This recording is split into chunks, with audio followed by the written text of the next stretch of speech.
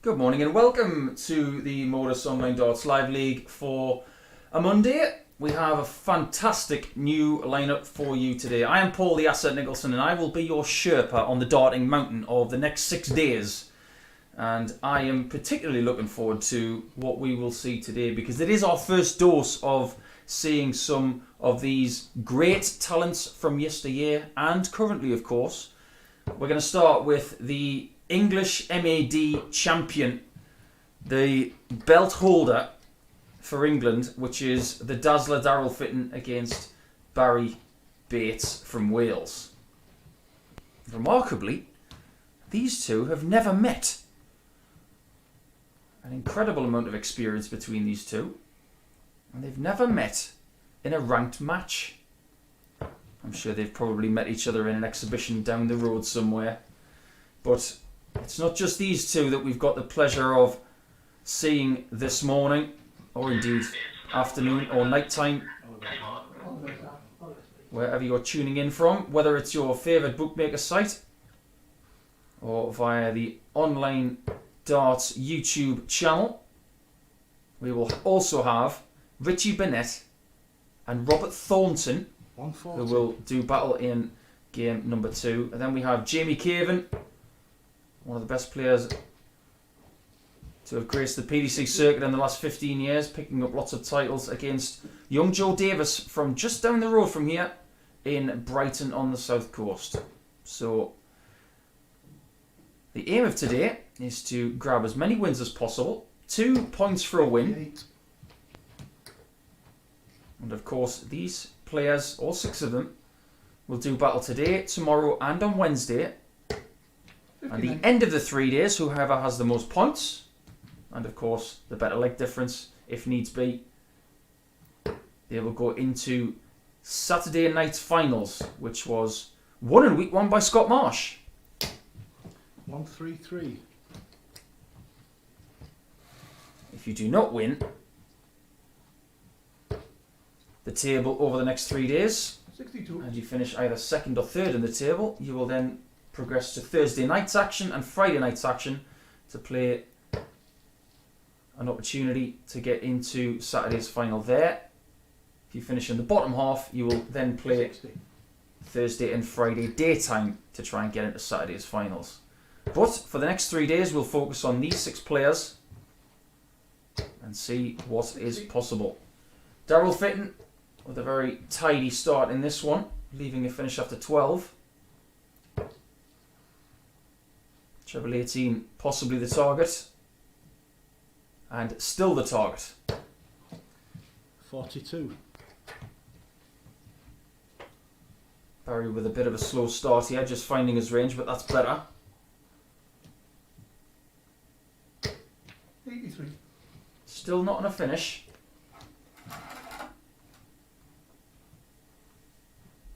You fancy Darryl is going to leave double 16.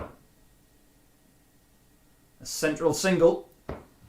36. And the guaranteed next visit. So not the best first leg, but Darryl won't care about that. It's all about just getting a foothold in this game. 43. Double 16 for leg 1. Not in the way. 32. And finds the bottom half of that first double of the day. So Darryl Fitton, the English MAD champion, hasn't brought his belt with him, which I'm quite surprised by, but he has taken the first leg against Barrie Bates.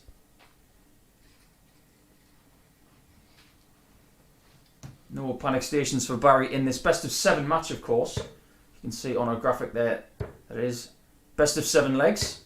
100. So first of 4. And Barrie knows that in this match he will have to break the Dazzler if he does want to pick up 2 points.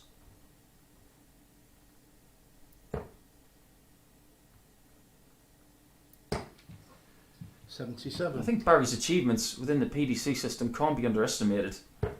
He won multiple titles. If you think about 85. some of the players that haven't won a PDC title, then Batesy, as he's known on the back of his shirt,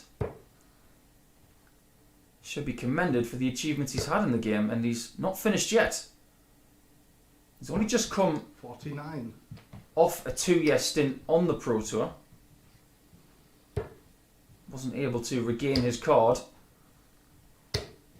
140. Hence why he's able to play in this competition. So he's looking at the glass half full as opposed to half empty.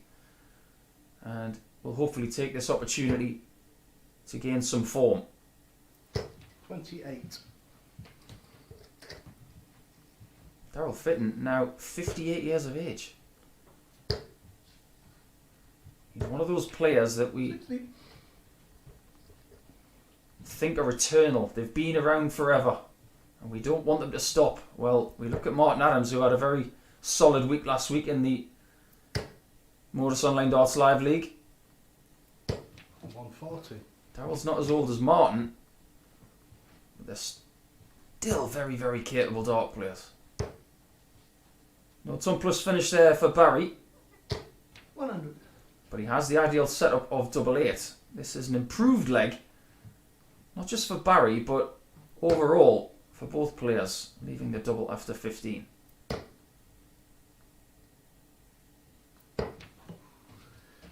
He was looking for the 171 to leave himself on a double. He didn't get it, and Barrie has a chance at double 8. Now he cannot see much of it, possibly a fifth of the bed. Come on, Barrie, a little bit of trickery on a Monday morning. No score. And Last score was 120. unfortunately for Batesy, he does not 123. find his way to getting the second leg.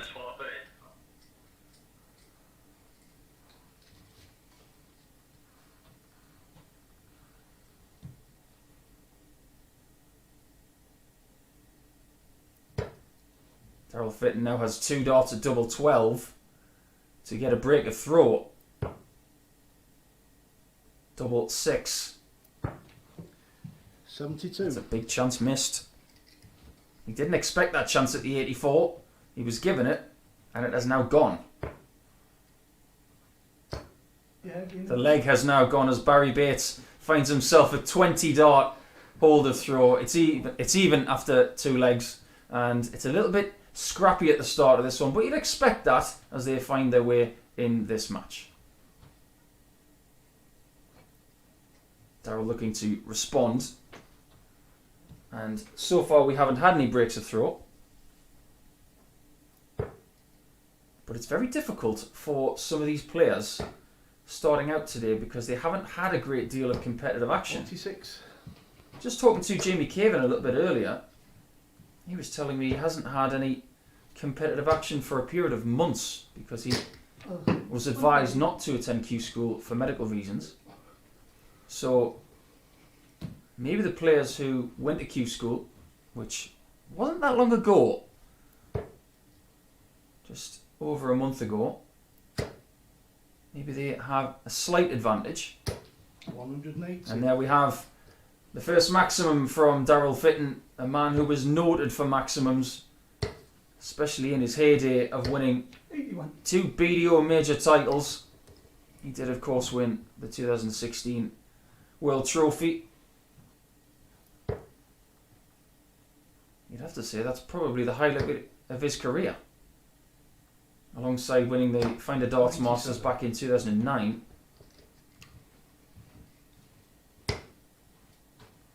But that win against Peter Mason at Lakeside in the World Trophy, I'm sure, holds great sentiment in the heart of that big man.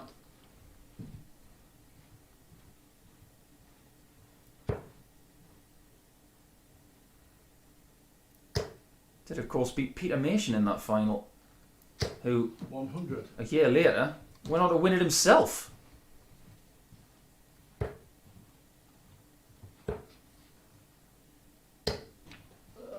Barrie not getting to a finish, and Darryl, by virtue of getting that first maximum of the contest, has found himself possibly on a double for a 15 darter for the best leg of the contest.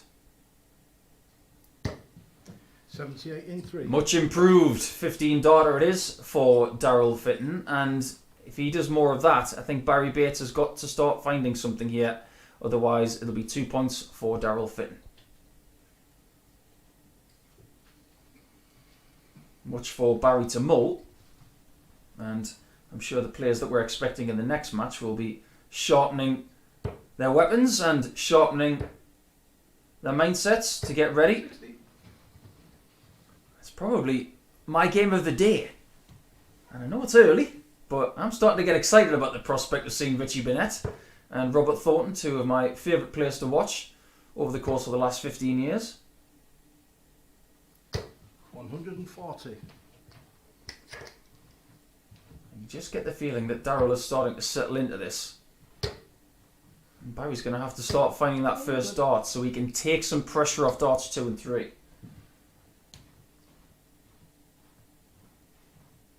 The average for Darryl Fitton is approaching the 90 mark. And Barrie is lumbered down in the 70s.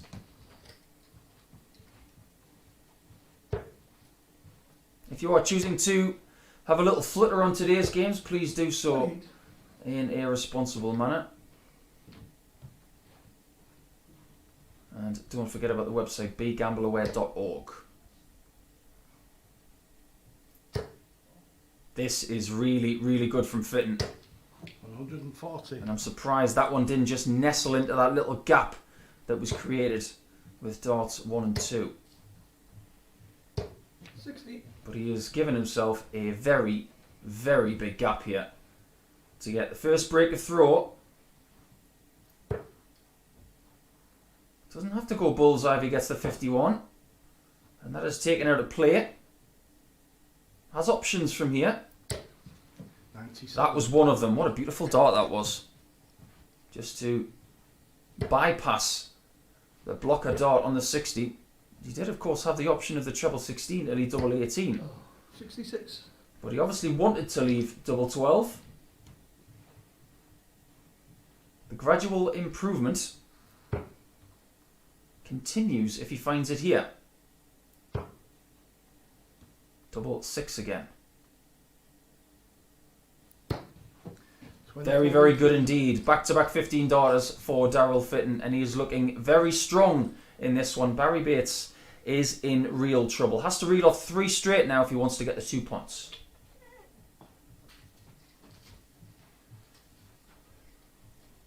Well, after tuning in to the finals on Saturday, I think everybody is trying to massage their inner Jason Askew after that absolutely gargantuan average he inflicted on Aaron Monk, 40.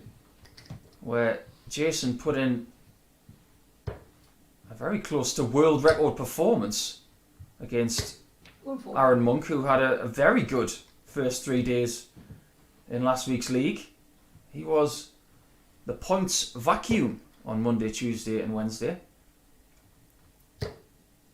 But Jason Askew peaked at the right time, didn't he? Averaging 118.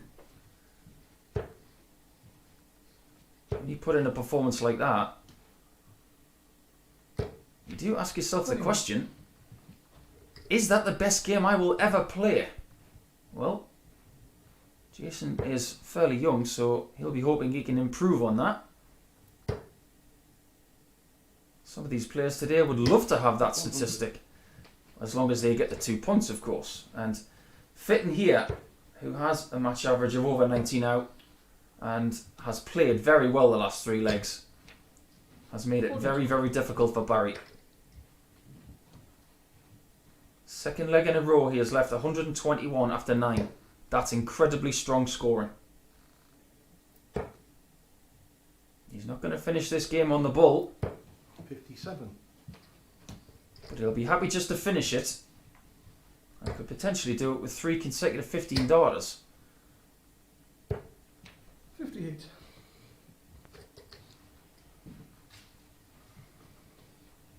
There's only one region of the board where world-class players go here, and that is the 16 and 8 bed.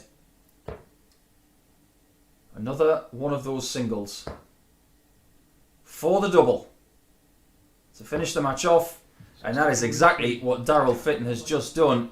May have been a little bit scrappy to start with, But ultimately, 3 15 darters in a row from Darryl Fitton, and he has showed us just what he's capable of. First 2 points go to him.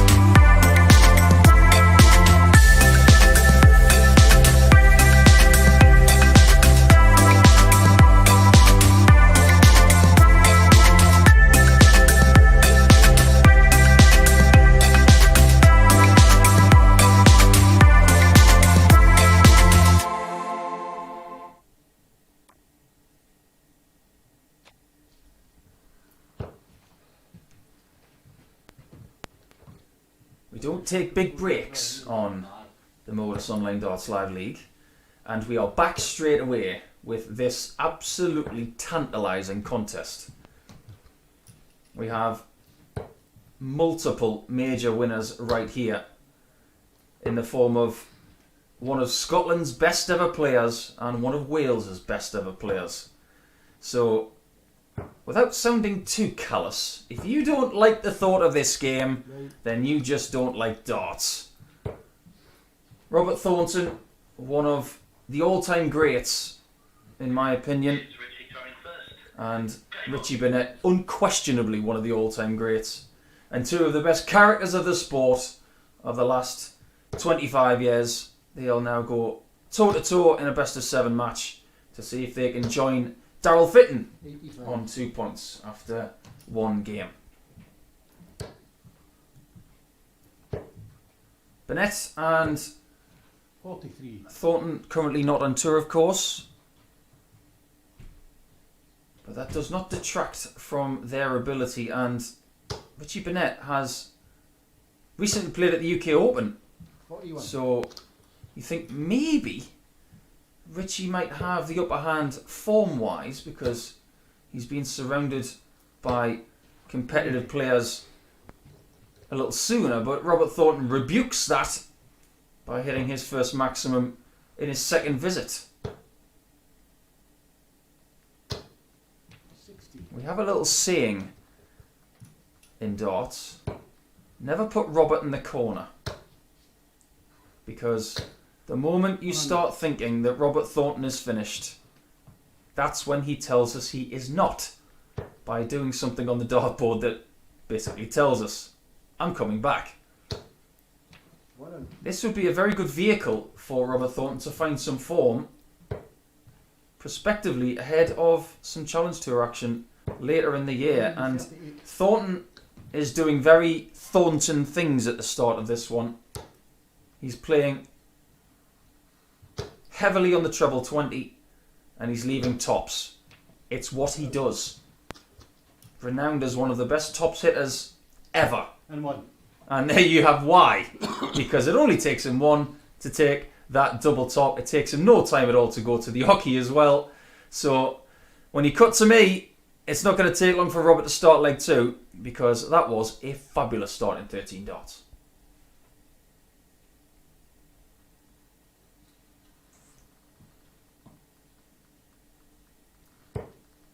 I've had the privilege of sharing ranking finals with Robert Thornton as he gets another maximum. I don't know whether you can tell, but it just brings joy to my entire life knowing that Robert Thornton is still playing good darts. 58. He is never without a smile, never without positivity.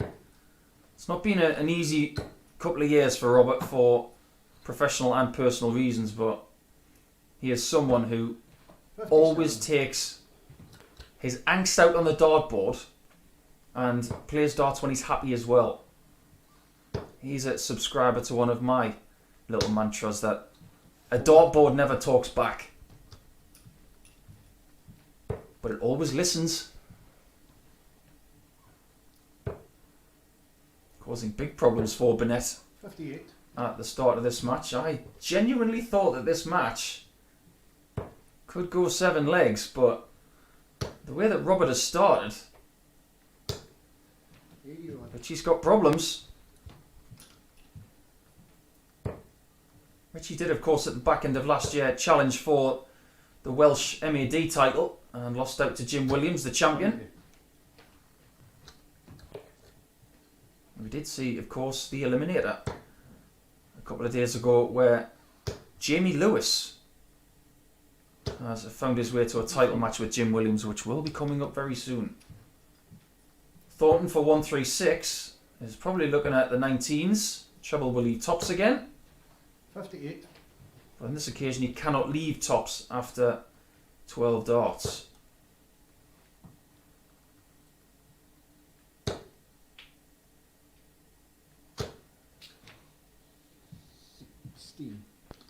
If Richie Burnett does not get what he wants on the dartboard, you are going to know about it. He wears his heart on his sleeve and there's nothing wrong with that. Double top again for Robert Thornton.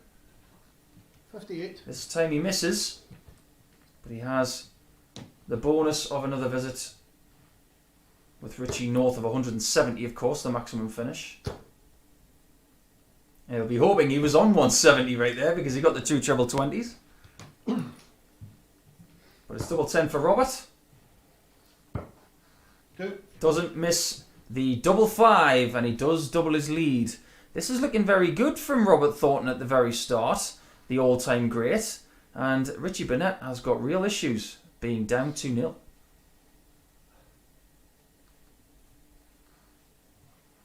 Food for thought for the man from the valleys. A lot of people think that when Richie Burnett 100. finally writes a book, that it will be a bestseller. Couldn't agree more. 140. I tend to read about 3 or 4 books a year. But if Richie writes a book, I guarantee I'll probably finish that in about 3 or 4 hours. This is better from the Prince of Wales. 140. I'd like to say there's only one Prince of Wales in darts, but apparently there's 2 now, with Louis Williams taking that title. But he did respectfully ask Richie Burnett if he could use it before he did it. How dare you take the nickname of the 1995 world champion? I can't imagine the audacity of someone from Scotland taking the Thorn. 60. Richie Burnett looking at 1-2-1 to get within 1. Bullseye for the first time today. 89. Oh, he decided not to. I thought he'd be going straight for it. A somewhat non-cavalier approach from Richie Burnett today. Took me by surprise. But he won't care if he hits double 16, which he has. One of the best doubles hitters ever when on form. And he has halved the deficit here, so he's more than back in this match now.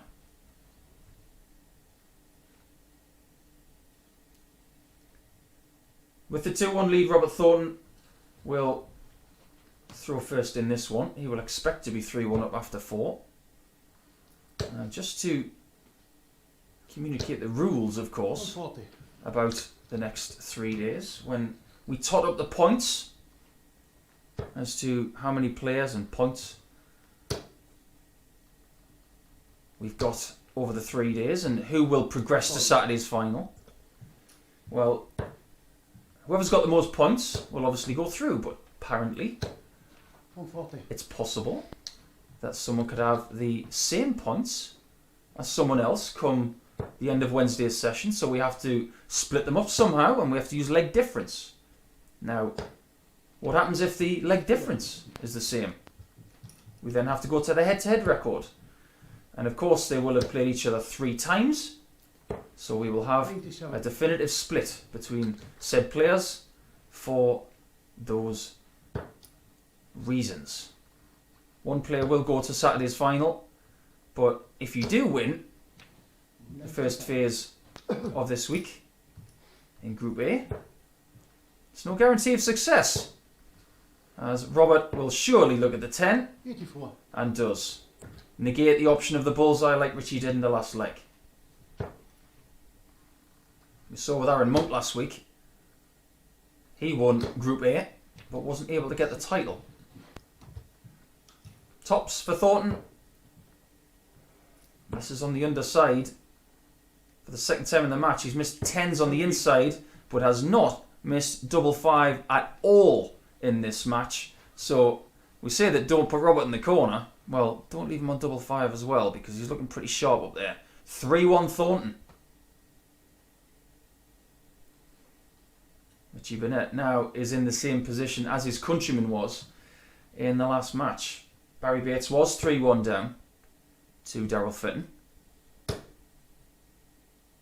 He was not able to get another leg. So if Robert Thornton can find another breaker throw here, he will be on exactly the same points and same leg difference as Darryl Fitton after one match. We do have Joe Davis and Jamie Caven to come next, which is a nice contrast of experience and youth.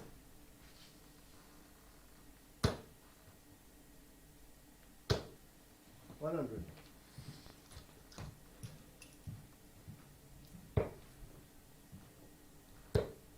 It's been a decent performance from Robert here, averaging over 91. Not too shabby from Richie Burnett as well, just under 90. But you have to give a lot of credit to Robert Thornton, who has looked just that little bit stronger, a little bit sharper. 45. You will see that little kickback of Richie Burnett now and again. Especially on the third dart, as he gives that last dart everything it's got. He's definitely a dart player with the best dismount. And if I was a judge, I'd give him a 6 out of 6. There's that kickback there, and Robert has got to maintain a social distance here, but there's another reason why you've got to keep a distance from Richie, is because you might get a kick in the knee. 95.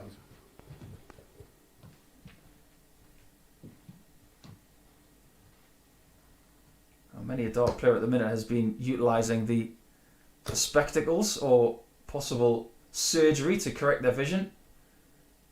Richie just looks a little bit closer at the score. 100.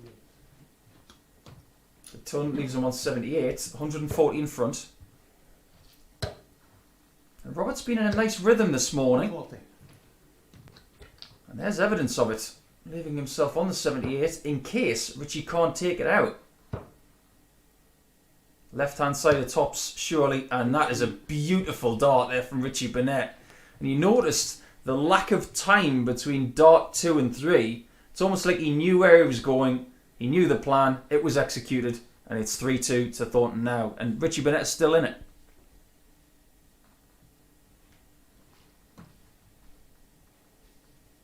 Best opportunity for Robert to finish the job here. He would not have the darts in leg 7. 140. And Robert hasn't played a lot of online competition over the last 12 months since the pandemic hit. So having to call out his own scores and being in this kind of environment is different for him. It is a change. You have to adapt. That is the message of life at the minute. And to be fair to Robert, he is adapting extremely well. 45. Back-to-back 140s, and he's looking for another, if not better. 140. Well, he triple dips, finds his way to 81.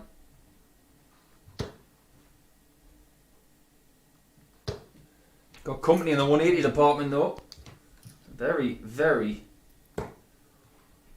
good shot from Richie Burnett, but it may be in vain, as Robert 41. has to just line up tops after missing the treble 19.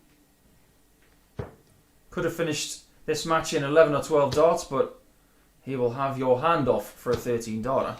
You can see the despair on Richie Burnett, and that's one of the reasons why he's so good to watch. Double 10. 2. And this time, Robert Thornton does not need double 5 because it is a 4-2 victory for the all-time great Robert Thornton. That was incredibly enjoyable to watch. Good average from Robert as well. Around about 95, so a really good start for him. Richie Burnett has stuff to think about as we go into Jamie Caven versus Joe Davison match 3.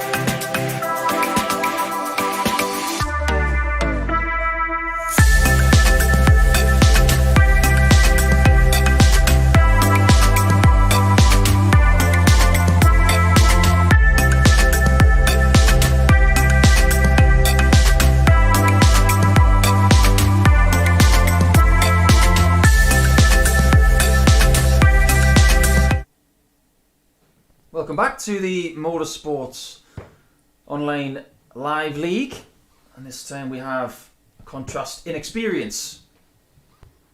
Well, we have a contrast in talent this morning. We are about to find out in this best of 7-leg match. Now, just before we start, if you do have any questions and would like them to be brought up on the air, please get in touch at the Asset 180 is my handle. Or you can, of course, get in touch with Motorsports at MODUS Darts 180. It's Joe throwing first. Game on. Joe Davis from Brighton on the south coast of England, who graced the World Youth Final in the PDC, but lost out very narrowly to Bradley Brooks of Blackburn. Now takes his spot in this very tricky group. And this is the first game for both players. And we will go into the second game for players post 100. this. So they're trying to catch Thornton and Fitton, who have started with a win. It will be Richie Burnett and Barrie Bates in the next game, so they will get off the mark. Well, one of them will get off the mark in the next game. But Jamie Caven here, it's great to see him throwing. It hasn't been the greatest start to 2021 for Jamie because he was given the medical advice not to go to Q school, but has been given the chance to play here. So it's just good to see Jamie in good health and full of beans and chucking a mean arrow. 82. Talking to him just over an hour ago, he was telling me about his preparation for this, where his setup at home has got 57. the usual dartboard, darts around, light, all of that. And he picked up a set of slim flights, which you can see him throwing with here. 99. He's trying to get the darts to sit in nice and straight in the board, and using these flights seems to be working, he said. He was predominantly a pear-shaped flight guy. 93. In his full pomp, as we say. And he's got himself a decent start here. He's looking for a big checkout to start this contest, and woo, hello! 140. Oh, he's going for top tier 160 in leg one. He's getting a bit carried away there. Why wouldn't I? I love my darts. As do all of you tuning in 57. via your favourite bookmaker site and the Online Darts YouTube page. Hello and welcome. And welcome to this. Jamie Caven is your first leg win. It is in 16 darts. That's around about what Robert Thornton took to win all of his legs. But that's a very good start for Jabba Jamie Caven.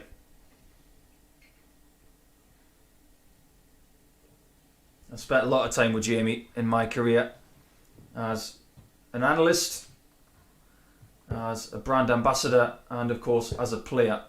And he is someone who makes my belly tickle with laughter. He has got an incredible sense of humour, and I was fortunate enough to share my last ranking final with Jamie a few years ago now in Wigan, where he defeated me 6-4 in the final.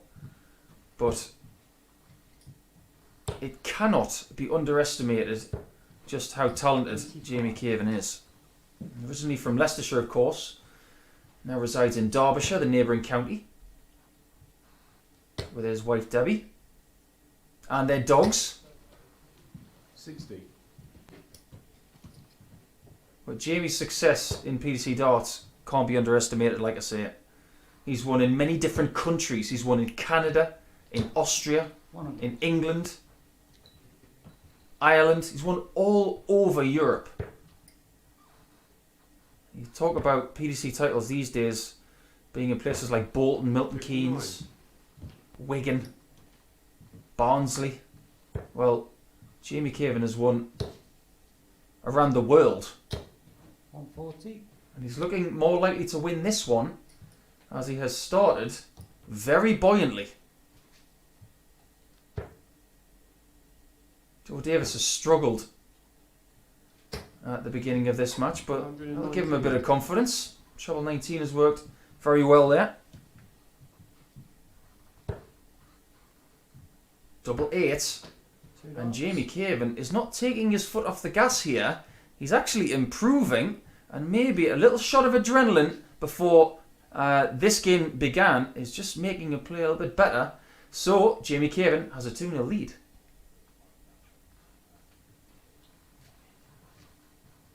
If this was a boxing match, Joe Davis would feel a little dizzy right now and he'd be on the ropes.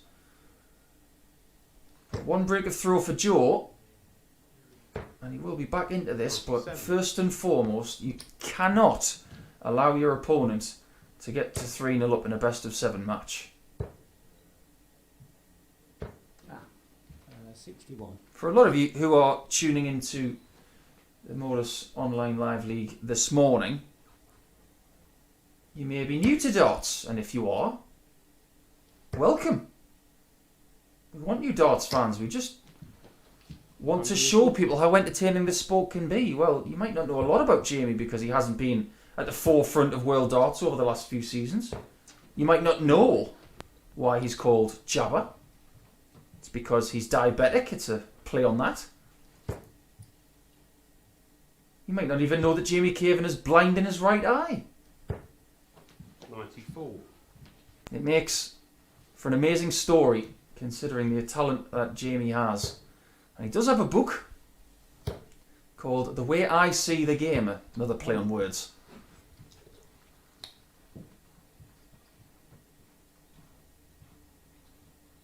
Jamie's reinforced to me this morning that his career is far from over. And that was great to hear. 45. Joe Davis's career is just beginning.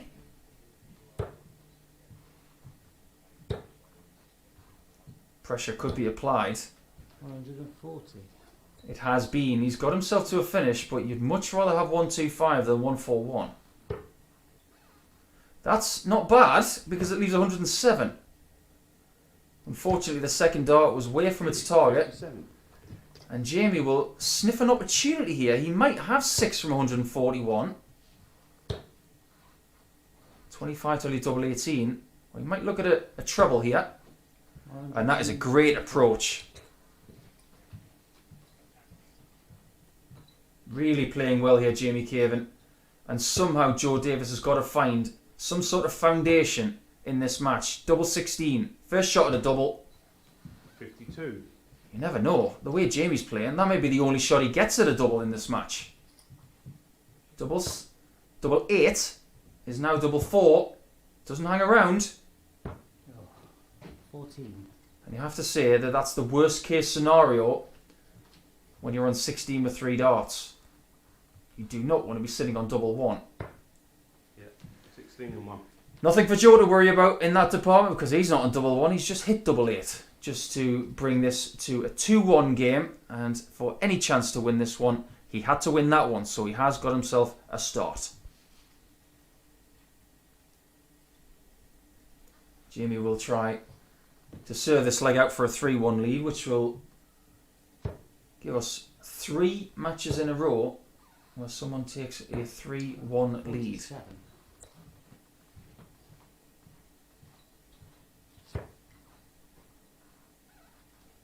There's no real precedence on being top of the table today. I know there are a few people out there who may have a little wager on who finishes on the most points and best leg difference. 59. But the most important thing for these players is to have the most points after 3 days. After Wednesday's session, we will tell you who automatically qualifies for Saturday night. 5. But it's not the end of the world if you don't find yourself top after 36. Wednesday's session. You still have a chance to play in either Thursday and Friday mornings or Thursday and Friday nights, depending on where you finish in the table, of course.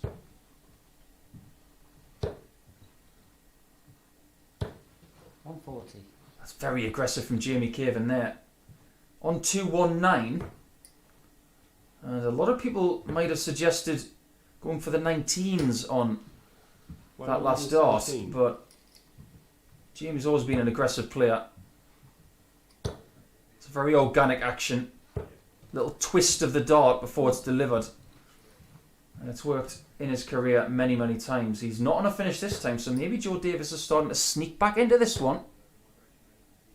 25 to leave tops. 97. And he's only just missed that, but he now has the benefit of a choice. He can leave tops or he can leave something else. 83.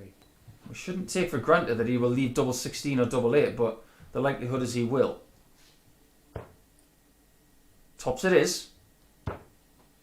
And tops he gets. He was dominated in the first couple of legs. He was given an extra chance in leg 3, but he took leg 4, and all of a sudden this game has completely flipped around. So, what are we going to get from here in this best of 7 match?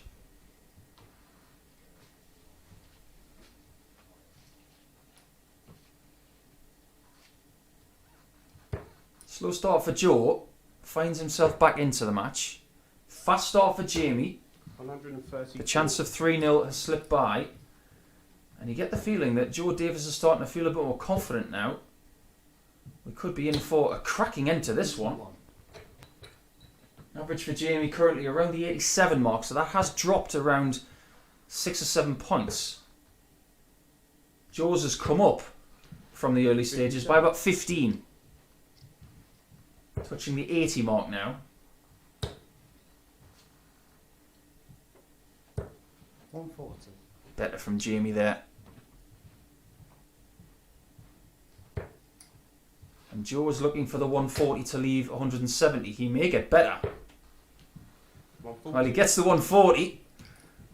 If it was a quad board, he would have got himself a quad there. 100. But we don't play on quad boards anymore, which is a real shame. I used to love those things.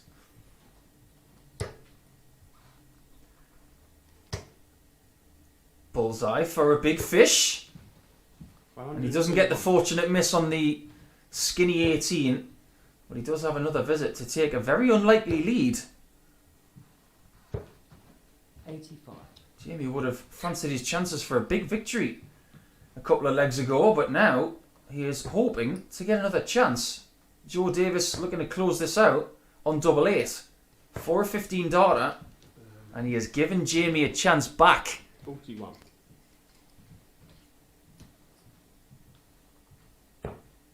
Said he was an aggressive player. He might go 2 double 19s here. I wouldn't have blamed him if he did. 5 visits each. And the hold of throw is possible. Being on the left side of today's draw sheet is proving to be a vital thing right now for Joe Davis, who takes the lead at 3-2 after being 2-0 down. Somewhat unexpected, but you have to give a lot of credit to Joe for taking the lead now. Where do we go from here?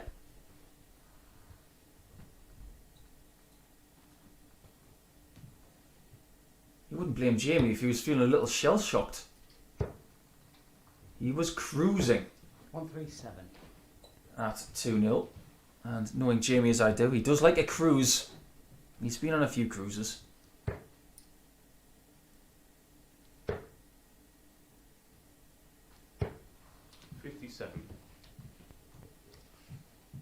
Probably have to say that this was a fairly even match form-wise 85. going into it.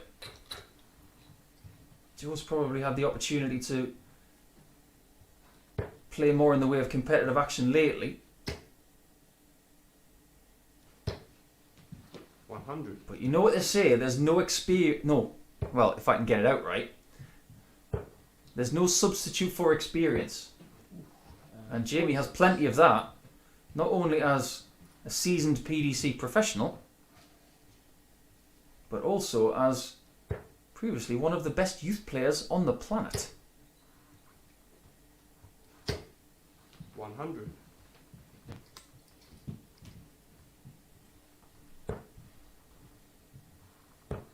Sensible use of the 19s. You'll go 25 here. Well, he should have gone 25 because it would have left 170, but I did say he was an aggressive player. Finds himself on a 135, which is a very attractive looking number, but that number has just got a bit more difficult. 21. We'll be 25 first this time. 60 for Bull, and the Bull looks inviting. Oh, he'll be so disappointed with that dart, because all he wanted to do was just caress off the right side of the barrel and cushion it into the centre piece. That might be the last dart he throws in the match. But only if Joe Davis... Well, he's missed the treble 18, which would have left the Bull. 55.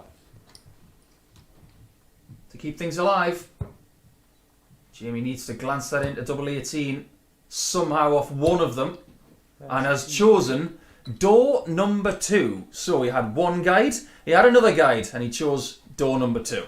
So we have a 3-3 game. Winner of this leg gets the points. I've really enjoyed this match, and I've enjoyed this so far today because we've seen a great display from Darryl Fitton, seen an excellent game from Robert Thornton against Richie Burnett, and this is the closest match of the day so far. 41. I hasten to say I'm sure we will have many more 4-3s. 100. Whoever picks up the win here will get 2 points, of course, but they're assured of only a leg difference of +1, which will be 2 legs behind Darryl Fitton, who started with a 4-1 victory, of course. Jamie, going against the darts, will have to remain accurate on the trebles, and does so. Picks up 1 in visit 1, 1 in visit 2.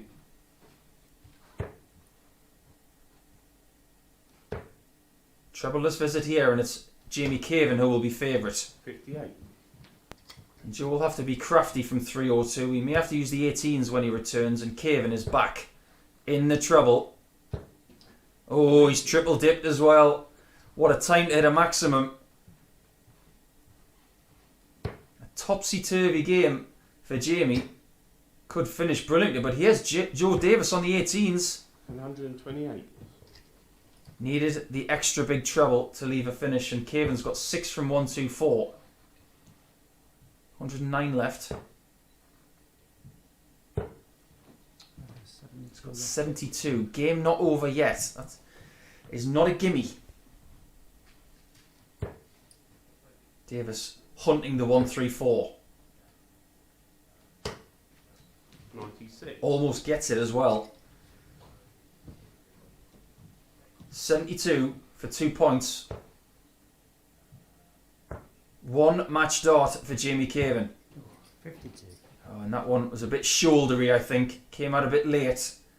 And Joe Davis composes himself after facing a match dart. He will now hope to get 1 or 2 himself. Should be 1. And it is none. No score. Oh, well, in soft tip darts, that was the game. But this ain't soft tip. You've got to finish on a double here, not a treble and or a double. Double 5 for Jamie, and he splits both. So 3 match darts have gone for Jabba. And Joe Davis, by busting that 78 on the first attempt, has now got only 1 dart this time instead of multiple. And he misses a match dart. Jamie will be fortunate that he's back on double 10, the bigger double. Double 5. He has a guide this time. 28. And the guide is used, and maybe that was the turning point in the previous leg when he found himself on double 18. He used the guide, and then of course in leg number 7 he used the guide as well. He gets his first 2 points. Joe Davis gets none, but we go forward now with 2 players that have no points. Barrie Bates and Richie Burnett looking to get their first win of the day.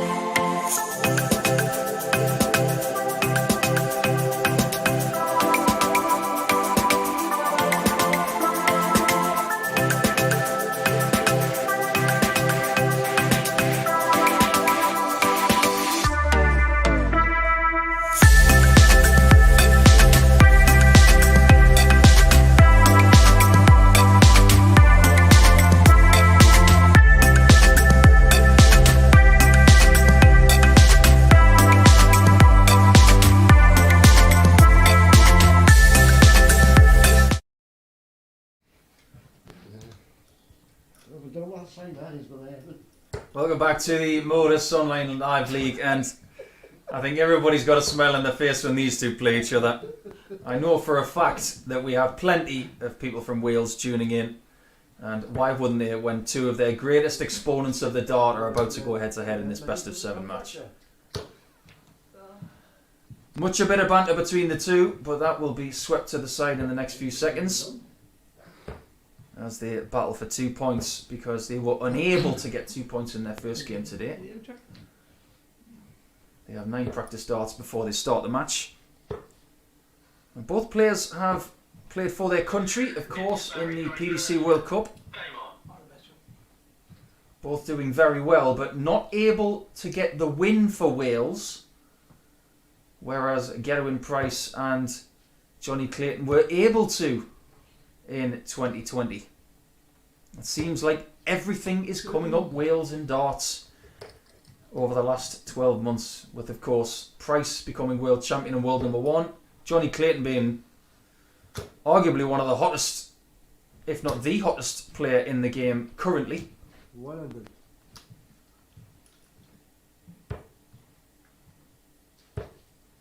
Both players, I'm sure, amongst their peers, are renowned for their sense of humour, not just their ability to throw the dart. Had a nice tweet from Andy Hamilton, the Hammer, who celebrated his birthday a few days ago, so a belated happy birthday to Andy Hamilton, who Said it's great to see the big man Darryl Fitton starting well this morning on the MODUS Online League.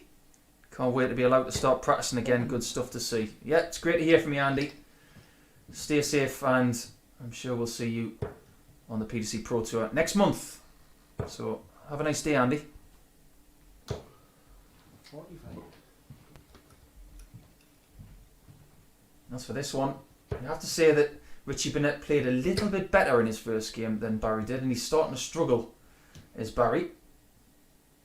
He has had 62.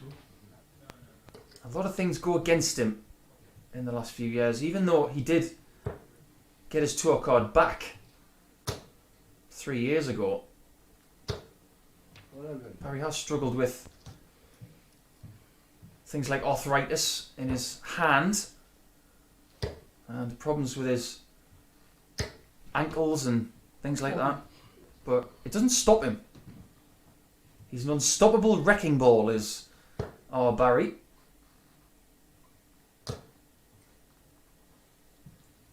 Feels almost strange to see Barrie these days without Wes Newton in tow.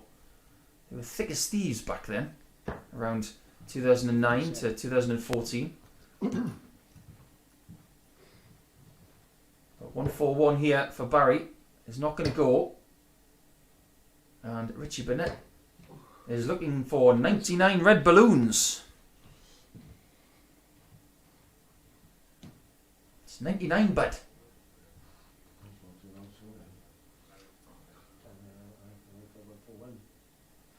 I think Richie's just saying that he went for Barry's score. It's Richie Burnett doing Richie Burnett things, and once again he just makes us smile. Double 16 for Richie Burnett. Yes, it is 99. And it is 99 red balloons for Richie Burnett. You can't fail to admire his skill, but also admire his ability to make you smile. It's phenomenal. Just phenomenal. And it was a great first leg from Richie Burnett there, 1-0.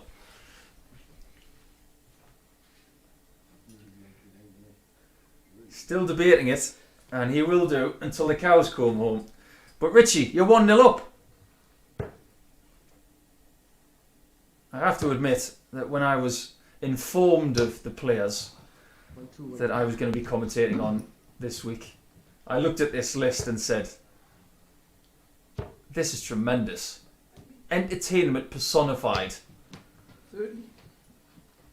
Every time Richie Burnett is on a stream, whenever he's involved, it provokes headlines. It provokes the viewing public to tune in. They have to watch.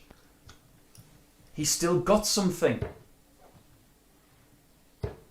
Can you imagine Richie Burnett going in the jungle or something like Big Brother?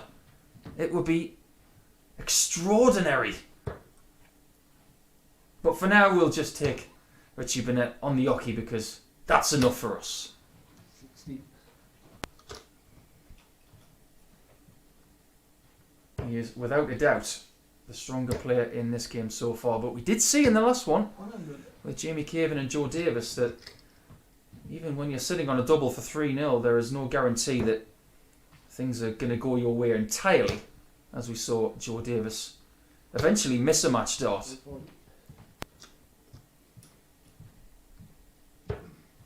4 visits to the board and he's under 100. This is what they would classify in Wales as tidy.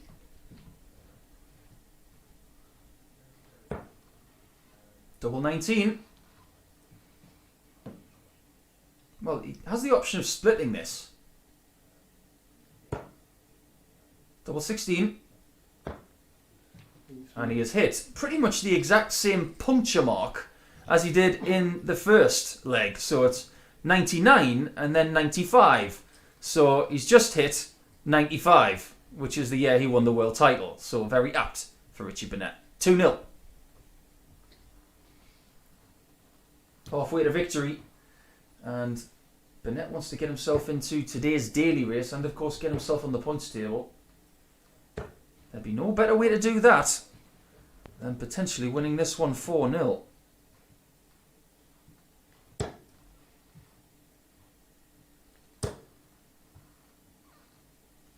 Just Just had a nice tweet from Sean Evans. That sounds Welsh. I could be wrong. 25. Saying that she's enjoying the action this morning. Well, 54. sorry, he. I'm thinking of Sean. So my apologies, Sean. It's really good to hear people are tuning in on a Monday. And why wouldn't you when you see a 180 like that? That is about as pretty a 180 as you will see. Phenomenal. 57. Don't be afraid to get in touch if you are tuning in from around the world as well. We are being broadcast worldwide. That's darts these days. 140. Up into around 2004, 2005, a lot of the latter stages of darts events were dominated by the United Kingdom, the Welsh players, the 40. Scottish players, the English players, the Irish, the Northern Irish.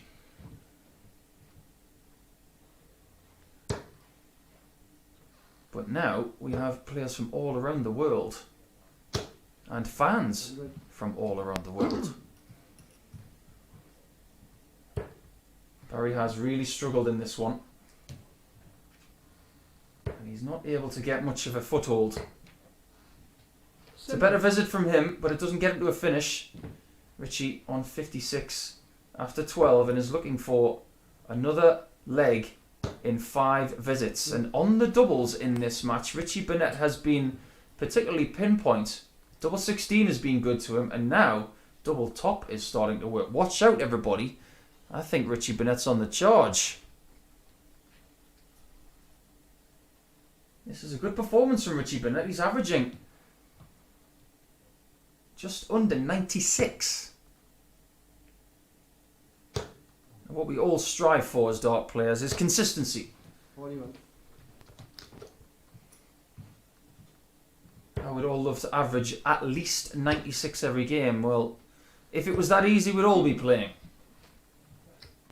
But if you can average 96 throughout the day like today, you're going to win most of your games.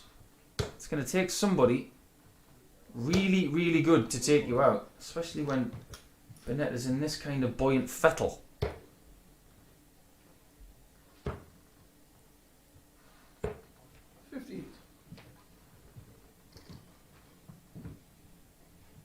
Just had a text from someone very close to Jamie Caven called Gareth Lynham, good friend of mine. 125. And he's put the hashtag on his tweet of Cool Whip. We'll get into that later. You're looking forward to seeing Jamie play, as we all have been.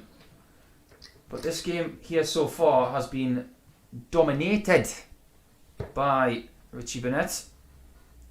These guys don't live too far from each other in the valleys. I'll tell you what though, there is a chasm between them in the average and of course the scoreline. Richie Burnett looking to finish things off in 13 darts here, and his average could climb even higher. This would be a huge boost to Richie Burnett's confidence if he can finish this one off sharpish.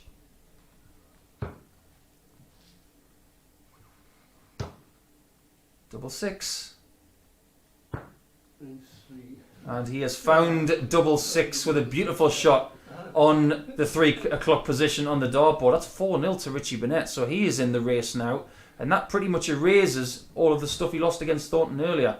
Well, speaking of Jamie Caven, he's about to take on Darryl Fitton, so that is our next match, so don't go anywhere.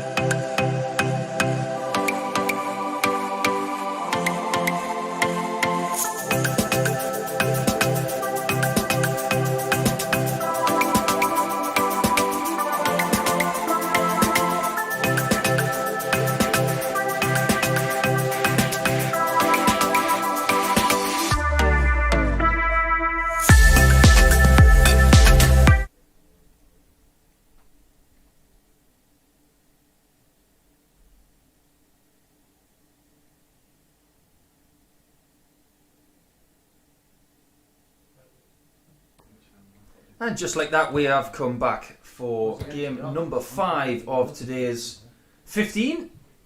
We are absolutely rattling through them, and I am having a blast here. I hope you guys are too, tuning in. And this time we have Jamie Caven against Darryl Fitton, so it's the flip side of what we had in the last match, where 2 losers of their first game did battle. This time it's 2 winners. Contrasting victories for Darryl and Jamie. But the main thing is to get the points.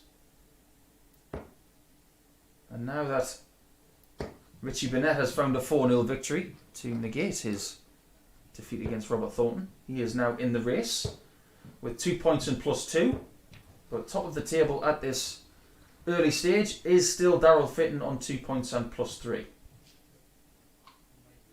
Jamie not too far behind on 2 points and +1. But this could be a very important match going towards the middle portion of this morning's games to see who is going to be today's front runner. Like I mentioned at the back of the last match, I had a tweet from 85. Gareth Lynham, who is very close to Jamie. It's his stepson. And he said he's looking forward to seeing Jabba play competitive darts today. Well, all of us are very, very keen to watch some of these dart players in action. And Gareth included the hashtag 59. Cool Whip in his tweet, and something else which I won't mention because it takes too long to explain. But the reason for that is because we're big fans of Family Guy, and we used to say that famous Stewie phrase of Cool Whip because Jamie Caven's wife Debbie hated it, and we did it for our own amusement. 60. I think it's fair to say that Jamie was not amused by the comeback of Joe Davis in the last match. He was having it all his own way. He was sitting on a double for 3-0. It didn't go in. Then all of a sudden, he was 3-2 down.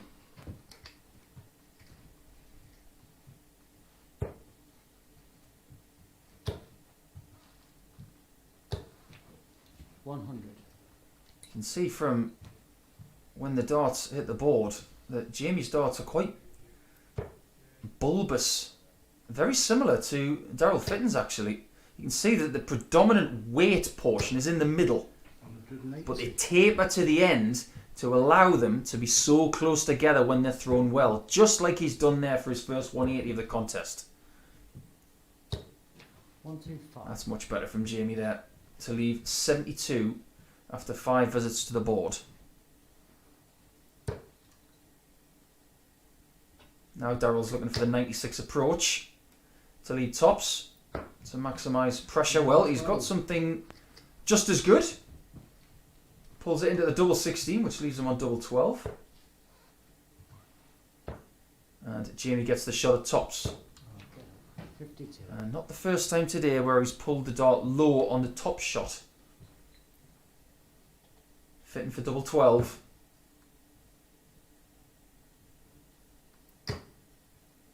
Getting closer.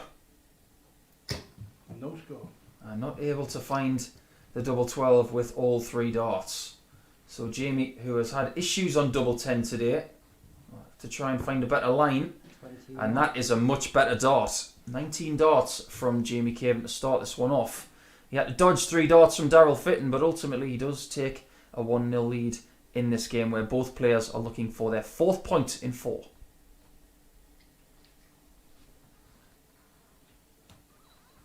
Talked in Jamie's first game about some of the titles that he has within the PDC system. There's 8 titles.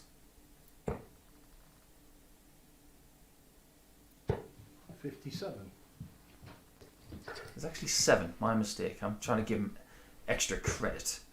He's won in Salzburg, he won in London, Ontario, 100. one of the Players' Championships in Canada in 2010. He also won in Dublin that year, so that was a particularly hot spell for Jamie. He's also won in his hometown of Derby, where he currently resides. In Wigan and in Newport. So he's won in Austria, Canada, Ireland, England and Wales. 5 different countries. 54.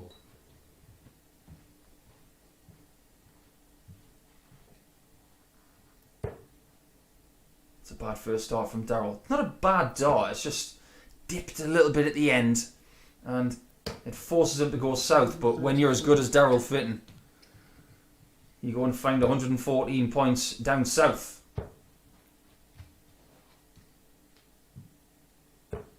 59. A couple of the highlights from last week in the Modus Online Live League, of course. One was that immense average from Jason Askew. I've mentioned that already. But let's not forget about Andy Jenkins 97. having a 6-dart conversion of 350, which is the maximum you can do. Now, we all talk about 9-darters and how incredible they are and how 60. difficult they are to get. Well, a 350 point conversion in 6 is more rare than a 9-darter. It's the equivalent of an albatross in golf. 134. And we can't underestimate that achievement from Andy when he was playing against Fallon Sherrick. So, well done, Andy, on that shot. Ultimately, we didn't get a win from Andy on Saturday.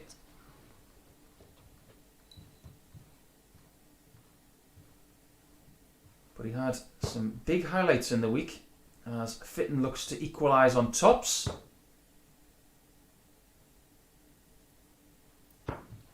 48. And I mentioned the 350 and 6. Well, this is the second part of that. That looks good. And that one just came out a little bit sideways, I think. It had a different trajectory. You can see by the angle of entry when it hit that small 20. Darryl Fitton has double 5 to level things up. Tricky switch now. 3 for double 1 he will use, but misses the single. And Jamie Caven is playing okay in this game, but he's also getting a bit fortunate.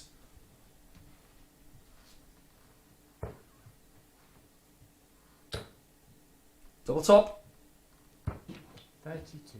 Just overcompensates on that shot at the 40 segment because his previous efforts at tops have been low. Just working his way down towards the double 5. And this time that should be the marker he requires. 5. But not able to give it enough purchase. More practice on tops for Jamie.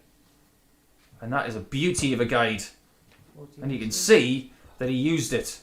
If Jamie Caven could walk to the board and give himself a guide or a backboard for tops, that was it. It was perfectly used and it's 2-0 Caven.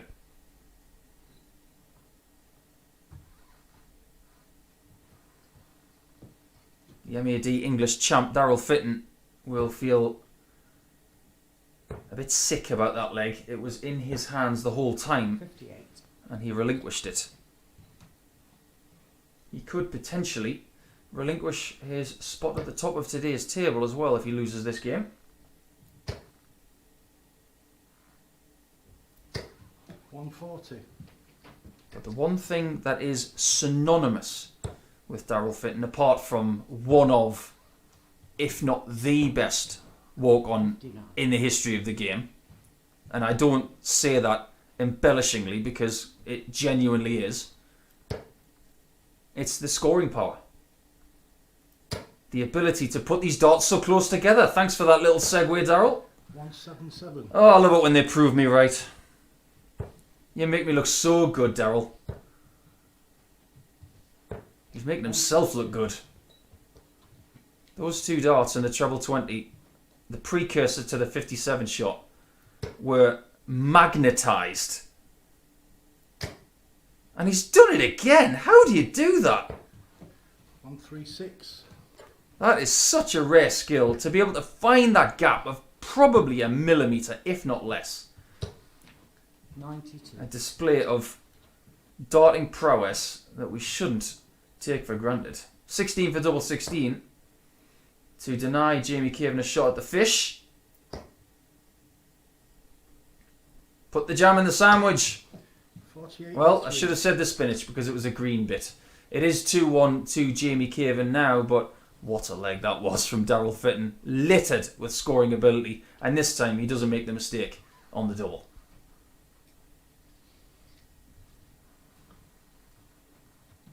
Two-one Caven then. And the averages don't really tell the story. I think it's fair to say that. Fitton's average is 9 better than that of Caven, but 40. I think when you have a leg like we had in leg 2, we can take the averages and we can throw them away. We'll just want to know who's going to win the match now. 60.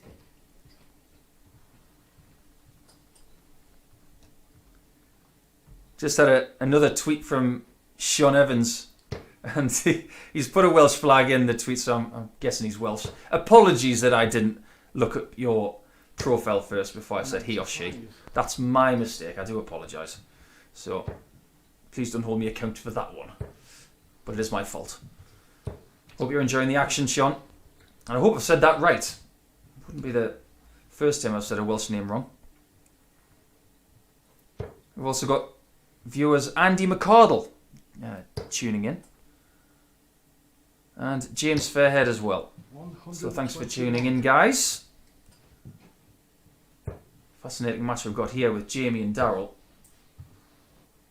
And he wants to stay on the 60, but 97. it's a little bit blocked. A beautiful switch there from Jabba.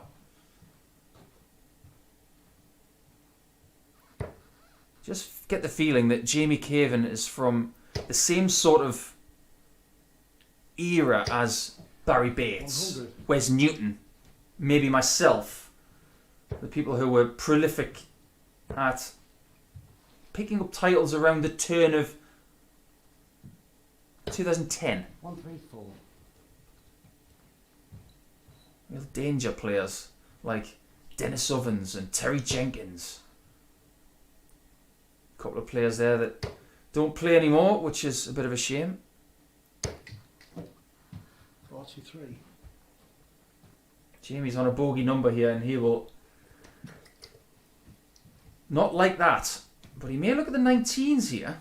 133 down south, which is 7 19s. Would have left double 16. 86 left before that dart. But he has found himself the 133 the other way.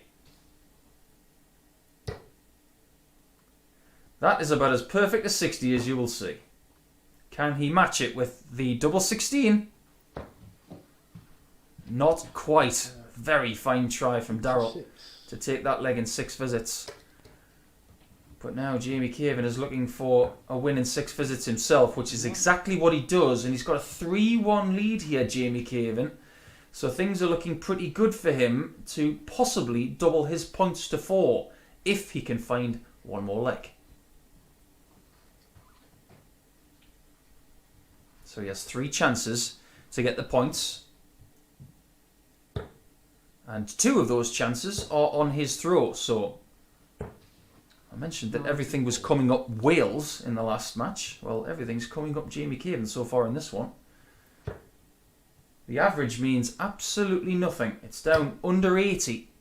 But that's purely because of that second leg where they both missed a fair few doubles.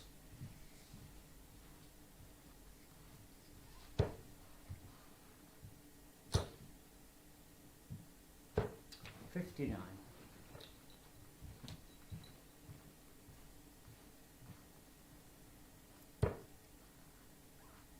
Fitton will want to double up on the 140s here. Just seems to have lost the range on the 60.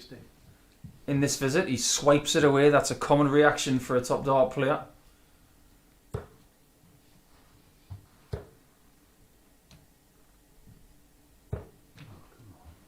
It wasn't just the Jason Askew performance from last week that was eye-popping. There were some great performances from other players as well, like Sir Fallon Sherritt, Richard North, Conan Whitehead. Some spectacular darts. Just to reiterate, if you are having a little bet on something today, then please do in a responsible manner, whether you're tuning in via your favoured bookmaker or via the online darts YouTube page. Does Darryl Fitton feel saucy enough to go for the bull? Well, I don't blame him. I think if I was in his shoes there, I would have had a crack as well.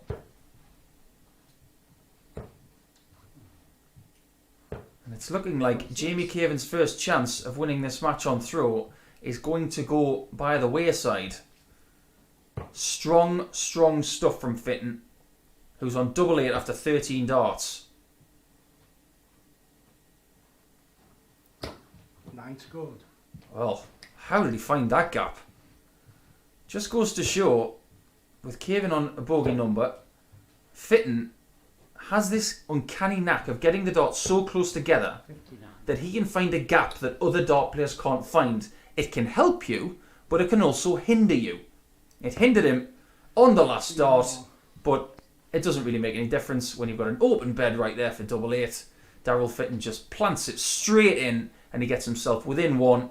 And that break of throw is what he has to replicate in leg 7 if we get there, because of now he has to hold throw. Job 1 of 3 done. This is game 5 of 15. So we will be a third through our action 87. after this one. And we have the pleasure of Robert Thornton's company in the next match, who was very good in his first game against Richie Burnett, it has to be said.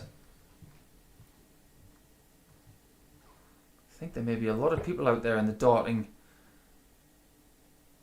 public who may fancy Robert Thornton this week.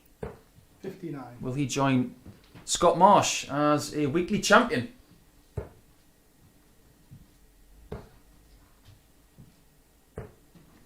$96. Jamie Caven just wants to get onto 4 points without any stress. He got himself on 2 via a little bit of stress against Joe Davis. Oh, this is great. Just throw this hard enough and it's in. 140. But he's found the middle. Well, like a very good kicker in rugby or American football, he split the posts. 60. Jamie is not able to split the darts there and find the 60, but Fitton is doing a fine job here of getting himself back into this one. 140. That's a really good visit.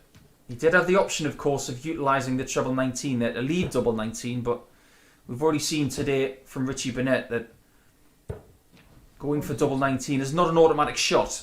You have the option of going 10 or a 6 to leave a better double on the board for yourself. The double for Darryl is nothing at all. Missed the 18. So now he has to go to the 14 and hope that Jamie doesn't hit the 141 for the match. 35.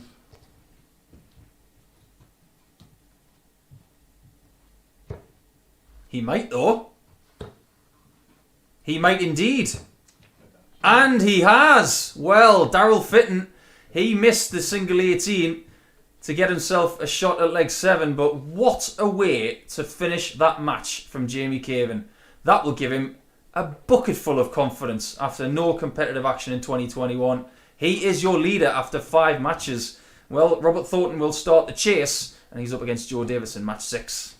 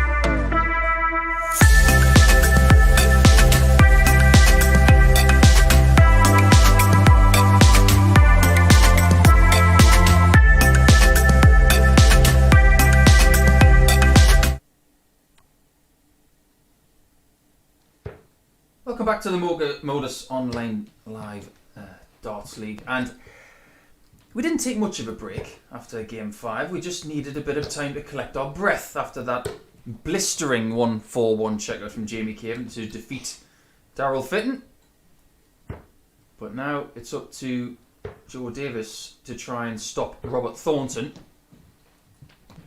Thornton, who picked up 2 points against Richie Burnett earlier, will want to continue that trend and confine Joe Davis to the basement of the table with Barrie Bates. Bates currently, after 1/3 of our action, is on -7 in leg difference with no points. Joe Davis will complete his second match here. He's currently on -1 with no points. Thornton, however, on +2 and on 2 points, so a very steady start. And if he can do that again, he will be top of the table after 2 games played. Had a couple of nice tweets from some of our viewers. Luke Jones, loving the action this morning. What better way to kick off my annual leave? Well, Luke, enjoy your annual leave and enjoy the darts. Thanks for getting in touch. Also, Brian Highlands saying he's enjoying the action so far whilst working from home. Well, killing 2 birds with 1 stone. Fair play to you, Brian.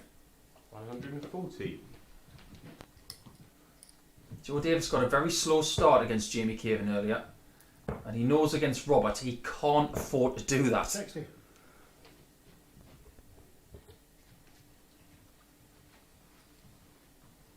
Nine darts stone for Robert, and he's on 302, so a bit of a slow start from him, just finding his way.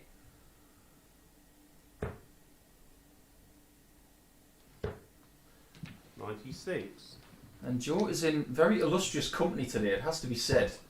He's got Darryl Fitton, major champion, Barrie Bates, multiple PDC title winner, Richie Burnett, former world champion, Robert Thornton, multiple major champion in the BDO and PDC, and Jamie Caven, multiple PDC title winner. So he will feel he's not out of his depth 57. because of his talent.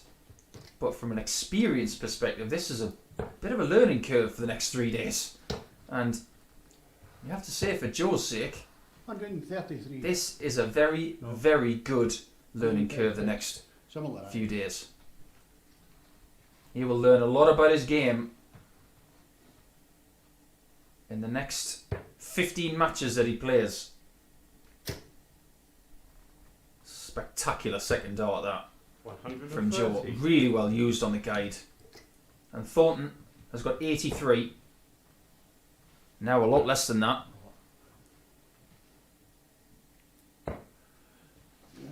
And I know Robert very well, and he will be disgusted with that effort at double 16. The first one was so far away that it probably dented his confidence a little bit on that Southwestern double. And somewhat ironically, that's what Joe Davis finds himself on now, and he has a guide. 52. And he has used it. Joe Davis finishes leg 1 in 6 visits. So 18 darts to start, and Robert Thornton will feel a little bit shell-shocked by that one because he was the favourite in that one. Joe Davis with a very good start.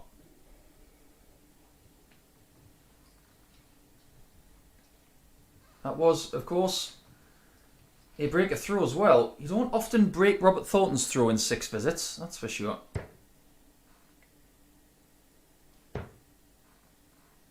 It must be very difficult for Joe Davis 58.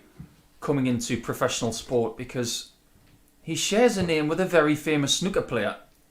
So he almost has to carve out his own 100. fame within a sport. His own talent has to shine ahead of one of the greatest snooker players of all time.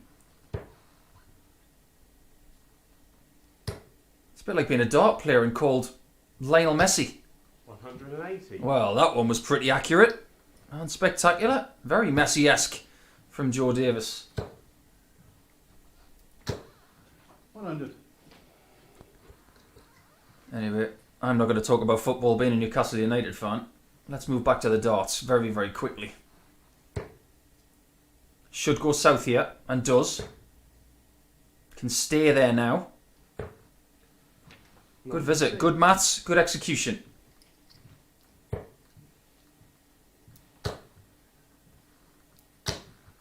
Oh, that's maximising stuff from Thornton to get himself back in the leg. There was a real intensity in his look there, as if to say, that 60 will not deny me. Really has changed the complexion of this leg. And it wouldn't be the first time that Robert Thornton converts 301 and 6.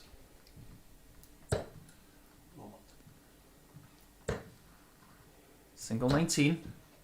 119. Would have left himself on tops, but he overshoots the single and finds himself on double one after 12. That doesn't happen every day. Well, that one doesn't help Joe Davis's cause, because 21 off leaves 102 and he can't do that in 2 darts. He's got 45 left. And now he has double 16 left. But Robert Thornton, who loves tops, 91, 92. can he find the next door neighbour?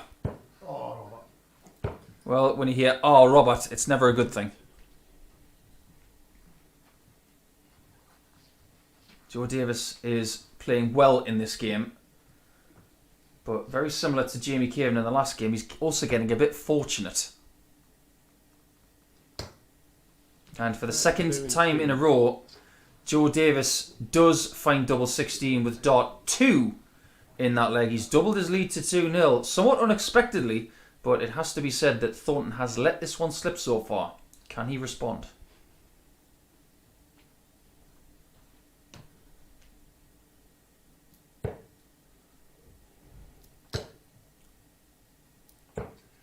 One 137. That's very good from Thornton.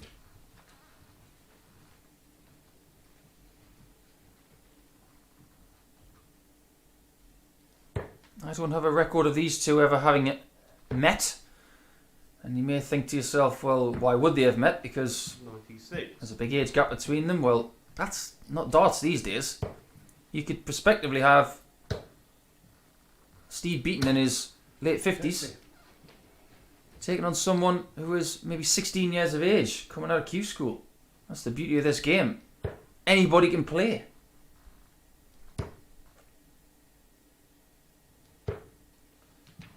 Joe did spend a bit of time playing UK Open qualifiers a few seasons ago. I actually travelled to a few events with him. He's a young man of few words, which I quite like. Just let your darts do the talking. That's Joe's way of thinking. And besides the World Youth Championship final, which he lost to Bradley Brooks, there's one other match that sticks out when I think of Joe Davis. He was playing a UK Open qualifier in Wigan against Leung Kai Fan of Hong Kong. And this is before Leung Kai Fan sped his game up. By the time Joe Davis won the match, it was 48 minutes for 10 legs. But Robert Thornton just misses out on tops. By the time Joe came back to the table when he won that match, he said, "I feel like I've aged." He's not going to have that problem with Robert, because Robert is quick. 59. Tops for Thornton. And he hasn't been good on that double since he hit it in the first leg he played in the day. But double 10 is good this time, and it is Joe Davis 2, Robert Thornton 1. So he has found a little bit of a foothold in this one, Robert. Can he shoot forward to try and double his points tally? It's only 2-1. So Robert, who's got his hands on his hips there, maybe he's about to start breaking into a dance. Now there'd be something. 58. I'm sure he was a bit of a dude in the 80s, Robert Thornton. Still rocks the earring, of course, which is a bit of a Fashion 85. statement for dart players these days. We've seen the likes of Danny Noppert and Dirk van Dijvenbode rock the glittering earrings.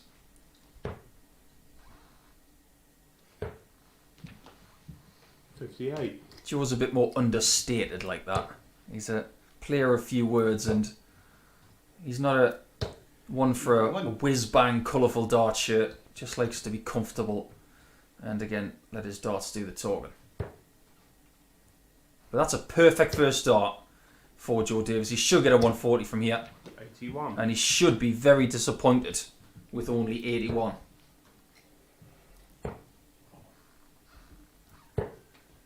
$57.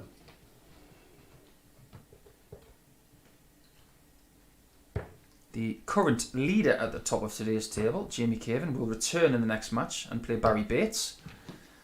And Barrie struggled today so far, so maybe that's a great opportunity for Jamie to get to 6 points. 100. Thornton is not worried about getting to 6 points yet, he just wants to get to 4.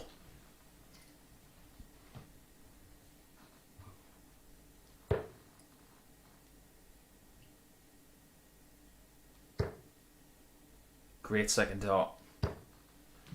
Just 100. overshoots that third one. He will have fancied getting to 1-2-1 there. It's quite a library style atmosphere they're playing in. So every little mutter that the players make, it will be heard by the opposing player.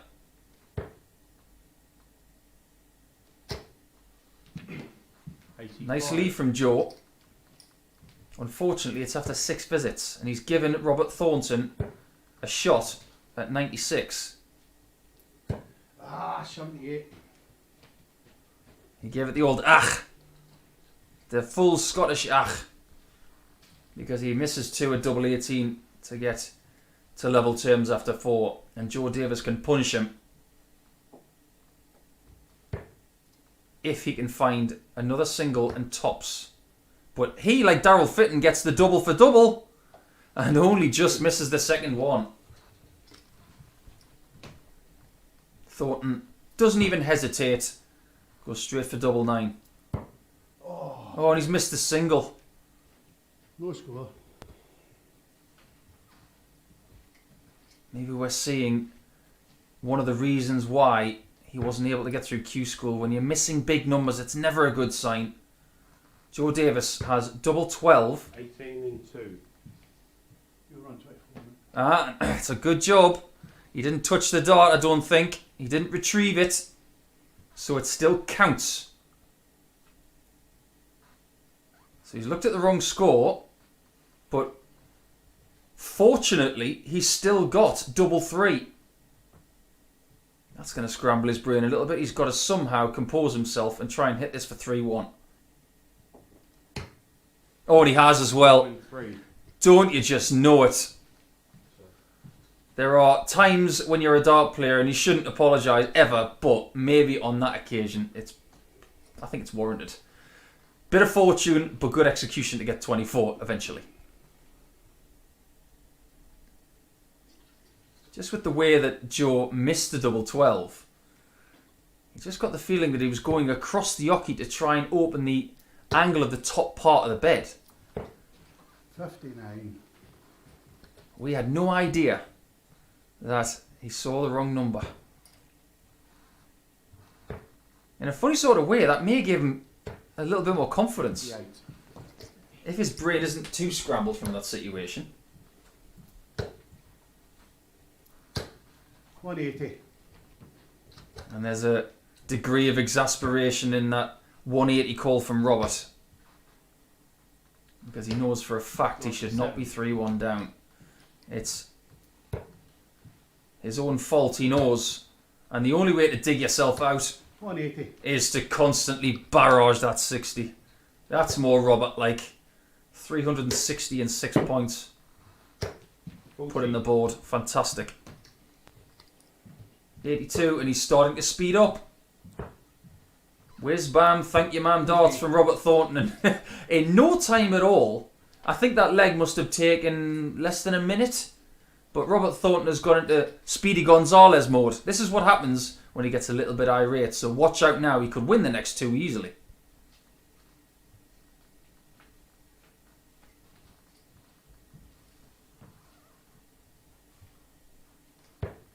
I always find it very curious to look at the head-to-head records for 97. players against the greats. And you look at Robert Thornton's career.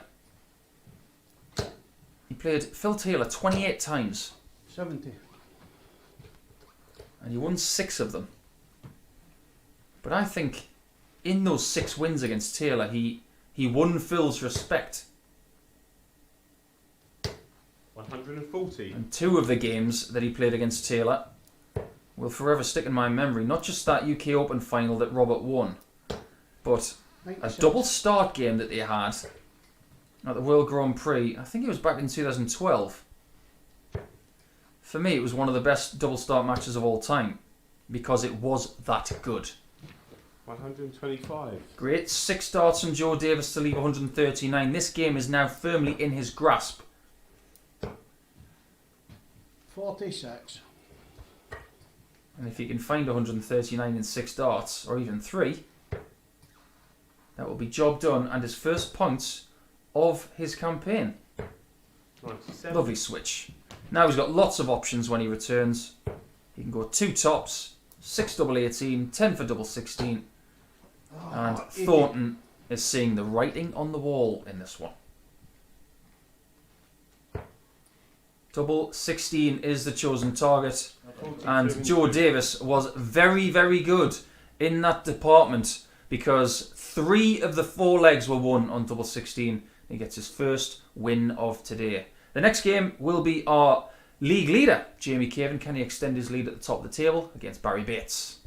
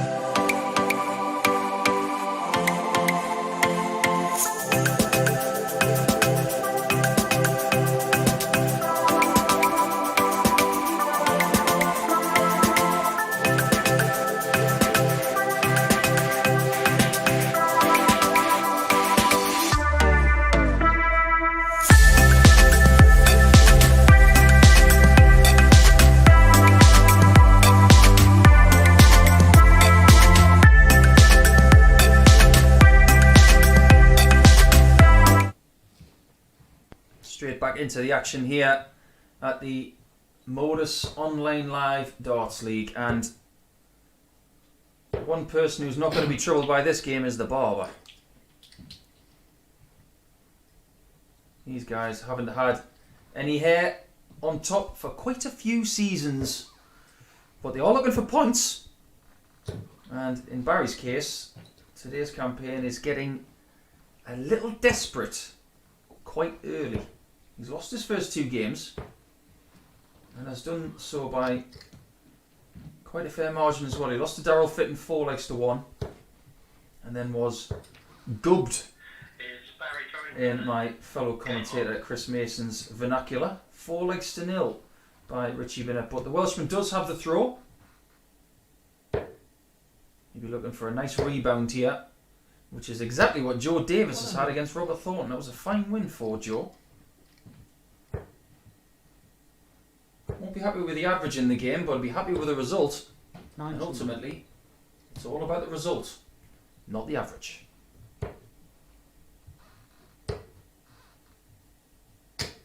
$100.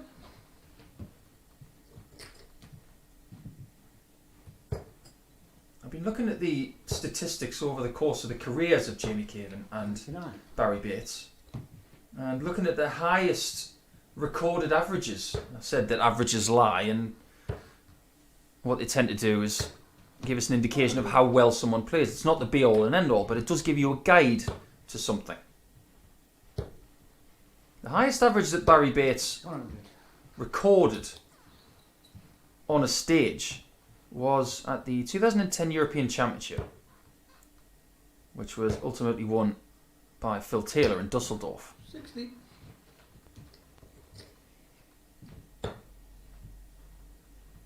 But the average of Barrie in that game was 44. 96.7, so that's the best he's done on stage.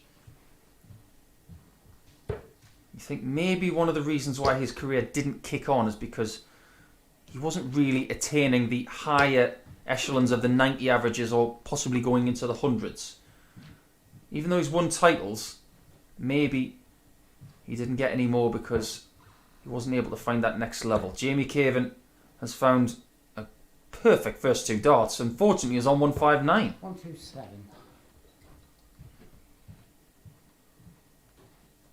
He's put Barrie in the corner here, and now he's looking at 11 bullseye.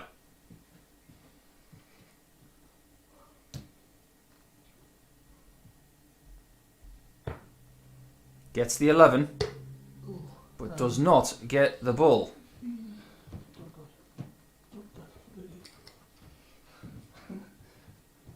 Jamie Caven has double 16 to open up a one leg to love lead against the darts. And you have to say that is a beautiful second dart because the first one was absolutely in the way. Now, Jamie's darts do tend to kink to the right a little bit, even with those slim flights in, but I tell you what, that was a great shot to take a 1-0 lead.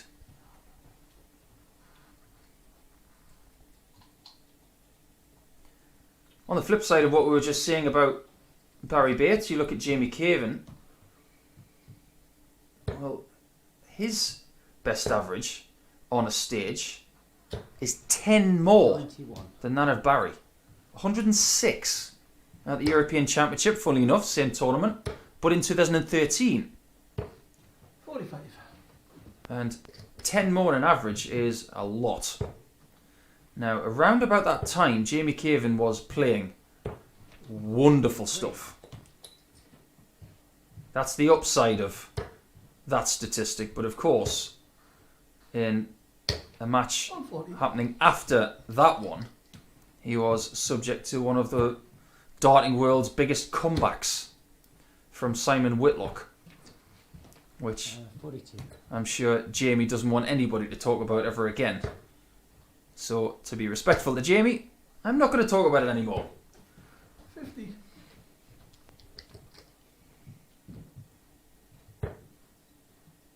But it just goes to show, in order to win more titles and 64, to get 79. further in television events, you do have to start finding that three-figure average range more so these days. You look at some of the averages that were being posted in Milton Keynes last week. Absolutely terrifying. Young Louis Williams of Wales was playing a match against Peter Hudson late last week, and he was averaging somewhere in the mid-120s at some point. 17 last time.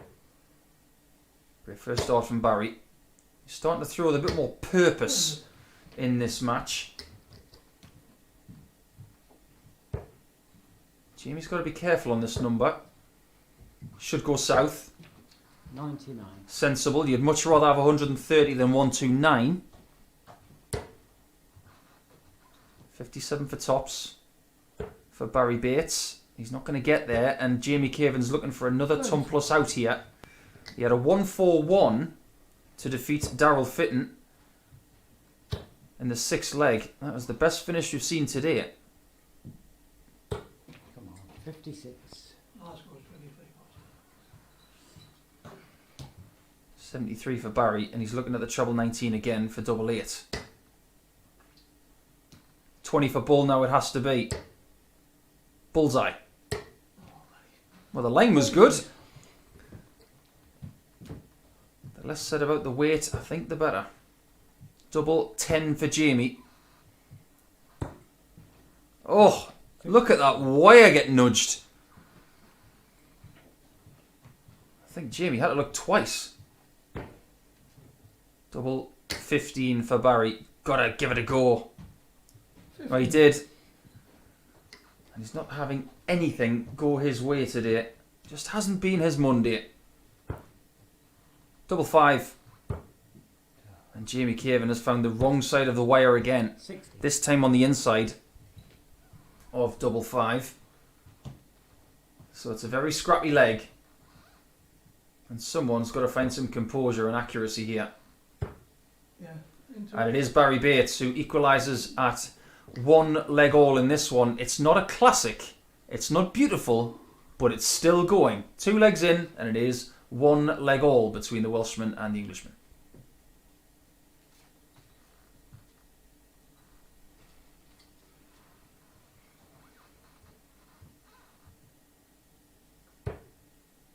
Game number 7, of course, of 15.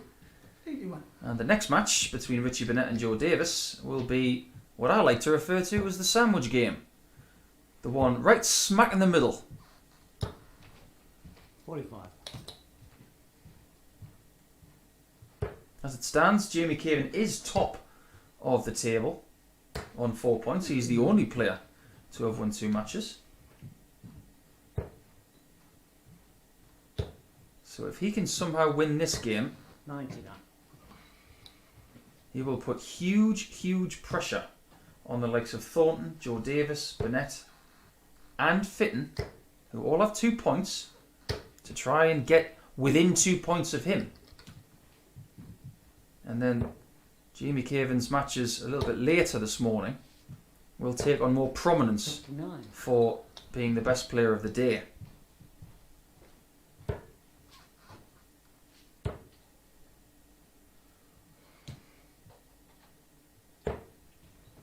You can see that Barrie Bates is a field player, and what I mean by that is the dart is so far away from his eye line when it starts the motion. It's all about muscle memory. See, the dart there is away from his right eye. It's all about the right arm and how it feels and where it is. It's a real feel throw.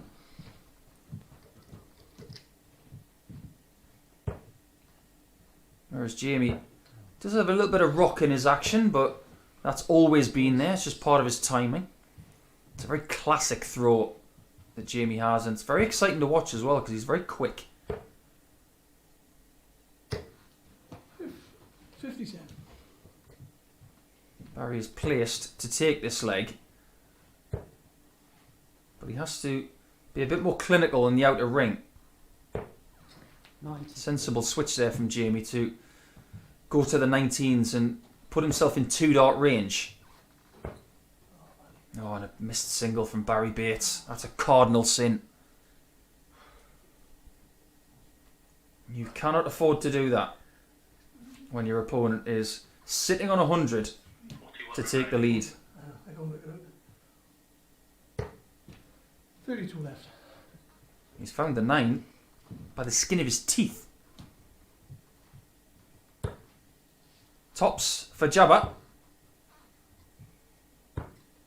He has found double 10, and Jamie Caven does break the throw of Barrie Bates to take a 2-1 lead, and the league leader isn't playing his best game here, but it has to be said he's not having to yet.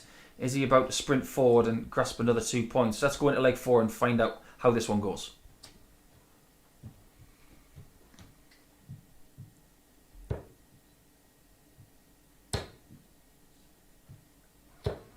$90. 85.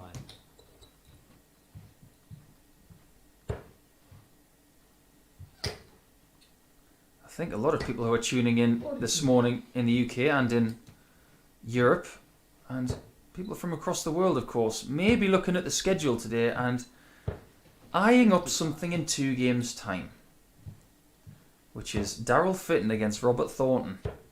That's got a really nice look to it, hasn't it? It's a very important match as well because both of them are on 2 points. And one of those players is going to be slipped 9 down 9. to the bottom echelons of the table because one of them can only have 2 points after 3 matches played. No trouble like that for Jamie, who, if he does have a miss on the scoring era, it is to the 5 because he does have a tendency to drag the dot to the left. It's something he's wrestled with his entire career. Barrie can't leave a finish from 273 now, 62. but you have to say that's a wonderful last dart. Keeps him in the leg. But most of the time, someone of Jamie's quality 59. will negotiate the 212 in a maximum of 9 darts. Barrie has found 2 treble 20s here. Pressure's being levelled on Jabba.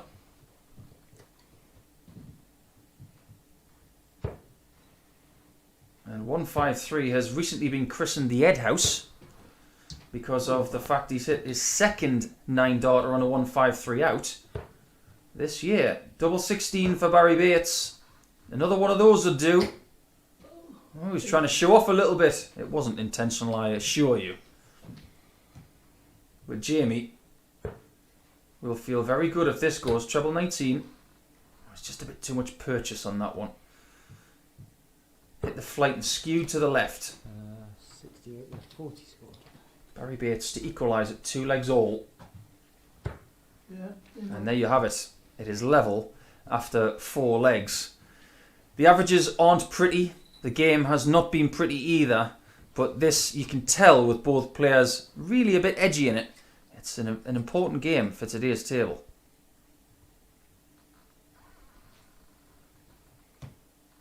By hook or by crook, Barrie Bates has rebroken. 41. I'm not sure of anybody that calls Barrie Batesy.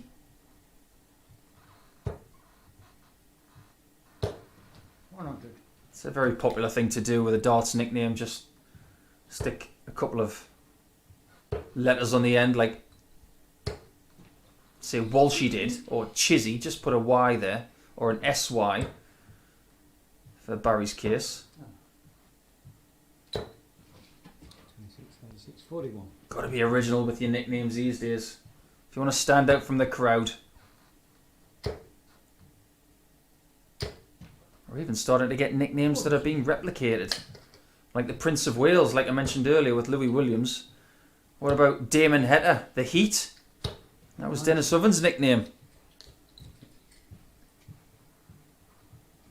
I have to say it, the one that really tickled me this year was Dom Taylor. Young player. And his nickname is the Tower. 140. So his full darting banner would say Dom the Tower Taylor, which I think is absolutely hilarious. 95. It's not just because of the rhyming aspect of Phil the Power Taylor. Dom Taylor's very tall, so the Tower is very apt. 87. Not the first time today that Jamie Caven has found himself on 170 checkout. 96. And he's inching towards possibly winning this leg. But Barrie Bates hasn't had a ton plus finish today yet. He's not going to get one here. Just lost the timing on that dart. 14s or 18s here for 74. Tops with 1 dart. 74. And it is a beauty because it retakes the lead. And, well, there are more breaks in this match than there have been in my wrist in my career. So Jamie so far is not going to say no to that because he is now going to look to serve it out for 4-2.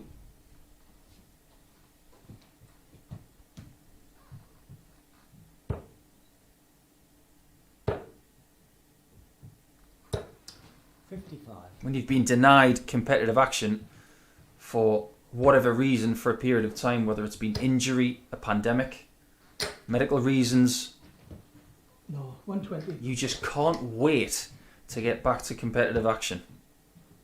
The buzz that you feel playing against another person in the same room is very different to playing via an online means.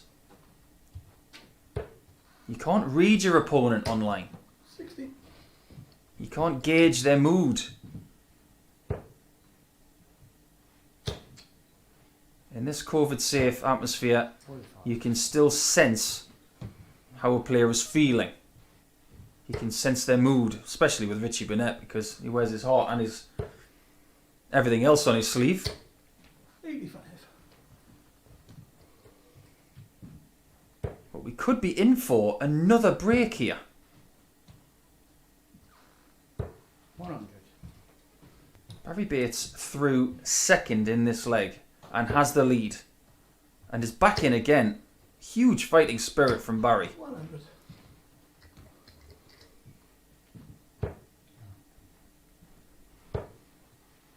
Great adjustment from Jamie. 94.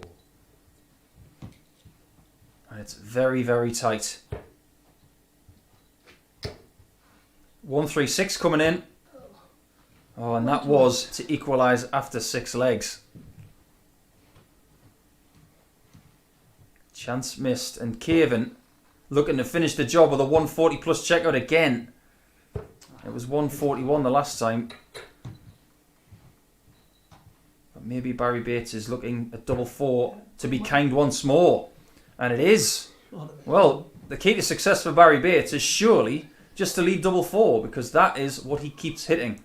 It is 3-3. We are going down to the wire, and it's another break of throw. So let's see who wins this match in the last leg decider.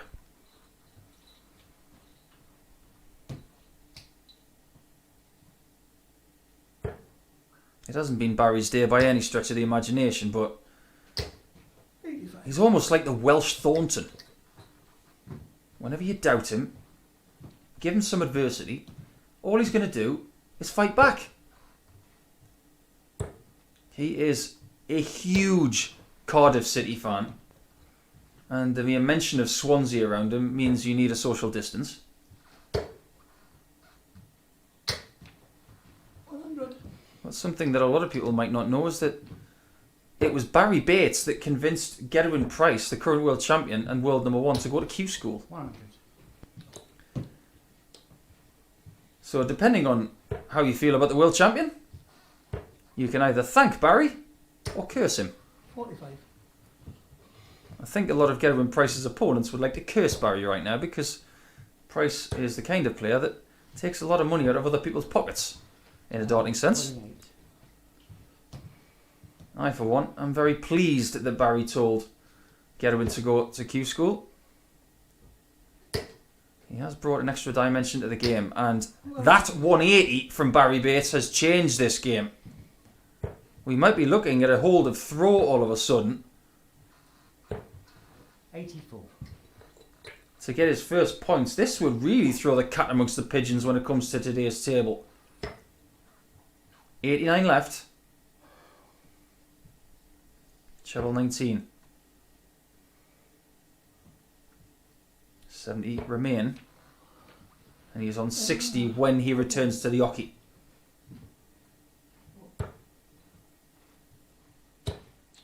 Caven will feel empty if he loses this game, 46. 31. because the opportunity was there. Yeah, we put 31 in there. Sorry. 20 for tops.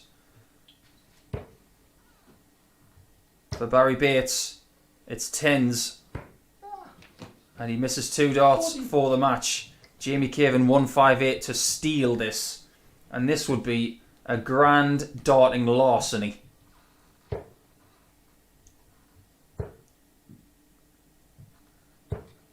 And that first dart was so good that Jabba will be devastated that he didn't give it a better chance.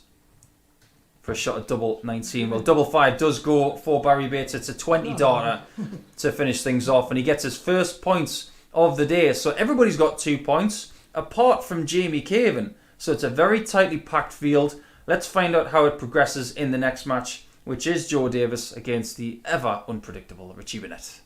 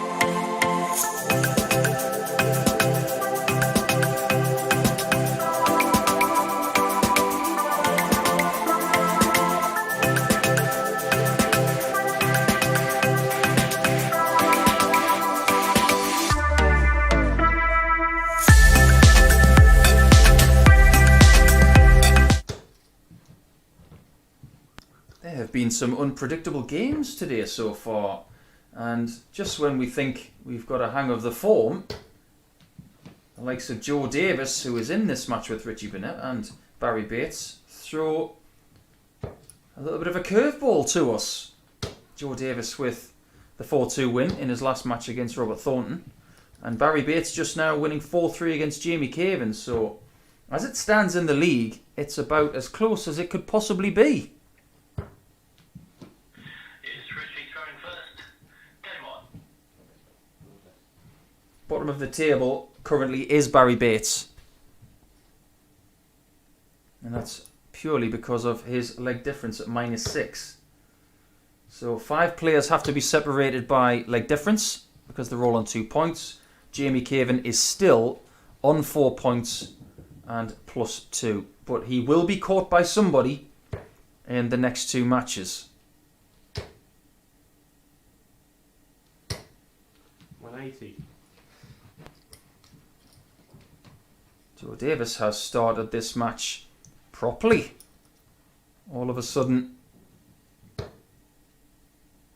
are we looking at him being a potential spoiler? Starting slowly today, but starting to find something, the young man from Brighton.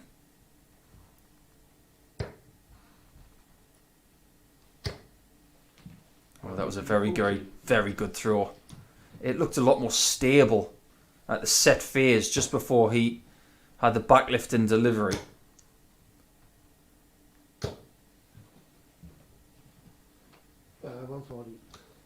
Well, Richie wasn't sure if he maxed out there,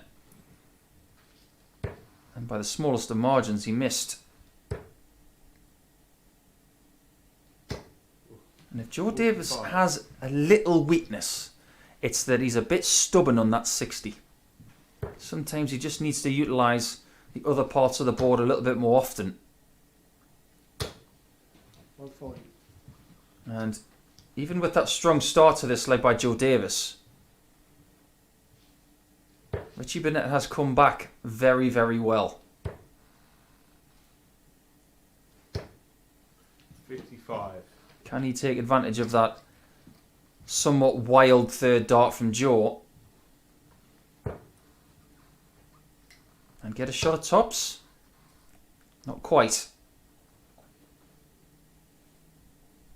60. Halves the score, and Joe Davis should, I say should because We have seen people miss big numbers already today. Should get 1 dart at the bull. And he does. 51. It's a good double for Joe, double 15, because of the way his darts sit in the board. But it all depends on how... if he's allowed. I was just about to say, as Richie Burnett takes care of the first leg. And very clinical on the doubles. That's been a sign of his game today. He's been very good, but it's just about getting there for Richie Burnett.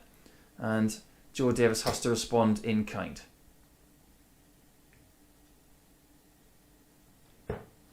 97.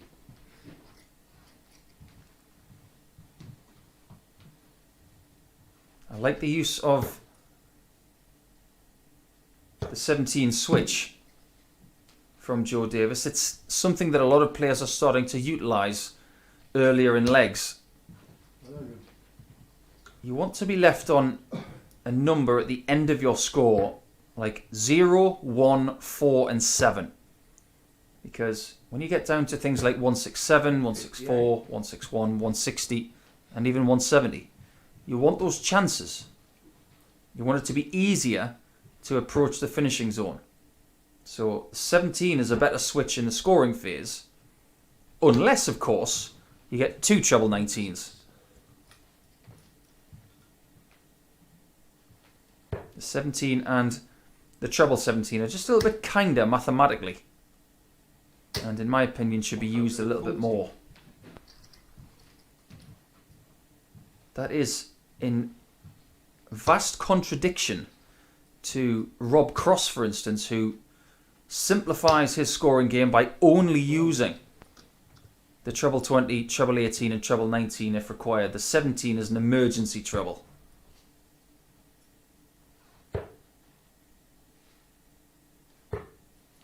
Joe, of course, doesn't live too far away from Rob Cross, just down the coast. Rob's in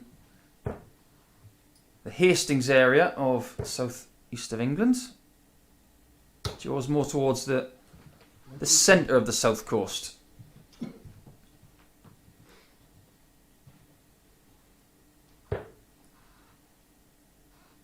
No options now on the 160, just has to pound that 60 and hope. 140. And pound he does.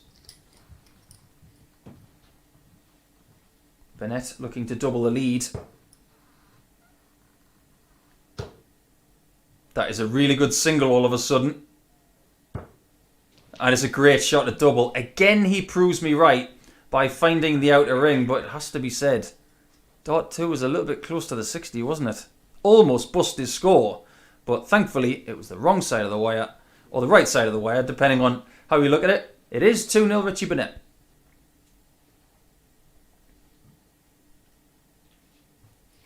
He definitely wanted to find that smaller portion of the 20, just under his first dart, but he didn't want to be that close to the treble, that's for sure. But Richie Burnett has been fairly impressive today for me. He did come down a peg against Robert Thornton. He struggled a little bit, but since then, I think he's been very good. The 4-0 victory against Barrie Bates will have given him a fair bit of confidence, and he's had a bit of a break for 3 games now, just to get things right in the practice room. I think it's working, even with that scorpion kick follow through on dart 3. Both players averaging in the mid-90s here. This is a high quality game. 140. Used to be a culture of dart players saying, I don't like playing in the morning, I don't like playing in the morning. Well, I don't go for that. You're given a start time and you get prepared for whenever that start time is, whether you've got to get up at 5 o'clock in the morning or get ready at 5 o'clock at night or somewhere in between. These players understand that and are very, very grateful to have this opportunity to play in this league. Burnett looking for the maximum to leave double 12, and he's got a bucket load of room. And look at that. Sensational. And it's that old adage, isn't it? He's still got it. But has he got the leg? He might have now. Myself and everybody included with the fans were holding their breath there as if to wonder if Joe Davis could find the second 54. He only just misses it on the low side. 88. A hit there would have given him a shot at double 10. But because of the narrow miss, Richie Burnett has double 12. And again does not miss. Just too good on the outer ring, Richie Burnett right now. And Joe Davis, if you want to get anything from this game, you better hit a very, very large accelerator pedal, because Richie Burnett is not missing doubles.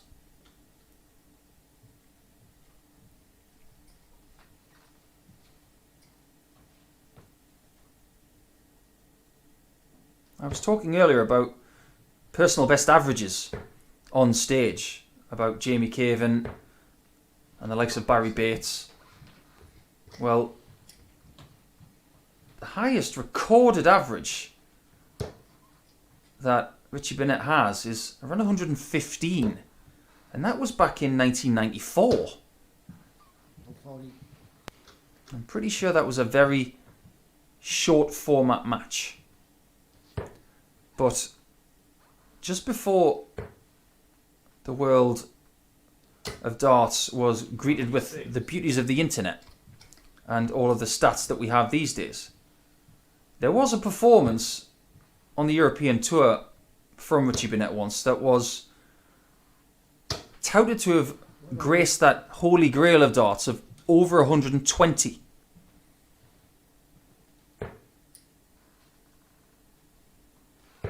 And if that story is believed and backed up with evidence, it would actually be a European Tour record from Richie Burnett. Every now and again, he does remind us of just how much ability, not just what he had, but what he still has. And look at that reaction to that scorpion kick follow through. I'm not surprised he's got a sore back. If I did that, I'd have a sore back. 41. Well, I might have to pitch Richie Burnett yoga or Pilates as an idea. Well, how about a hit class? This is a hit class on the 60. 135.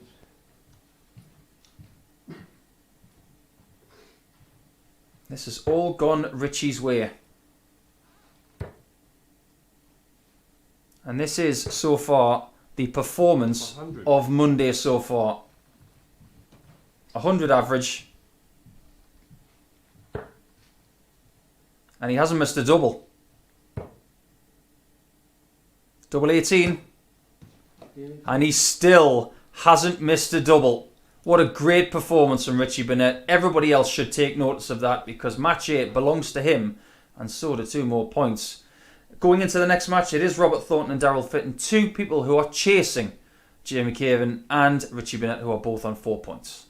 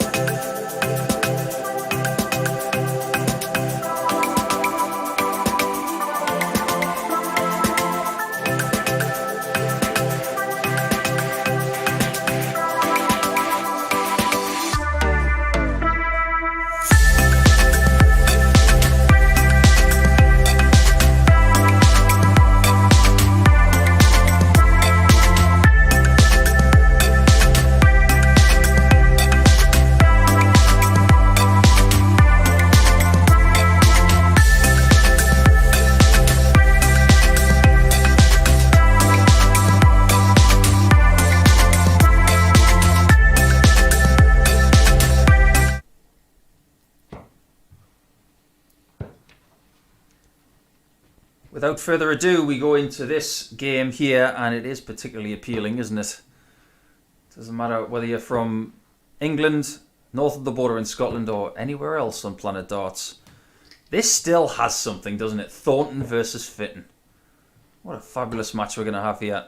And it is important for the bragging rights of today's table.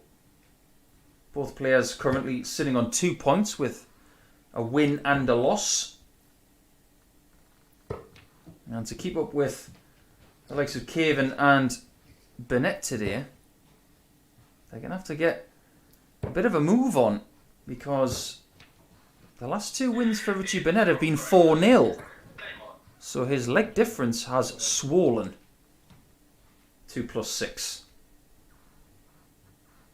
So the only way that Darryl Fitton and Robert Thornton can stay in touch in that respect is to win, and win big. 65.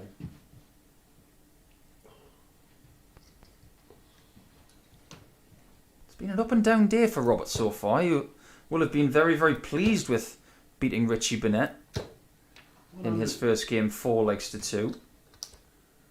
But a real crash to earth with the 4-2 loss to Joe Davis, where Joe was the better player. The same story for Darryl Fitton, really. 60. Fine first performance against Barrie Bates, 4 legs to 1. And then suffered a 4-2 defeat to Jamie Caven. But you have to say that the separator between the two there was the 141 finish at the end, because Darryl was poised to equalise after 6.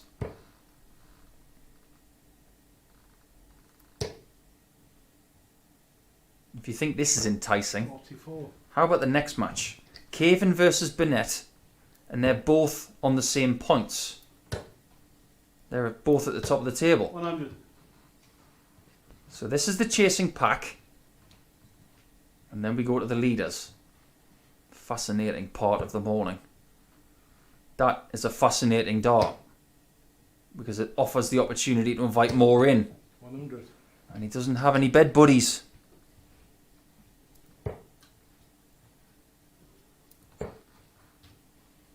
$84 remain. Treble 16. 79. I'm not really sure what Robert was going for there. It's not like him to make a mathematical error. It's funny, when you're away from competitive darts for a while, you do start to get a bit rusty on the sums as well. 17 for his favourite. 42. Although you might not think it today, because on tops he has been a little bit off colour.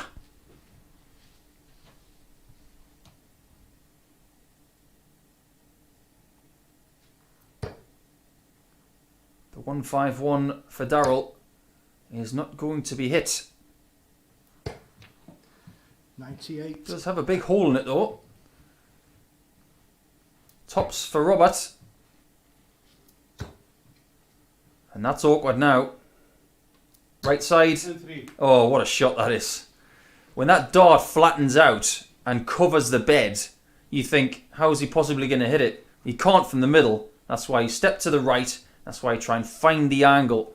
And he threw it hard enough just to use it as a guide. Great shot. 1-0 Thornton.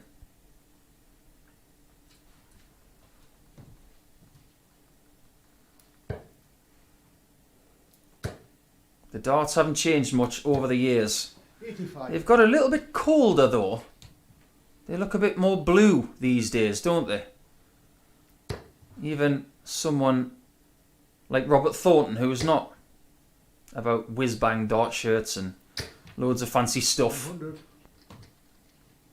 Even he's made his darts a little bit more fancy, with a very gradual knurled grip on there. 100. It's quite a heavy dart as well. It's 26 grams. So it's got a bit of tungsten about it. Always throwing the short stem and the big flight. 100. I remember the days when he used to throw a red flight. Seems like a long time ago. Or maybe I'm just showing my age. 42. Well, Scottish people say certain numbers better than anybody on the planet. And that was one of them. 42. And the other one 84. is 174. And if you don't know what I'm talking about there, why don't you ask Anthony Dundas, the referee? 66. That's a good visit in the end from Robert, because those two treble ones were really backing him into a corner, but he came out swinging and rescued a bad visit. 96. How Robert would love a maximum here. Bish, bash, and a bosh. Oh, it's almost like he could hear me. That is exactly what Darryl Fitton did not want to hear. What he wants to hear now is game in 3 on the bull. Oh, it wasn't far off. That was so well thrown. Just missed. And this shouldn't. 7. Ah, 14. And maybe he's been doing that just a little bit too much lately. Missing too many doubles. Fitton just about gets the single 9. Oh, that's horrible, because now that blocks everything. Can he find an angle? 17. Not able to. If Darryl is going to miss something in that corner, he's got to miss it to the left and high. And 1. And Robert Thornton does not miss 7. He doubles his lead to 2-0. And it's looking good for him now, but not until he had a bit of a scare and a miss of his own. So the front runner in this one is Thornton. Can Darryl Fitton find a way back in it?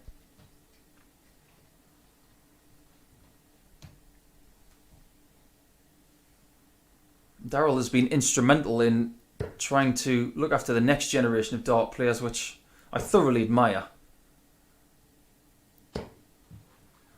Darts is a selfish sport.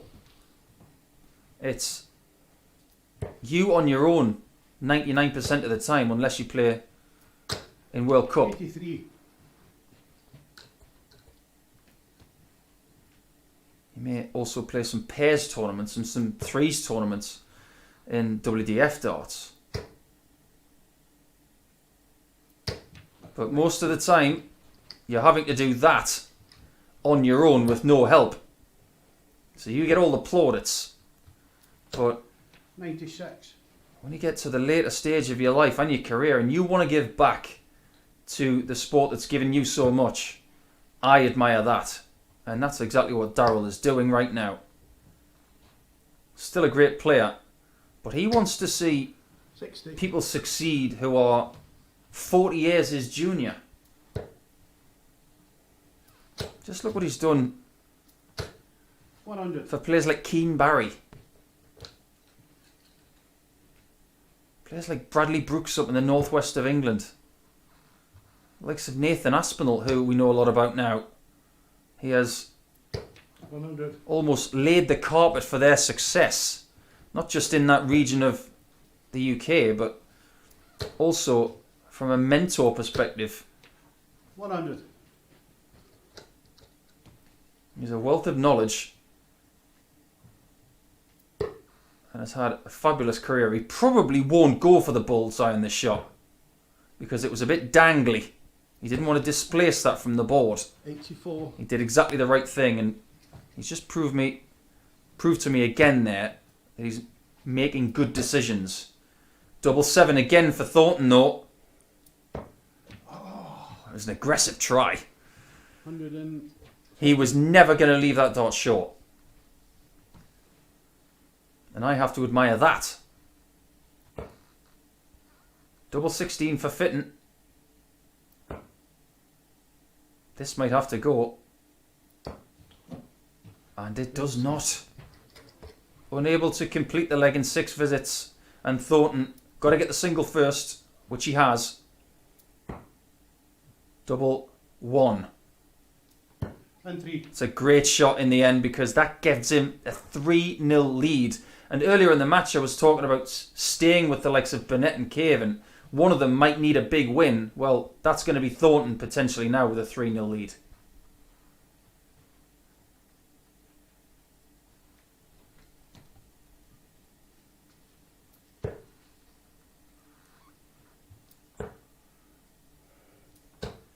If Robert can complete the 4-0 win, he would find himself on 4 points and +4, which would be good enough for second place in the table for now.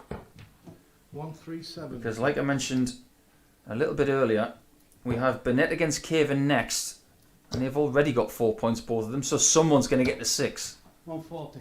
No, 100. Sorry.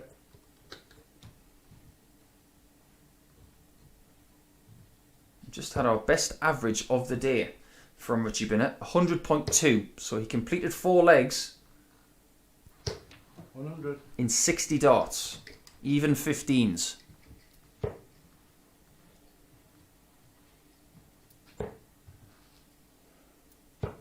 Ah, 57. Advantage Fitton. He has got the darts away from Thornton.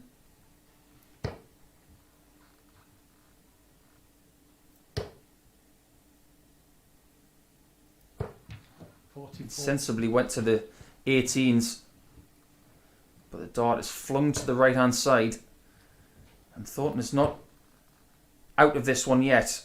He's starting to shake his head a little bit too much. He's showing too much weakness to Darryl Fitton here, and he's going to take advantage of it in the best possible way potentially. Oh, look at that.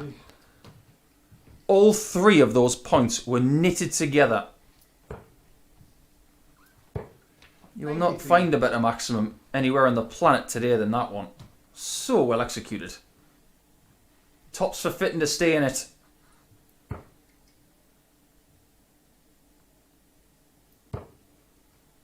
Double 10. 40 and 3. Oh, that's right in the middle as well. Nowhere near the coast, as I like to say. The coast being the wires. And that was a good job because Thornton was poised on 150 to finish the job 4 legs to 0. 1 down and 3 to go if Darryl Fitton wants to get 2 points.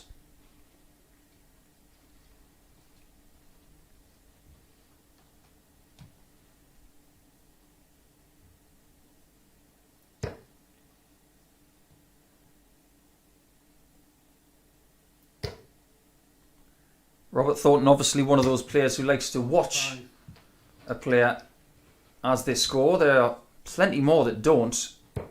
It's all personal preference, of course. Oh, 47. You don't find out what kind of player you are in that respect until you get yourself to the highest level. Do you want to watch the carpet, or do you want to watch what your opponent is doing? 140. Well, when Darryl does that, Robert's probably better off not watching. Because in the last couple of legs, he has 140. found very little of that. But a beautiful response from Robert.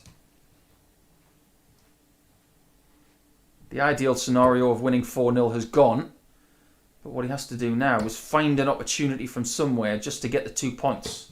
96. Very difficult to leave a finish from here. 140. Doesn't do so, but gets himself half a dart lead, and the pressure is firmly in the department of Fitton here. I love the way he dangles that dart in front of his eye and has that feather-like grip.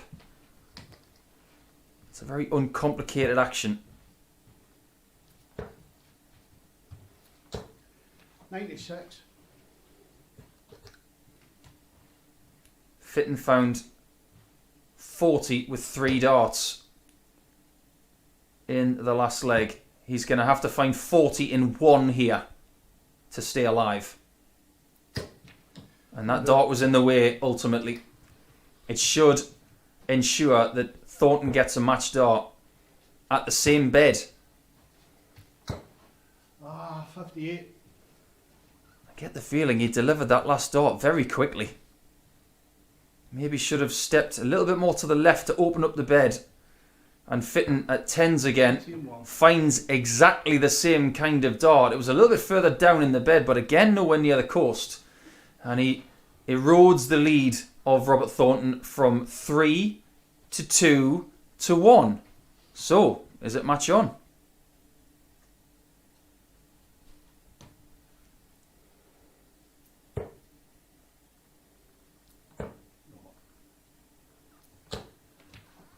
It's never a good sign when a professional dart player first names themselves. When they say their first name out loud.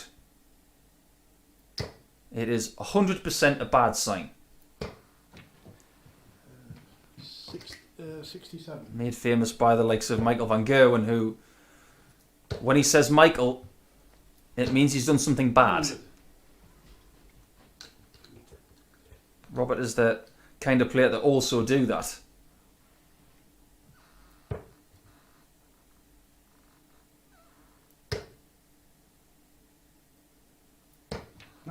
Nothing wrong with telling yourself off in motion, as long as you stay in rhythm and you stay positive. But things are changing for Thornton here. We haven't had 40. someone be 3-0 up and lose today.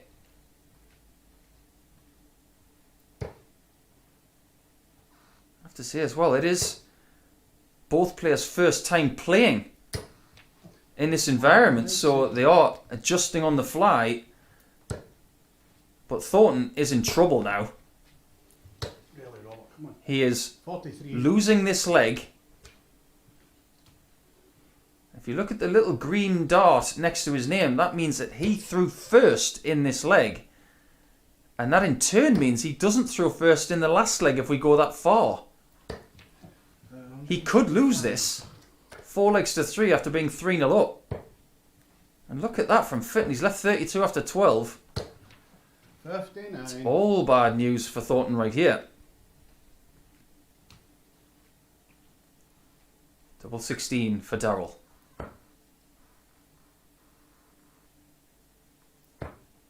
Double 10 was good for a couple of legs, and if you go directly to the west, the exact same height, you'll find double 8. So that height of double in this match for Darryl Fitton has been key to his success in the last 3 legs. It's 3-all after it was 3-0 to Thornton. Last leg decider, and here we go.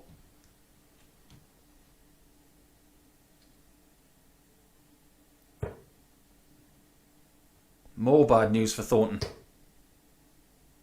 He'll stay up there 100. and will ultimately be disappointed with that visit.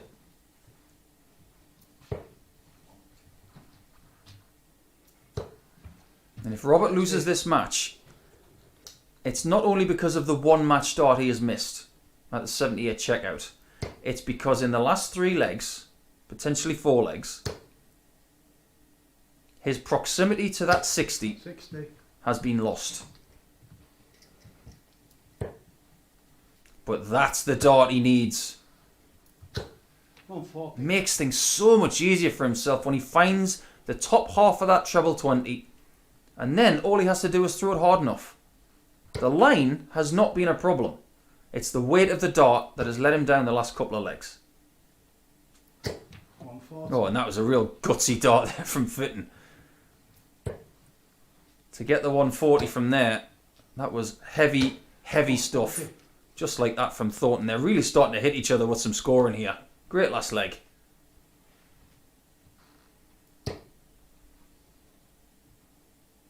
The Thornton average is 10 less than that of Fitton. 79 for Thornton, 89 5. for Fitton. But that means nothing right here. It's all about what Robert does with this 161.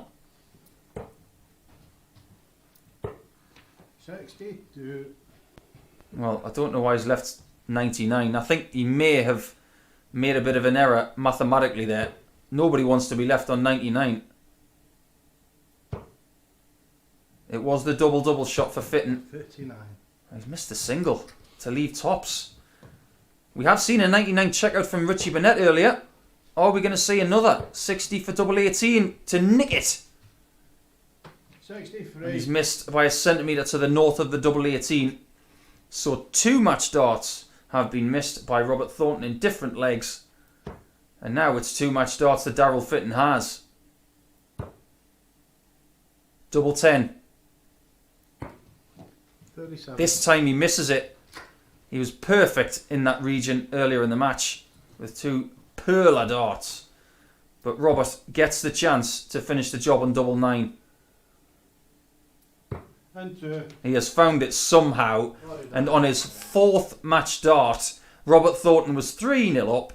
Then it was 3-3. Fierce match darts. And in the end, he wins 4-3 to get 2 points. So let's look at Richie Burnett and Jamie Caven, who are at the top of the table, both on 4 points.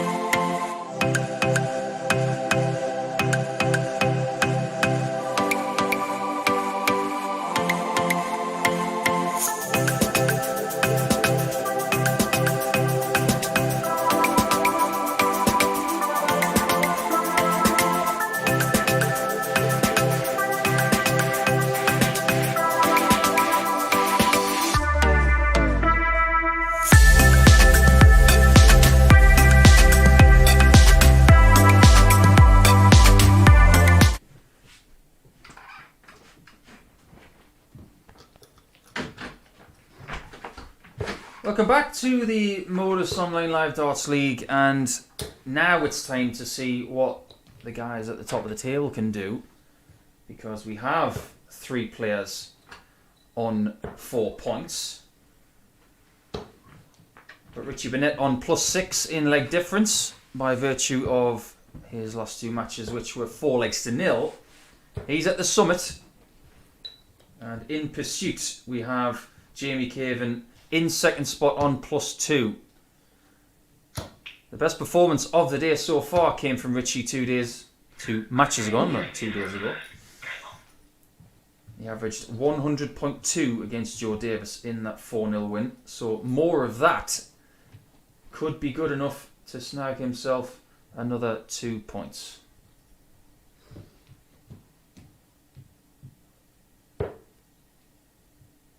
Jamie's had a bit of a rest. Had a couple of games off after a narrow loss to Barrie Bates by 4 legs to 3. And Richie Burnett seems to be back on it, because that's a maximum right at the start. Both guys on it. It's what we like to see. They're starting to warm to the task. And they're starting to get that accuracy that has made them a big name in the world of darts.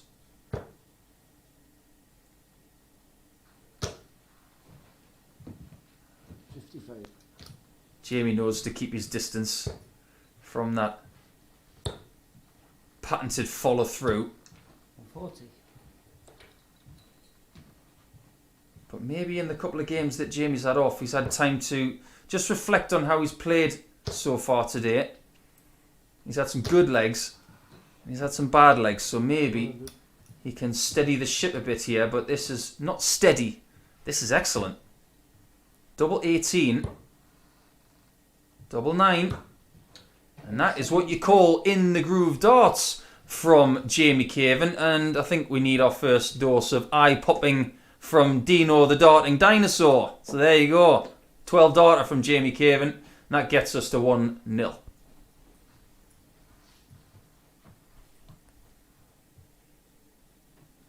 You do want to get the 12 darters on your opponent's throw, of course, to try and get the valuable break. But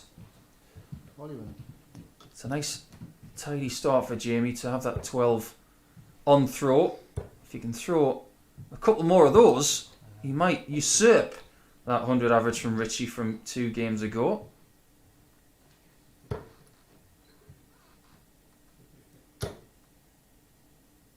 I remember seeing Jamie Caven hit a 9 darter with 158 checkout at the end. Now I'm going to leave it with you to try and figure out how he did that. 84.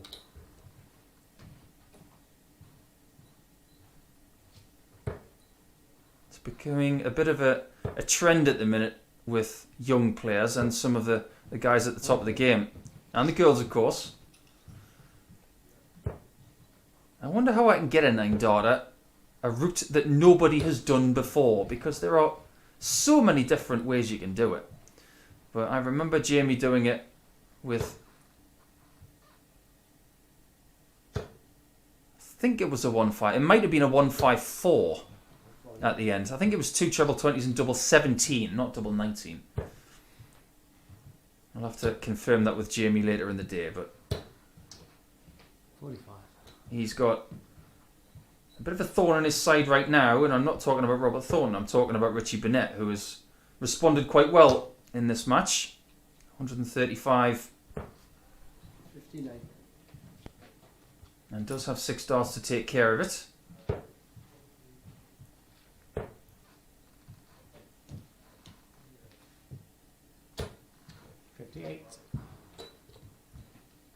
Still has 6 darts with Jamie north of 170.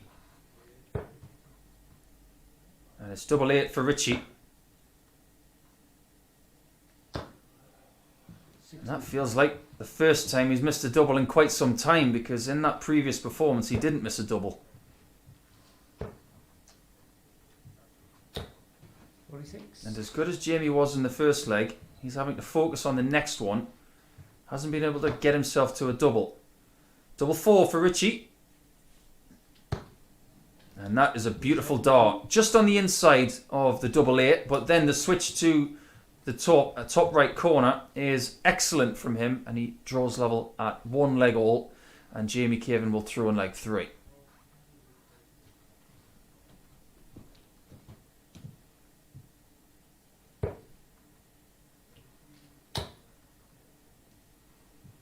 All matches within the MODUS 40. Online Live League are being played on a Winmau Blade 5 board.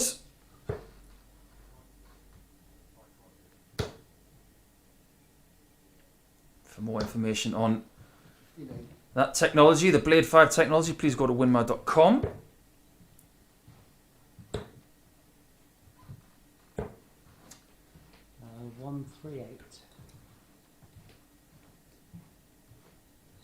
The MODUS Online Live Darts League is also brought to you by Red Dragon Darts. Darts that deliver. 140. We welcome you, whether you're tuning in via your favoured bookmaker site or indeed via the Online Darts YouTube page. It is a Monday, so if you want to join in the live lounge tonight, which will be hosted by Phil Bars, I believe that will be from 7 o'clock this evening, but go to the Online Darts YouTube page or their Twitter feed to find out more information. Jamie's looking for the 98 And he can get it in 3. And look at that. 12 darter on throw again. So maybe he's going to have a fortress around his throw and somehow find a break. But he doesn't need to. He can win this one 4-3 with no breaks. If Richie Burnett wants to break the throw in this match and get 2 points, he may have to find a 9 darter, judging by the way that Jamie is protecting his throw. And that is 1/3 of a 9 darter right there.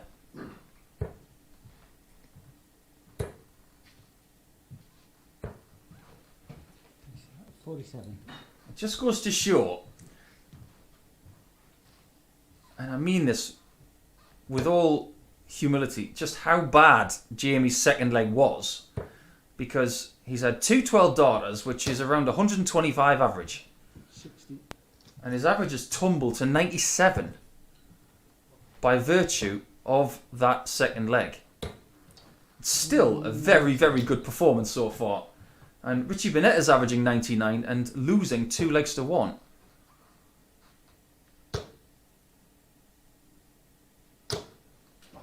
Oh, that one's careered into that treble 1.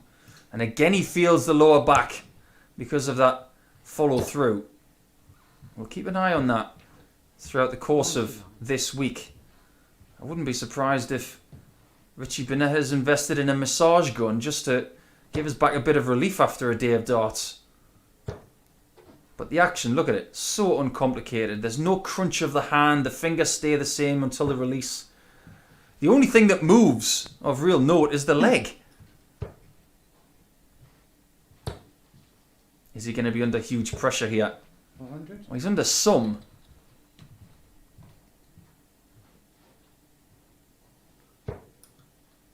Great first start. You've got to be high on this second one. He was. He went to the open portion to the right hand side instead of going to the left. I think he made the right choice.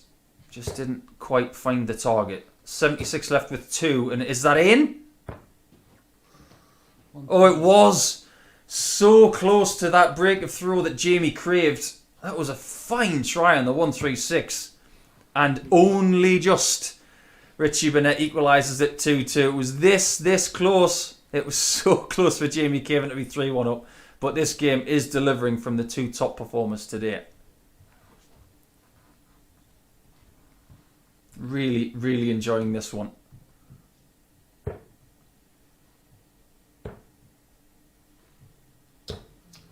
$96.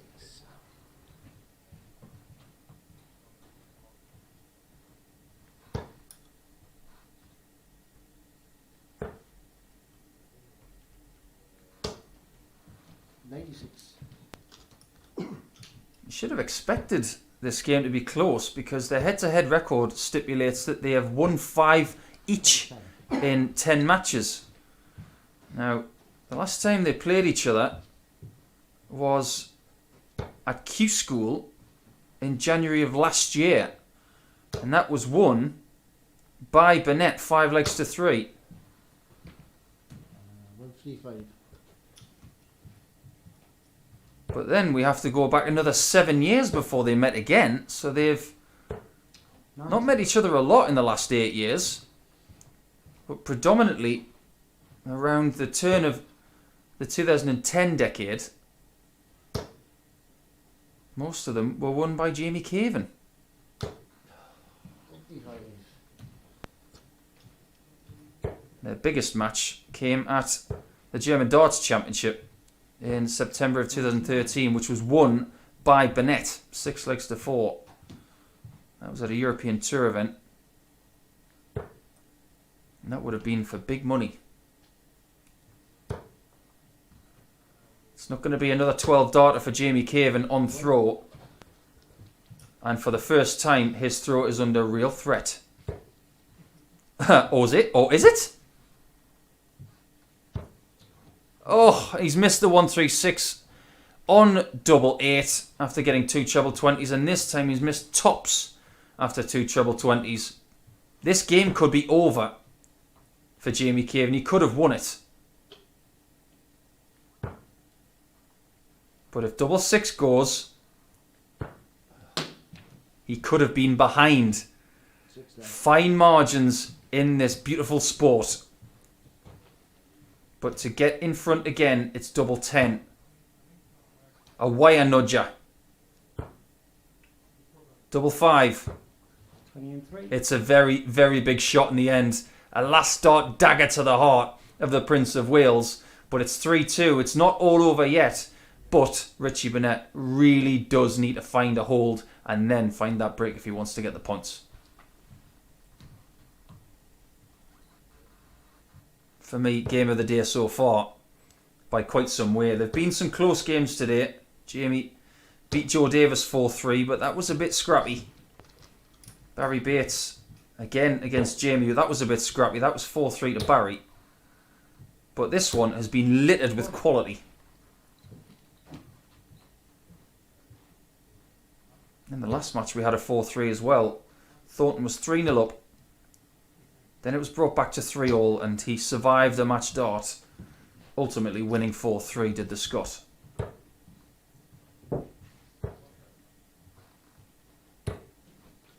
$45. Not what Jamie wanted to leave after 6 darts in this leg. 60.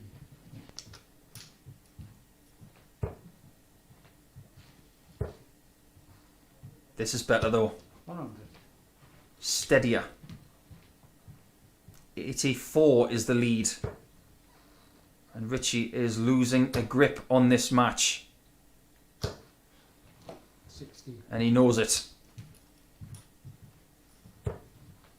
Both averaging in the low 90s now. 93 for Jamie. 59. 91 for Richie Burnett. But the game's not done yet if he can find a big score here. He's got to stay upstairs really to try and leave the 2-darter, and he dazzles his way to 100. What a great last start that was with a twist. But is Jamie Caven about to find a perler? Oh, what a way to finish the game. Jamie Caven missed a 136 on double 8. He missed the 160 on tops, but he didn't miss the 157. The best finish of the day, and he's had both of them. He had the 141 earlier and the 157 there. He's top of the table. So, it's Robert Thornton and Barrie Bates next, and follow that, lads.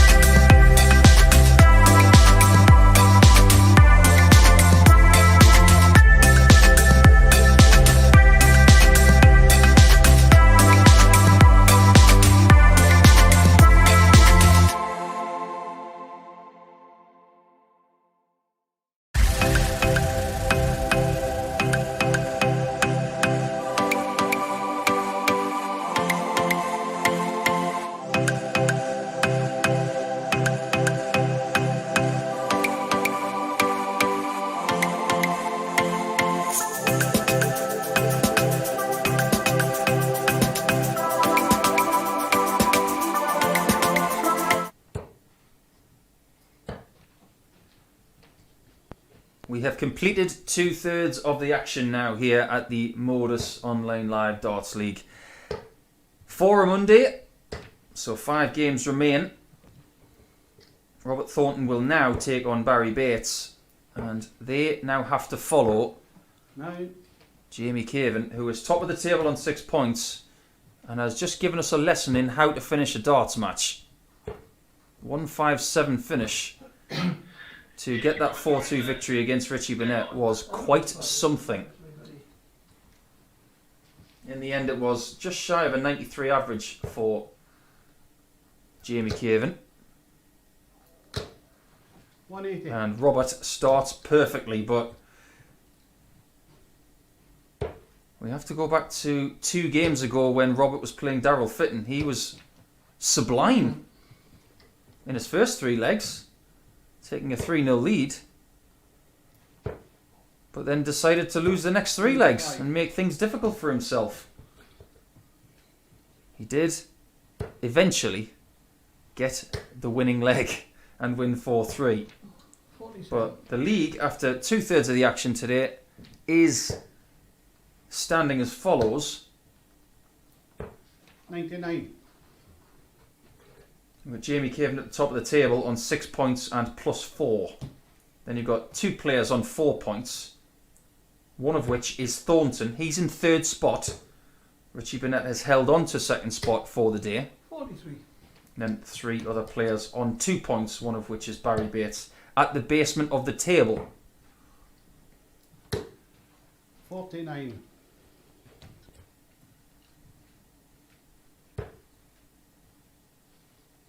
And if Barrie has struggled today, it's because of the scoring. Really has been searching for scores. Robert hasn't had that problem, Enter. and he hasn't had any problems at the start of this one, taking the first leg in 14 darts.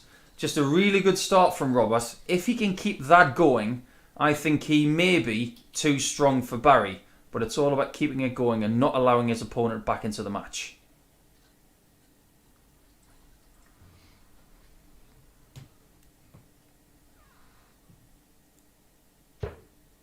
I think the blue on the shirt of Barrie Bates is to signify his love for Cardiff City Football Club.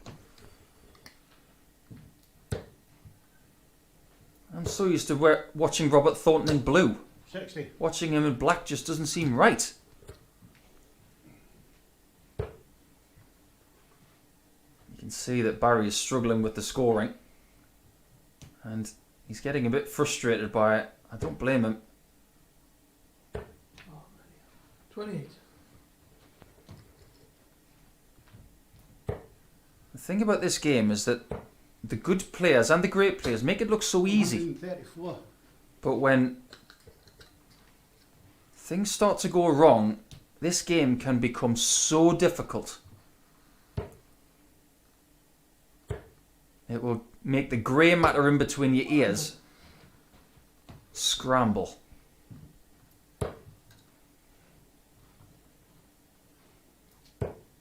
As human beings, we are defined by how we respond to adversity and loss. And I think we can say that we are learning about all of these dart players on a daily basis. It's a small thing, the game of darts. 21. But to a lot of these players, it means an awful lot. And none of them have tour cards. Some of them didn't even try. In the case of Martin Adams, he has his own stuff to do. He can do whatever he pleases, as any dart player can. But some of them wanted to go back to the PDC Tour, and they were unable to get there. Robert Thornton is one of those players. So he now has to use this league 57. as a vehicle for putting things right. And so far, he has been right enough. 100. That's better from Barrie. Steady score of 100. Maybe that's what his focus should be. Double 15. 120. Oh, he's missed the double 15. I thought we were going to get another big finish there. Well, like I was about to say, I think Barrie should just try and concentrate on staying straight. And then maybe the weight of the dart can come. 21. Well, he's found himself 2 trebles there to leave 31. 10 for double 10. Ah, 20. That was intentional because that first start of double 15 was blocking the bed, so I think he went for 10 double 10. He may say something different. Barrie has double 8 Yeah. and has found it. Sorry. 24 darts it was, and I think the only person to blame for losing that leg is Robert Thornton. He would admit that because he really should have won it, and he should win most legs in less than 8 visits. But it is 1-1, and Barrie Bates is back in it.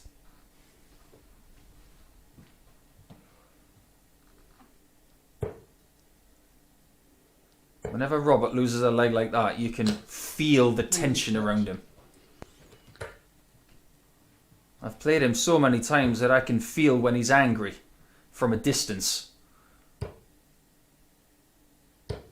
45. I was fortunate enough to be in my first PDC ranking final with Robert in Shoalhaven Heads in New South Wales. 40. And he won that final of the 2008 Australian Open by 3 sets to 1. Back when Players' Championships were sets. 60. The following year, we had a new system. We started playing best of 11 legs. And we then made our way to the 2009 Australian Open final again. And then it was my turn. 6 legs to 1. And that was my first ranking win. Robert went on to win lots more.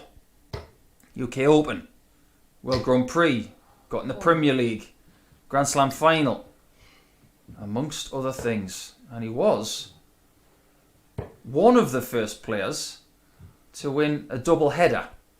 He won 2 tournaments in Irvine in 2009, March of that year, back to back. Not that far from where he lives.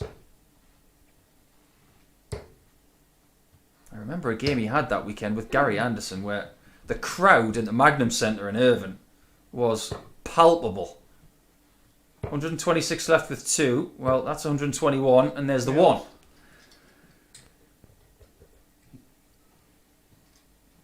I think even Robert's got a laugh at that visit. He will not be laughing if he loses the leg from this position, though. 45.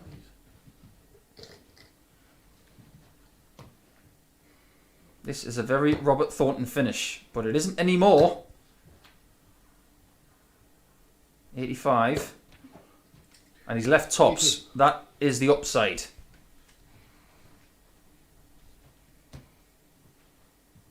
Sometimes you have to win a scrappy game. There are times and places to play quality darts all the time.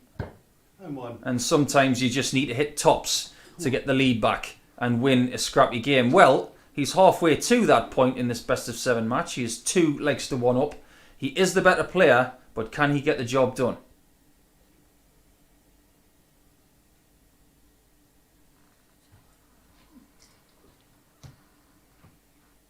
Thornton's average is something in the region of 20, better than Barrie. 59. We've seen some eye-catching stuff today. 1 solitary 100 average from Richie Burnett. 95. Some amazing finishing from Jamie Caven, and not just the finishing but the attempts as well. 2 biggest finishes of the day have come from Jabba, 141 and 157.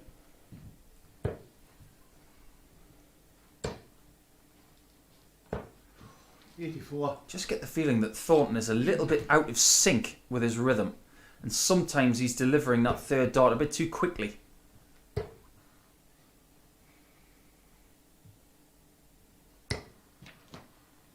And the way that Barrie has performed today, he will not be pleased. And judging by some of his very 58. small facial expressions, I'd get out of his way a little bit.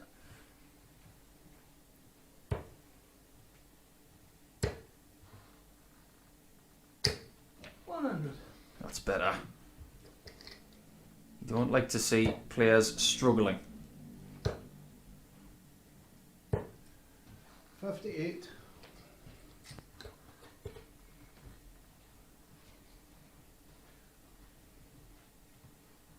Lots of gesticulation from Robert in the background. That's typical him. He's not one to keep his emotions in check. He's one very much similar to Richie Burnett. He likes to wear his heart on his sleeve and show how he's feeling. Well, there's more evidence of it. Needs a treble now to leave a finish.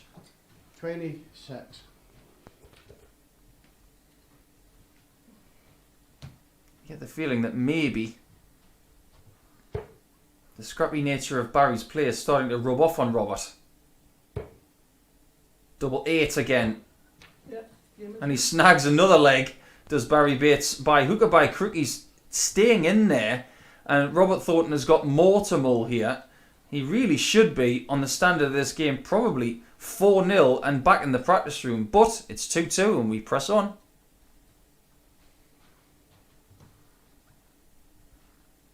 Played each other 6 times in ranking events.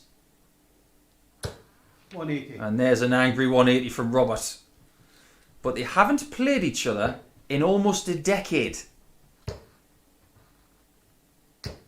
100. The last time they played was in June of 2011 at Barnsley. 81.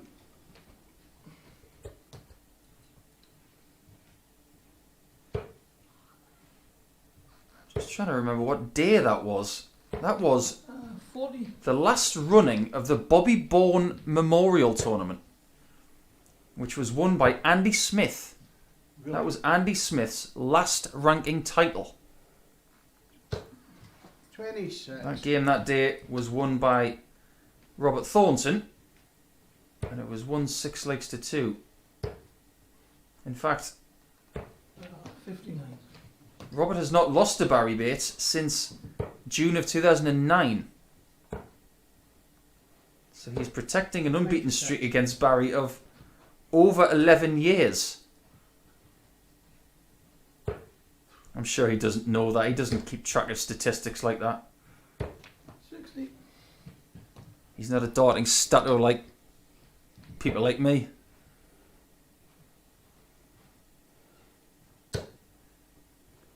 Double 19, and he went straight for it. And I did mention, didn't I, about him delivering that third dart a little bit faster. Well, I think on that occasion we can let it go because it went and hit the target, didn't it? 118 checker from Robert Thornton. He rediscovers the lead at 3 legs to 2, going into leg 6.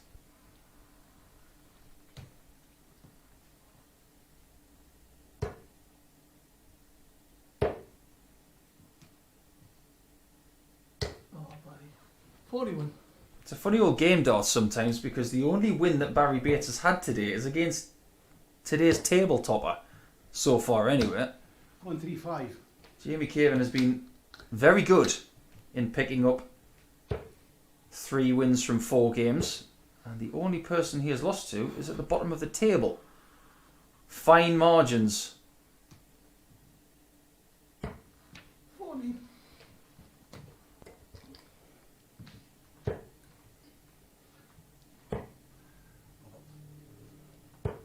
77. Good double switch there from Robert, finding the 54.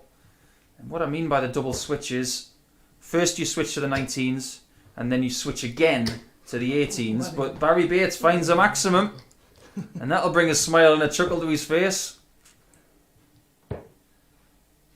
The only person 59. to have any chagrin towards that is Robert, because he has been embroiled again. Very similar to the game he had with Darryl Fitton. 36. But he can dispose of Barrie in the next 6 to 9 darts potentially. But he needs to leave the finish. 60. And he has left one. It will be some way to finish the match.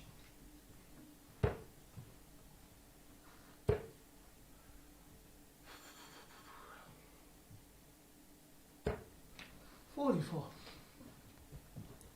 You don't fancy Barrie's going to take the 160, so you should get 6 from here. Oh, Robert, 72. I'm surprised he didn't go 25 or bull with the last dart. But then again, he did take 98 out with 2 darts in the last leg, so why not do it again?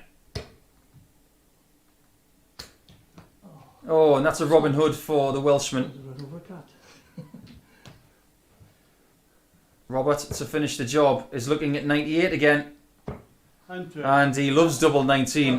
That's a really nice finish from Robert Thornton. He takes it 118, then 98 and 2. So he's got that to grasp onto to go into his last game of the day, which will be against Jamie Caven in a couple of games' time. But between then and now, it's Joe Davis and Darryl Fitton, which is next.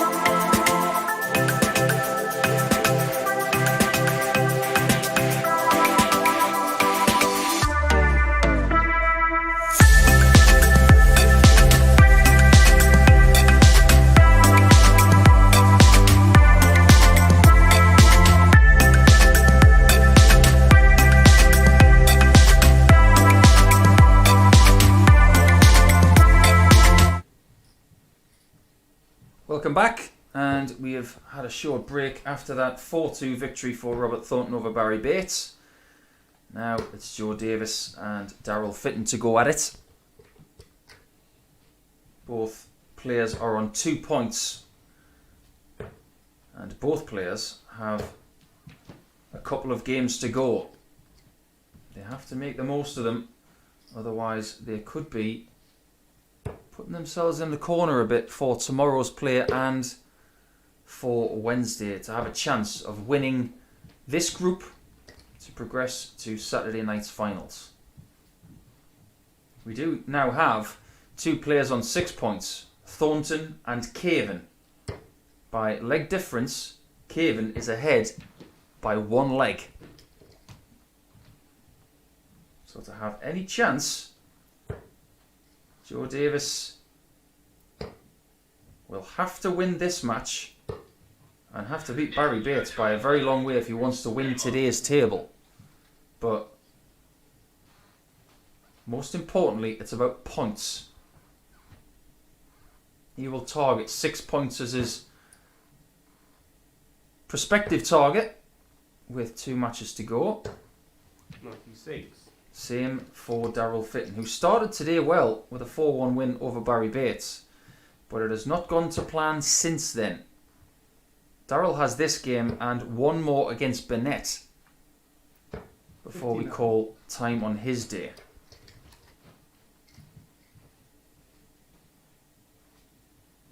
I have to say it, when you look at the way that Joe Davis throws the dart, 100. it's such a beautiful action. From a coaching perspective, maybe the follow through just goes behind his back a little bit, but that's me nitpicking. But the set position, the stance, the delivery, it is a very aesthetically pleasing throw. If you were going to teach someone to throw a dart, you'd say, yeah, that's not a bad one to copy. 81. I was saying last week that I think the best player who plays on the tour right now to mimic is Zoran Lerchbacher of Austria. I think he has a beautiful throw. 58. But I'm sure there are plenty of young players who have mimicked Darryl Fitton over the years. Just put that dart in front of your eye with the flight pointing towards the ceiling, trying to get the dart to land very vertical. 2. Why wouldn't you want to copy Darryl Fitton? He's cool. He's a cool granddad.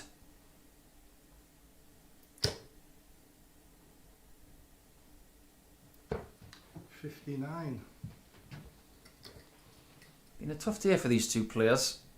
They haven't played their best darts, but they have had to adjust to playing in a different atmosphere. 100. With no BDO darts in 2020, of course, and very little in the way of WDF darts. It's been difficult for the likes of Fitton to get any sort of rhythm over the last 12 months. If you think about the lack of local tournaments as well, which has been a big factor in someone like Joe's life. Hasn't been able to play anything in the Sussex region where he lives. Been a slow start to this leg. 85. But Joe Davis ultimately finds himself on double top after 6 visits and should finish this first leg off. That's a little bit awkward, 14. but you wouldn't think it as he finds a pinpoint shot to take leg number 1. Joe Davis will be favoured for this one marginally because he has the darts and he has held in leg 1, but Fitton will have to find something from here.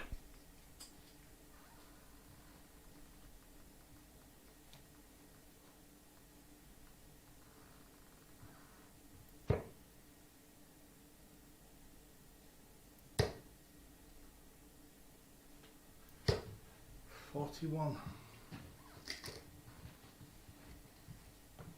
There's been a lot of talk over the last year about darts walk-ons and which one is the best. There was even a poll online, 140. and I believe it was won by Wayne Mardle. But I think it's a personal choice as to which walk-on is your favourite. It just goes to show how good Wayne's is, because he finished top of that poll. 68. But I will never ever forget, as long as I live, the moment that Madness song One Step Beyond hit at the Grand Slam Civic Hall in November of 2008, when I was standing on the stage waiting for Darryl Fitton to come in, and it was spine shuddering. And I'm not going to lie, I think I did a little jig or two. 59. Civic Hall has got a lot of good memories for a lot of people, and I'm sure they have for Darryl as well. Had some great performances there. 55.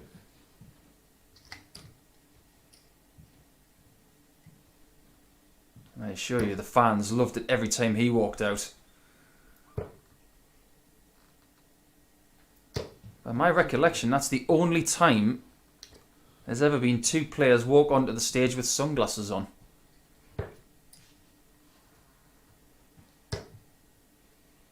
It definitely wasn't the original when it came to the sunglasses. It was definitely Darryl Fitton.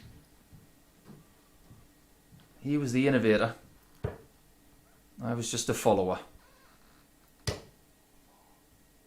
He's not going to get to a finish unless he gets the 60, which he does.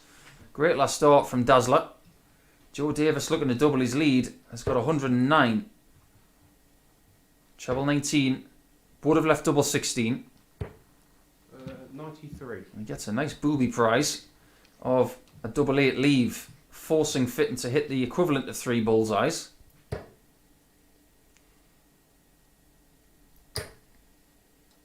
Well, there's 20 of the points he needs. He needs 130 more. That's a big hole, but you would fancy that Joe Davis is going to get the job done here. He's starting to grow in confidence. That could be a help or a hinder. It's neither. 8. Can't afford to give Fitton chances, whether he's playing his best darts or whether he's scrapping a little bit. Here's why.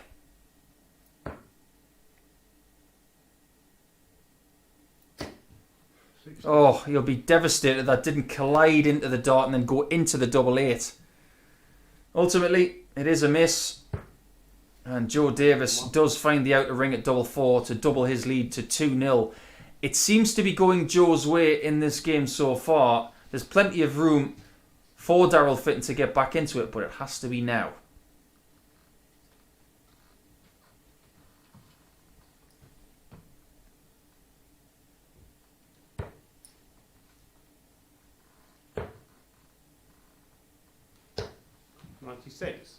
He's been a lot steadier in this game, has Joe Davis.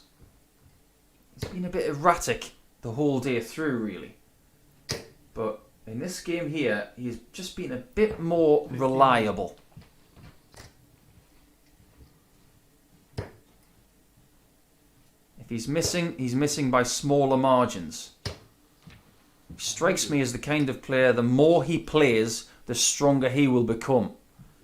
So maybe we'll see bits from Joe today. And over the next 2 mornings, or whatever time it is around the world where you're watching from, over the next 2 days we might see more from him, and he might grow as he gets more repetitions. 137. And he is starting to prove me right. He didn't go the right way to leave a finish there, but because of Darryl Fitton's position, I don't mind that, leaving the bogey number there. Because he knows he's going to get 9 darts from where he was. Set it up from 168. That's a perfect first dart.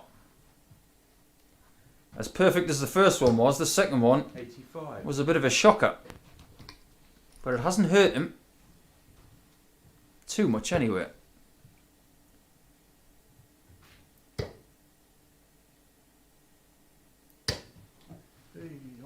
Unable to find enough to leave a finish.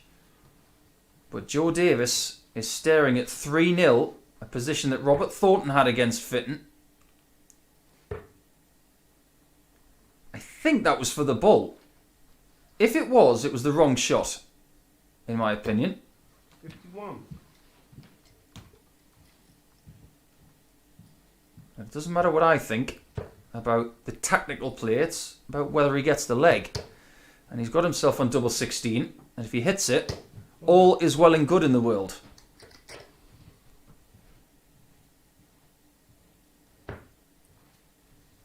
Second dart at double 16 is still wide, as is dart 3, and somehow Darryl Fitton can win this leg if he finds what Thornton found to win his match against Barrie Bates.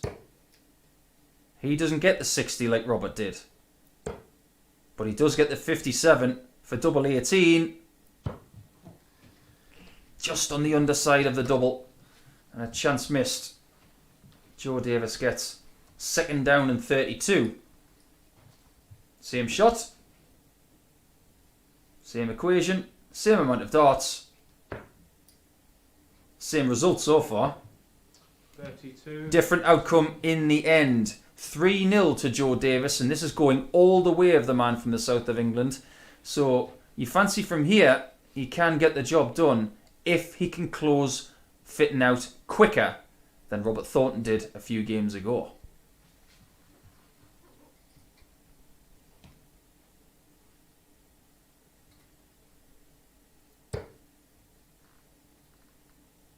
It's the ideal scenario really for Joe, if he can win 4-0. It's always ideal if he can win to 0. It's never easy. But what it would do is it would drastically increase his leg difference in a positive manner. He's currently on 2 points and -3 in leg difference. So a 4-0 win would get him to +1. And that would be a better leg difference than Fitton, than Bates, but not as good as Burnett, Thornton or Caven yet. He still has that 1 game to play against Bates. 58. You get the feeling the next match is going to be a bit of a rat-a-tat-tat affair. Thornton and Caven, who don't like to hang around. But how long will we have to wait for that match? Because that is another picture-perfect 180 from Fitton to leave 124 after 3 visits. 47. And maybe Joe Davis is able to take his foot off the pedal a little bit, but he can't permanently take his foot off the pedal. Treble 18 will leave the double, 56. but he's unable to find the treble on this occasion.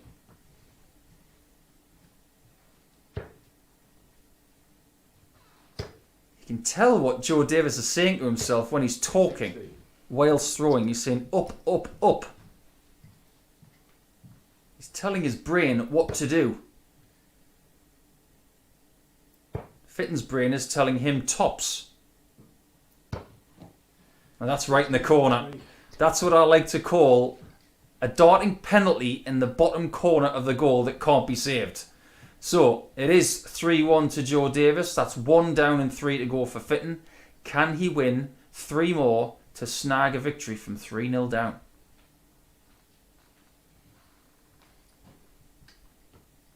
Good news for Joe is that he still has 2 holes opportunities 83. to try and win. But that's the problem with what I've just said. You can't try and win. You shouldn't really try in darts. You should let your ability just do the talking. Chris Mason says it really, really well. 39. You've got to be able to put your foot to the floor, but not try. Just let it naturally happen.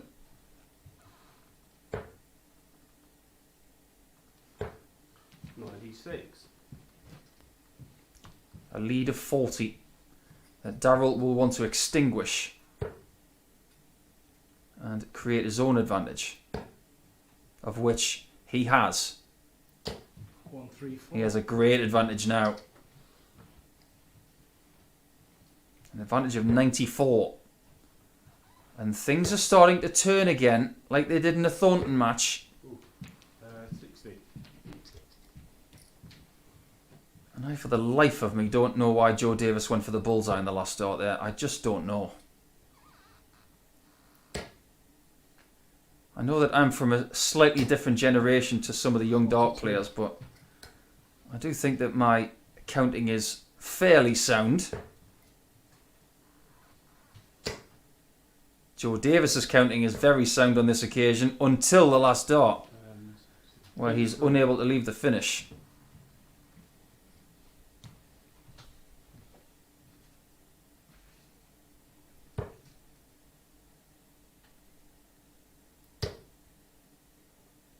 Can he leave 46? 100. Not quite. But it is a game saving checkout left for Darryl Fitton.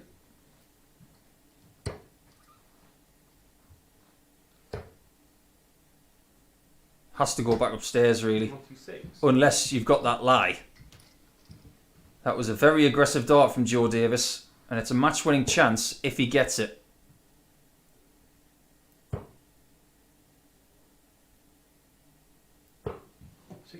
It was the single 18 for the bull, and the match-saving chance for Fitton has come and gone.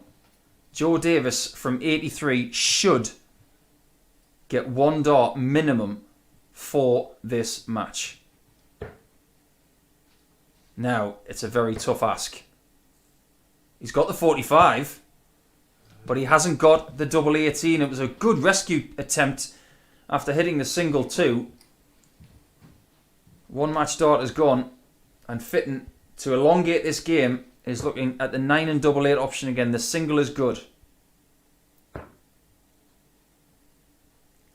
should be a beauty of a guide.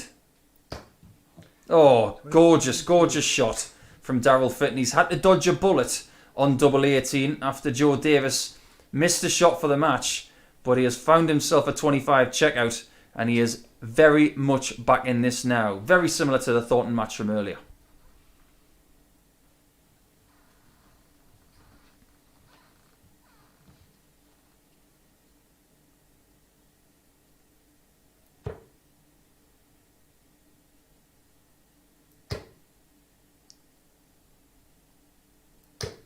One, 2, 5. That's an unfortunate collision there from the third dart onto the second one.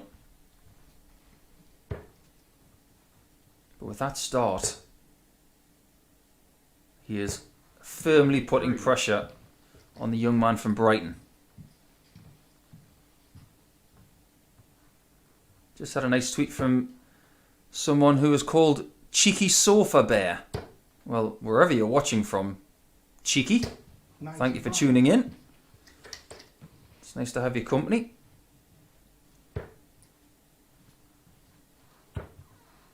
I've had people tweeting in who are watching from their workplace at home, and someone who is on annual leave from work. What a fine choice of things to do whether you're at work or not. 100. These guys are working hard. And Joe Davis can't leave a finish from here. He is in real trouble now. Not just because he's not playing as well as he was earlier. It's because Darryl Fitton is on the charge and he's still got a lot in the tank. Trying to look for bright sides for Joe. Yes, he's still 3-2 in front. 140. And he's got the throw in the last leg. But Fitton is playing better than him right now.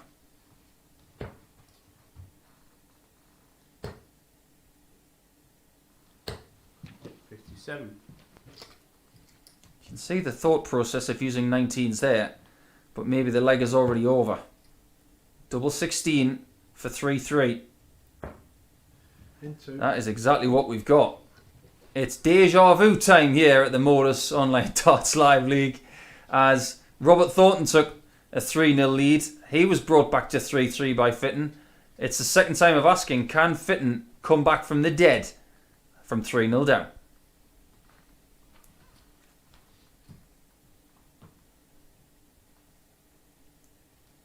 You just don't know what this is going to do for their chances in Group A. 500. If they can somehow get this extra 2 points, it might have all the bearing on whether they finish top of the table on Wednesday or whether they have to play Thursday night or Thursday during the day.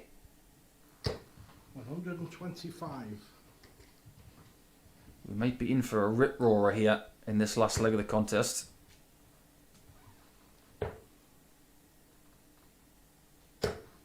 $96. And Joe Davis has done a very good thing here in this leg. He's guaranteed at least one big treble per visit.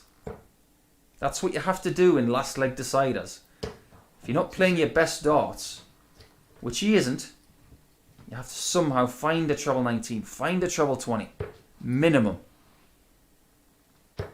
It's what's called tunning down. This time he fails to find the treble, and Fitton is very much alive and well, especially after that. He has the skill to find another one, 100. but can't.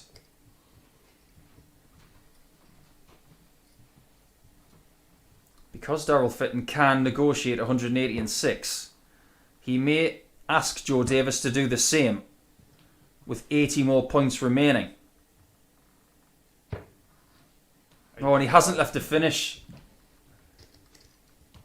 The straight ton would have left the finish. But now Darryl has the guaranteed 6 at 180.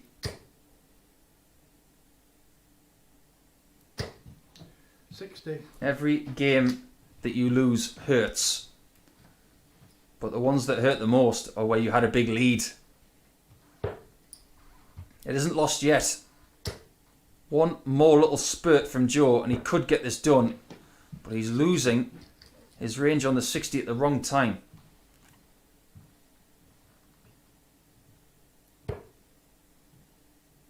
First match-winning chance for Fitton. And he's unable to get to the double. 56. So can Joe Davis find 3 accurate shots here to get the sigh of relief? Treble 19 for double. And he's got a match dart. 115.3. Oh, and he's found double 19. Unbelievable. What a game we've just seen, and it's a case of deja vu for Darryl Fitton, who from 3-0 down came back to 3-3, but ultimately loses 4 legs to 3. Fair play to Joe for hitting that 1-1-5 at the very end. Third last match will be Robert Thornton against Jamie Caven. Strap in for this one because this one's going to be quick.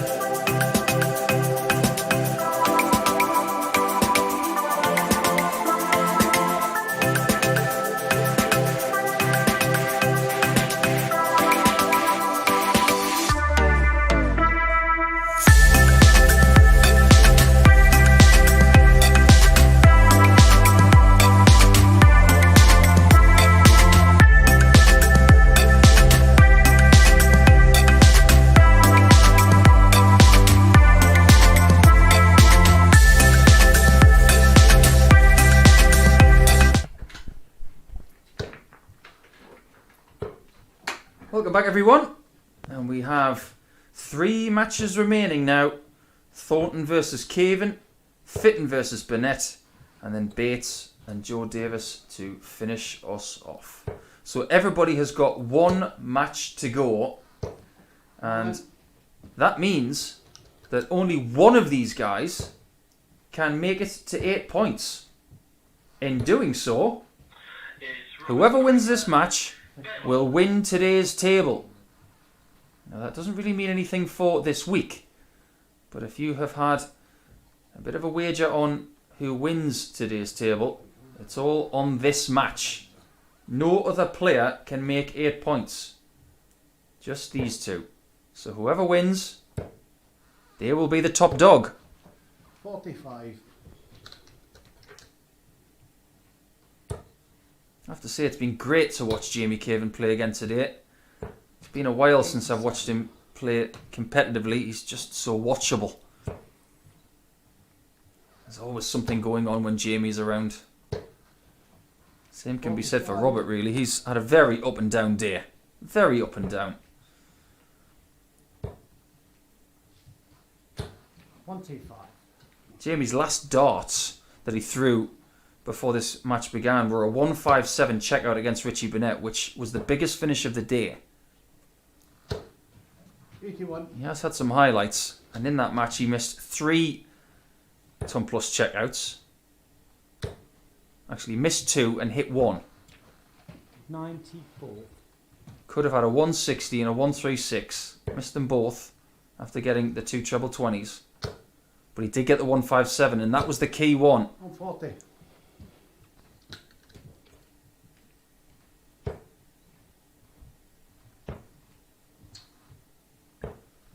58. It's another ton plus out that he will have a crack at now. 20 less than the shot he hit against Burnett. Oh. No prizes for guessing how Robert feels about that visit. 57 first. Tops.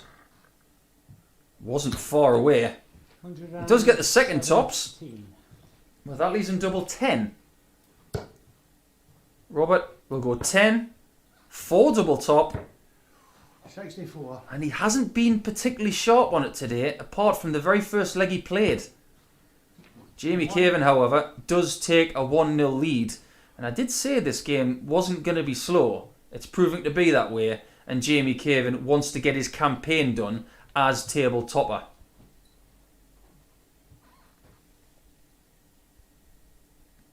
Had a couple of nice tweets in the break. One from Martin Kerwin, watching and listening to some good commentary in ours today. Well, Martin, we're glad you're enjoying it. Thanks for staying with us all morning.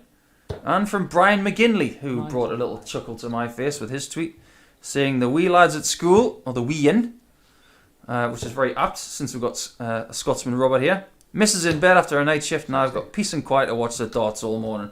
That sounds like a fabulous Martin, Brian, so keep enjoying the rest of the coverage. 54. I love it when Scottish people type the way they speak. Such a great language. Such a great dialect as well. 45. One of the things that I've missed during the pandemic is going to Scotland on a regular basis. So I sincerely hope to get back up there sometime soon. Great first start from Thornton. 85. And you have to say, as good as the first start was, the second and third were how Alan Shearer described Newcastle's performance against Brighton the other night. Abysmal. 122. Robert has got to stay in rhythm and he's got to stay accurate if he wants to get 8 points from today. 48. Robert is very much like Joe Davis, though. Maybe he just needs some repetitions. 60. Needs more games under his belt to get sharp.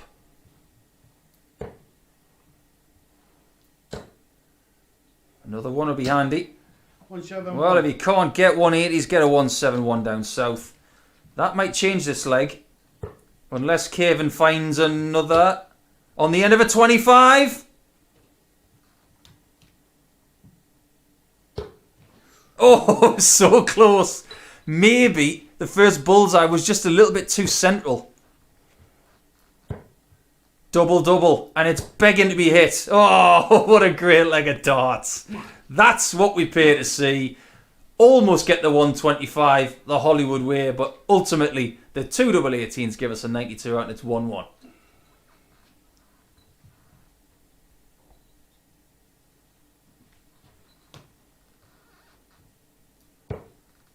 I remember taking that out against Robert in a qualifier for a European event once. And he looked at me with such disdain. 28. As if to say, how dare you do that? That's not cricket. Well, it isn't cricket. It was darts. But he's just done it to Jamie. 97.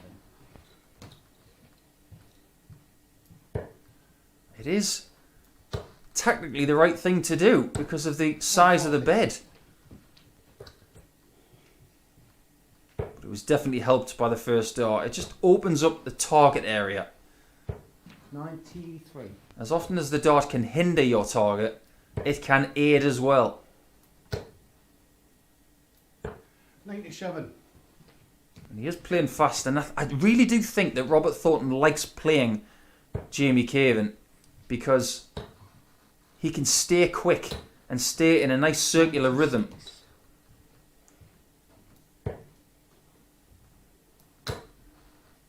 And here you go, more evidence of that as he maxes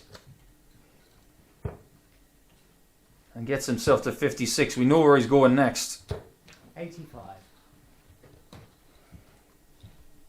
16 for tops. Oh, 16. And again, double top has let him down. Earlier on he was missing it low, now he's missing it high. Just hasn't got his range on it. Can Jamie pick his pocket with double 5? I think Jamie's checking to see if that's in the 60. It is, Jamie. And that one's in as well. What a game this has been. Just missed the 125 on the ball in the last leg. He's had his pocket picked. Then he's picked Robert's back. So there's a lot of pickpocketing going on here. But it is a very good game at 2-1 to Caven.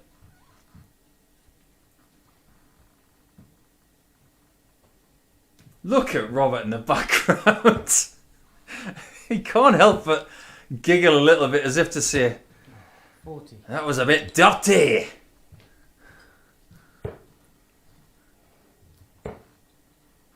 I love honest dart players 134. to read their emotions. And I can feel them because I've felt them myself at times.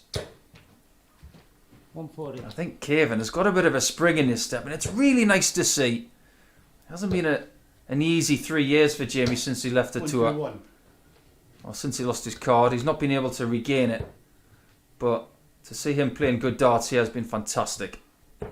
91. These two have actually played each other 20 times. 140. 106 left for the Thorn to make things level after 4. 85. That's a bad last start from Jamie. Just a single 20 would have left 130 again. 58. Not out of this like by any means, but he does need a big out here to get a 3-1 lead. Very handy. But not able to get the 48, which he needed. 133. The warning sign is there for Robert if he misses this. Double 16, different target. Double 8. And 3. Oh, that's a sensible thing to do. He's been missing tops a lot today. So the sensible thing is to, when you have that option at 48, leave something else. That's exactly what he's done. And he's drawn level at 2 legs all. I mentioned these guys have played each other 20 times in ranking events in the PDC. Well, not all ranking events. Some of them were unranked. 85. But they played a very important game in October of 2013. And it was a Pro Tour event in Killarney in Ireland, which was won by Robert Thornton. It was the final of the John McAvoy Golden Dart Classic. One of the most impressive darts trophies within the PDC system, especially as the Players' Championships don't have trophies. They used to, some of them. 54. What they used to do with that event was give you the trophy, take your picture with it, then they'd put it back in the safe. 121. Because it was worth a few quid. Because the dart was made of gold.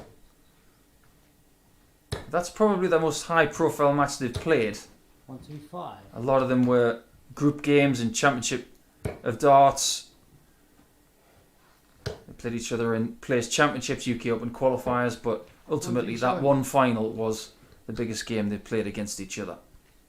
Until now, of course, because we have the MODUS Online Live darts right before us. 40.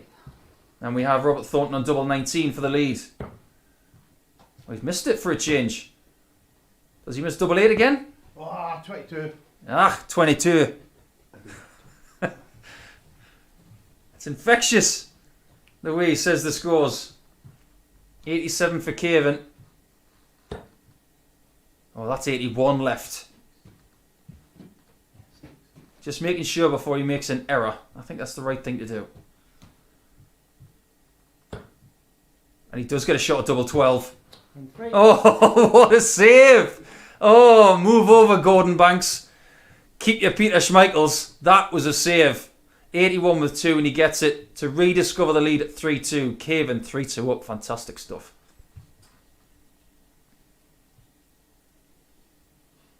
And Thornton can't breathe. Look at him in the background as if to say, I can't get rid of this guy. 43. 2 more matches for you after this one, which I have to say I've probably enjoyed this one the most of all of the games we've had today. And it's not over yet. Fitton against Burnett next. And then Barrie Bates against Joe Davis to close things out. Before we are back tomorrow 85. at the very same time, 9:30 GMT. Via the Online Darts YouTube channel. And via your favoured bookmakers. Please do gamble responsibly. BeGambleAware.org. 81.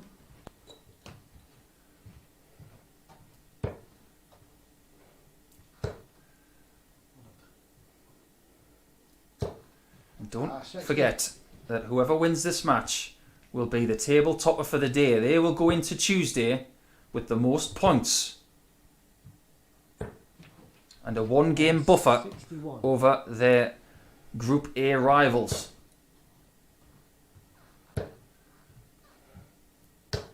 140. Really aggressive 140 there from Robert. Caven's got to be careful here. 19s. Now he's got to go 25. Really well thought out. Another 20 for that bed that's been his nemesis 40. over the last few games, and it is again. Caven finished off Darryl Fitton with a 1-4-1 earlier. Gasp told you the story. 80 left. 82. And if Robert fails on tops again, Caven is waiting. Double 10. Biggest start of the match. Oh, 20. And you can see the tiniest of shadows on the double 10, but it's not the point. And Caven to finish top of the table today. Tops. He is the top boy, Jabba, back in competitive action with the MODUS Online Darts Live League. He gets to 8 points and he is the best player of the day. His campaign is done. Roberts is done. That's what they will have going into Tuesday. But let's see what Richie Burnett and Darryl Fitton can do at the end of their campaigns.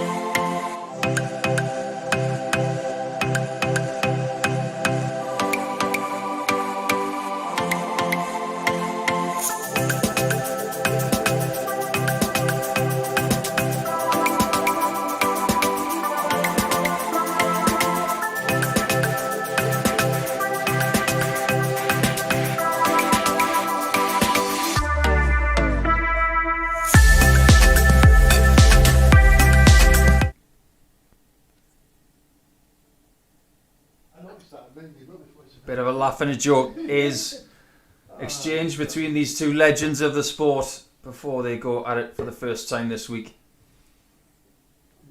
Fitton and Richie Burnett will end their campaign for the day right here in pursuit of Jamie Caven and Robert Thornton, of course, who have now completed their task. But the best that Burnett can do is a win, giving him 6 points for the day. Any win will ensure second spot in the table today for Richie Burnett. A win for Fitton, and his first win since the very first game of the day would get him to 4 points, and his leg difference would be no longer in the minus.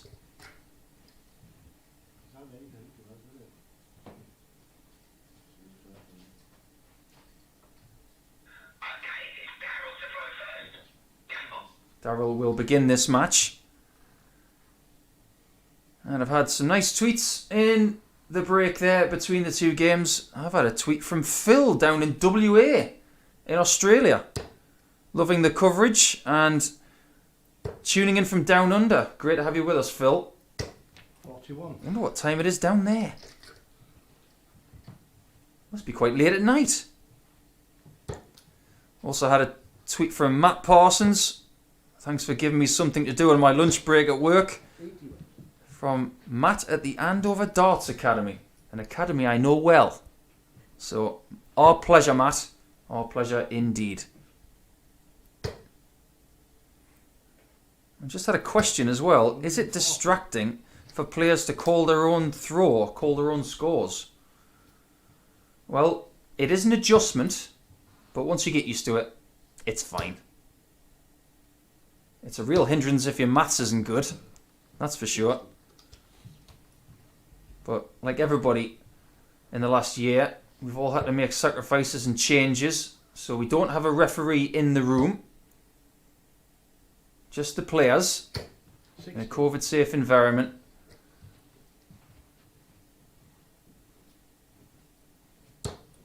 So they have to do a bit more work, not just playing, 40. They have to call their own scores as well. So it's distracting at first, but you get used to it pretty quickly.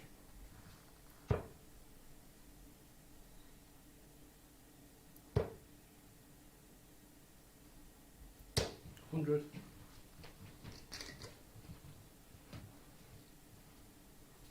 Steady first leg from Richie Burnett. A maximum would have left him tops. He'll take 80. And he'll have to settle for 120.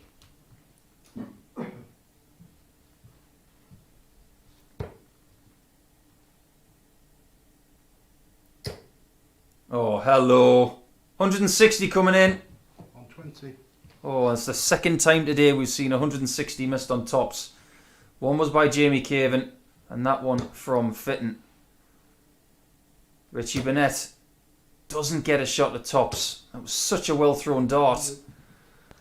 Just didn't nestle under the previous shot. Fitton has a guide for tops. Now he has two. 20. He's not able to use them.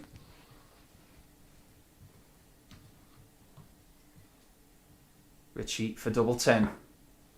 Finds it with ease. That is the first leg to the Welshman, and it is a break of throw. Based on the form book today and some of the results that we've already seen, you have to fancy that Richie Burnett, with a break of throw in hand, could be hard to topple from here.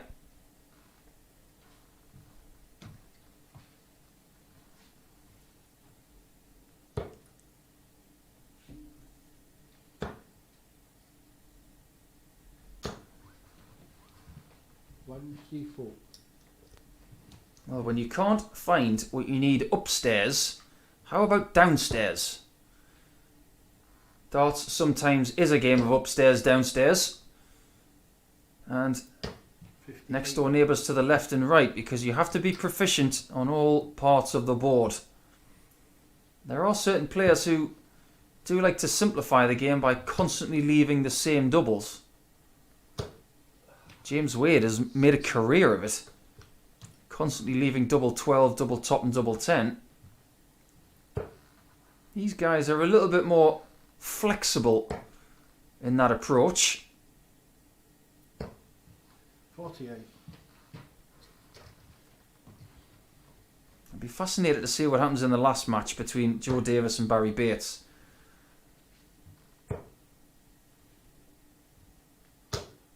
If 41. Darryl Fitton loses this match heavily, and Barrie Bates was to find a win against Joe Davis, he could scrape his way off the bottom of the table. 140.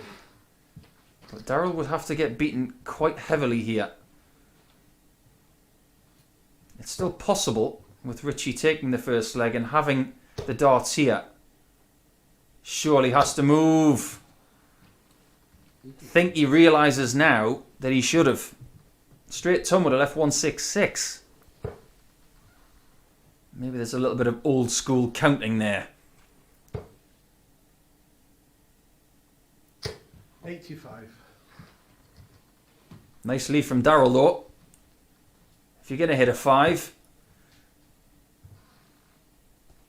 get rid of the odd number, yes, to leave 170.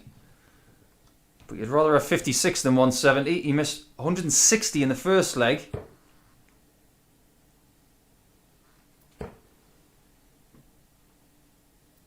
$90.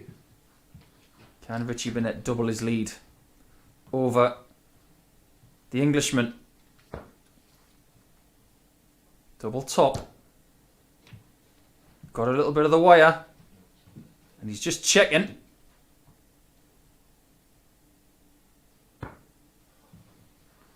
Doesn't need to check that one. It's a good centimetre wide of the target. And this is not an easy checkout for Darryl because of the way his darts sit in the board. It's just become even more difficult. And he doesn't get a shot at a double 40. when he's got 80 points left, and that is an error. Burnett at double 10 again.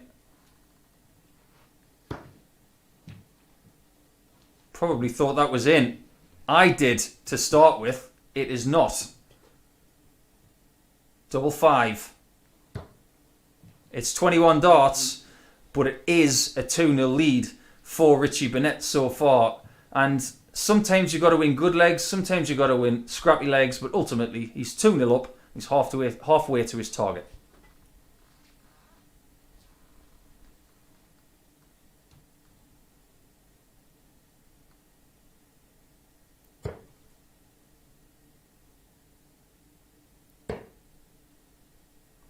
It's almost hard to believe that Richie Burnett is 4 years younger than Darryl Fitton.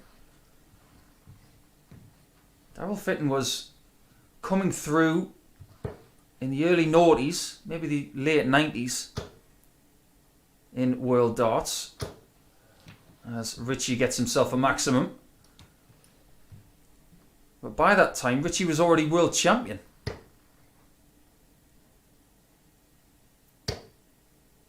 I've sparked a few debates lately about who was the best player in 1995.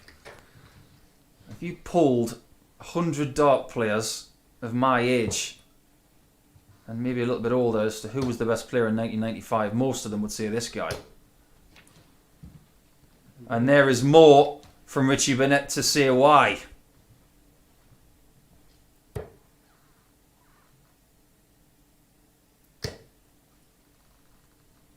Could he possibly 140. finish this leg in the least amount of darts possible? 7.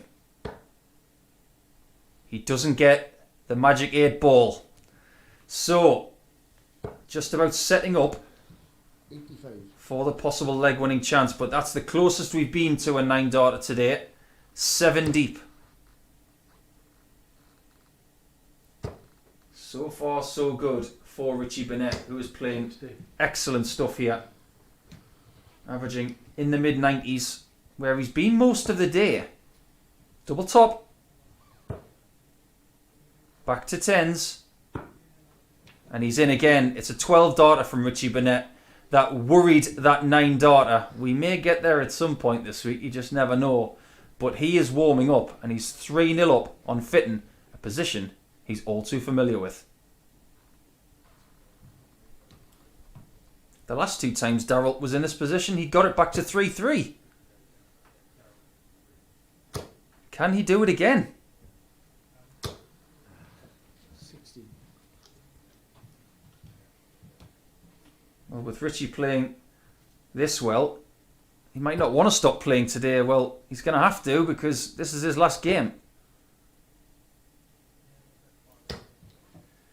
Lost to Robert Thornton in his first game. Then a 4-0 win over Barrie Bates, his fellow countryman. Then another win over Joe Davis by 4 legs to 0. And he's looking for another maximum. And he gets one. His 3rd of this game. And he has been very much the better player of the 2. The 4-2 loss to Jamie Caven 43. was a little bit of a sickener to him. But he is very much the better player in this, and is not missing that treble much at all now. 100. Fine performance, which you could cap off with a 161. And I said if Barrie Bates had any chance of getting himself off the foot of the table, he needed a big, big loss for Darryl Fitton, and it could come, and it should.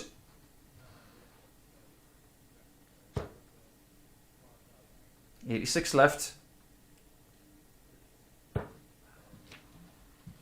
That is more than fine. Because to be under any sort of pressure, Dazzler needs a maximum.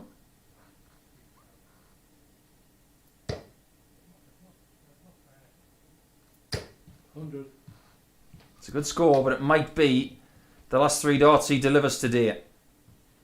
Richie Burnett looking to send it home to finish the day on 6 points and +8 in the leg difference, and that's exactly what he does. A really fine finish from Richie Burnett. We only have 1 more match for today, but we may not see anything of that nature. That was polished from Richie Burnett, an average of 95.21. One of the best we've seen today. But one more match, it's Bates against Joe Davis to finish match 15 and our campaign for today.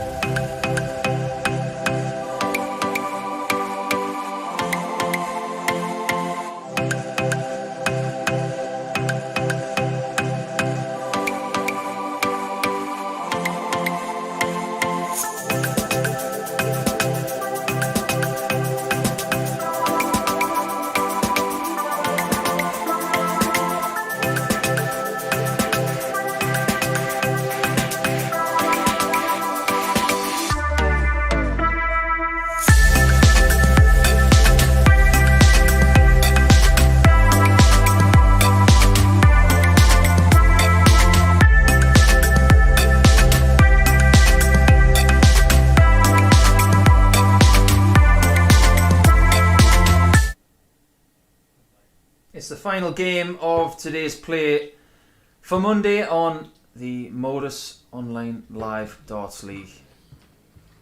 And here we go to see whether Barrie Bates can claw his way off the foot of the table. He is currently there on 2 points and a leg difference of -8. But if he can somehow win this match 4-0, he will get off the bottom and can find Darryl Fitton to that spot. Joe Davis on 4 points after a brilliant 115 checkout to finish his tight match with Darryl Fitton earlier. He's currently on 4 points and -2. So if he can beat Barrie and finish the day on 6 points alongside Robert Thornton, I think Joe Davis will say, not a bad day in this company. Don't forget about the fact that Richie Burnett is also on 6 points. He's finished the day there on +8 in leg difference. That's the best leg difference we've got today. And that's more than something to do with the fact that he's won 3 matches 4-0. 30. You'd say with the form, you'd fancy Joe Davis to win this one. 60. And if he did get to 6 points, he'd be firmly in the running with 2 days remaining in Group A and still have the chance to get to Saturday's finals, which will kick off at 9:30 on Saturday night, all via the usual channels, of course, including the Online Darts 96. YouTube page, which will host the Online Darts Live League Live Lounge tonight, where they will talk all things darts. 60. Get your questions into them, because I'm sure they will read them out and get some opinions.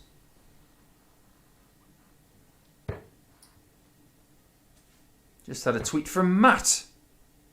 Matt W _ the doctor on Twitter, saying that he's chilling on his lockdown birthday watching the live league. Well, Matt, happy birthday. Thank you for your company. And also thank you to Ian Garrett for getting in touch and 81. tuning in as well. Also Ian Freeman, who is a good friend of Richie Burnett's. So I'm sure he's very happy with some of the things that Richie's done today. Good switch from Joe Davis, but the last start, 83. I think, lost its compass. It has serendipitously left him on a nice finish. Oh,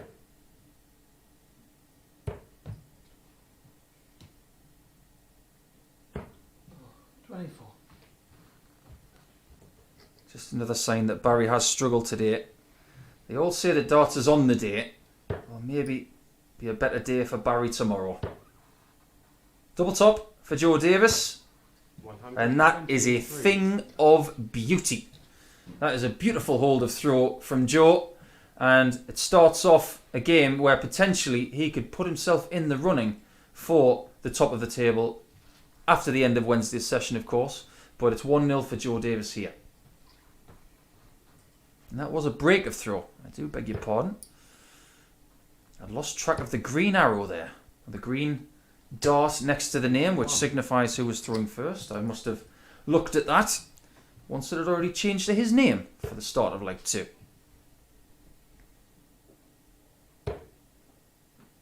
Oh, 66.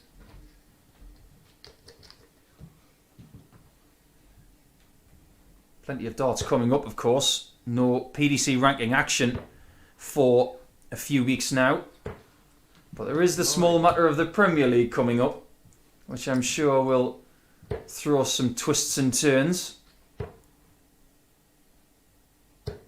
buddy. 66. And there's only one player who's graced the Premier League in this lineup, and that's Robert Thornton.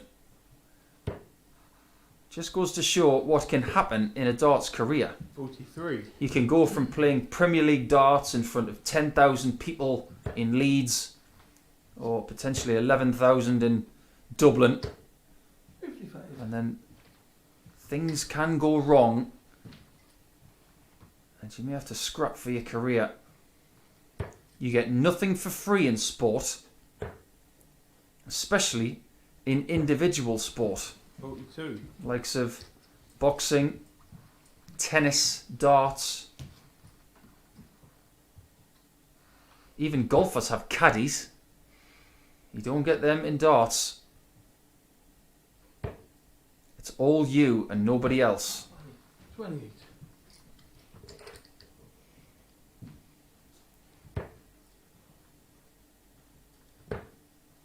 Good switch again from Joe Davis. He's been very good down in the treble 19 area. And so far in the scoring phase, he's been too strong for Barrie. 43.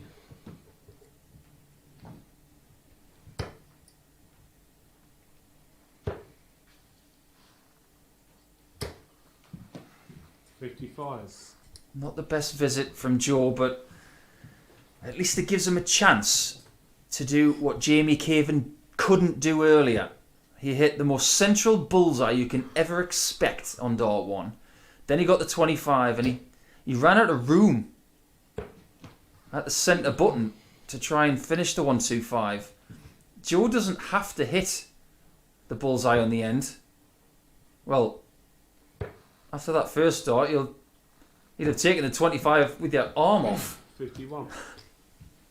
That really was a bit of a skewed dart to the left on that effort, but he's doing enough here because Barrie is struggling.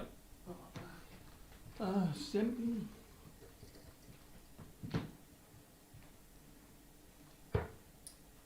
Single 20 for tops. Tops it is. 54. Not a bad try.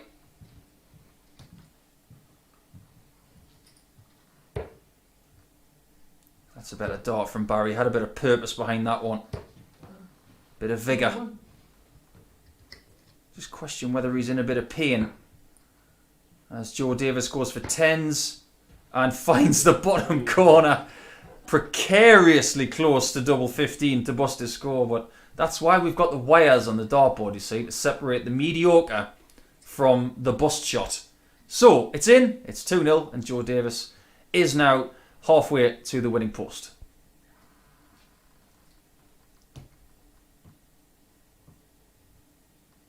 Can you imagine if a dartboard did not have wires? How much of a contentious nature we would have, especially with social media.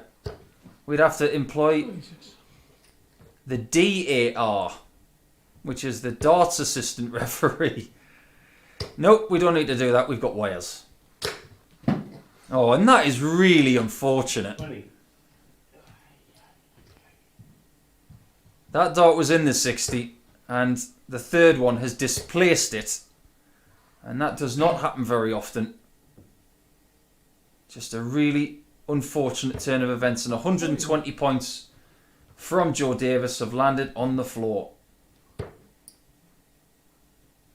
But fair play to this young man, he's just got them back. And he's got another 60, so maybe he deserves it.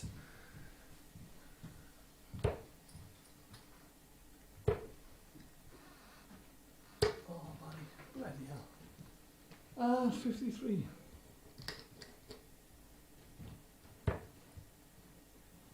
Can't help but get the feeling that Joe Davis is talking to himself 77. as he throws.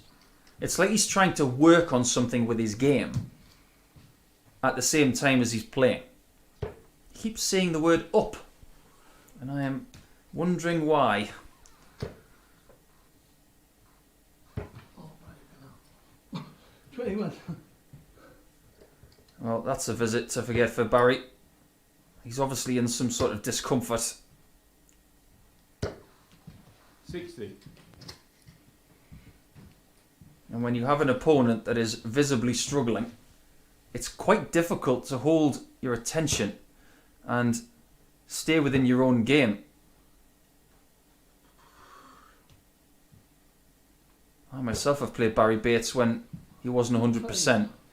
And I went on the stage at the Grand Slam of Darts, and my only thought was win 5-0. 42. I managed to do that and played very tidily. I have to admit that. But it didn't make the job any easier. The best games you play are when someone is throwing stuff back at you. 27. Joe's got to remain focused here. Another shot at the treble is fruitful and leaves him on double 16 to get the 3-0 lead. Now, if he can win this 4-0, which is looking likely, 55. his leg difference is going to improve drastically. That's a great shot. Now he's 3-0 up, and if he can get 4-0, he can get to 6 points and +2, which will be a very healthy reward for what he's done today. He's worked very hard, Joe Davis. One more leg for him, and that will be job done.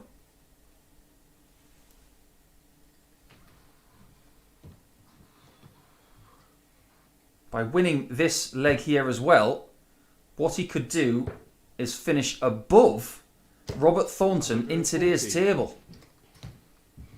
And considering the reputation of Robert Thornton and the somewhat lack of reputation for Joe, that would be a bit of a result for day one for Joe. A bit of a feather in his cap.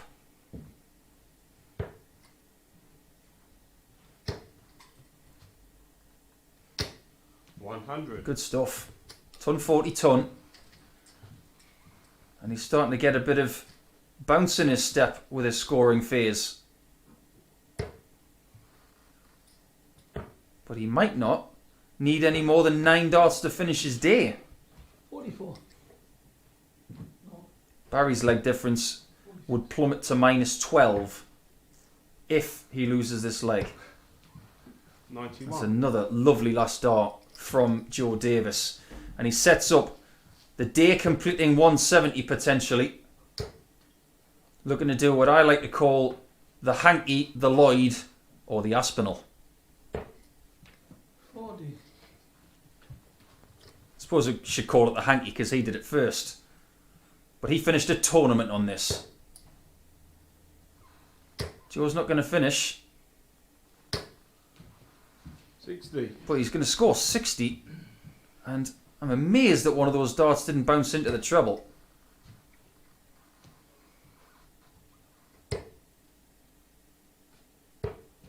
$100. 110 for 4-0 to finish our day with 2 4-0 scorelines. One for Burnett and one for Joe. 173. That's exactly what we get. It's a fine performance from Joe Davis. He finishes above Robert Thornton in the table, but that concludes all of our darts for today. Today's league was won by Jamie Caven, the only player to get to 8 points. So well done to Jamie. Everybody will be back tomorrow from 9:30 GMT or Greenwich Mean Time. So we hope you can join us then via your favourite bookmaker site or via the Online Darts YouTube page. Thanks for joining us today. I'm Paul the Asset Nicholson, signing up for now, but we'll see you tomorrow. And so will Dino.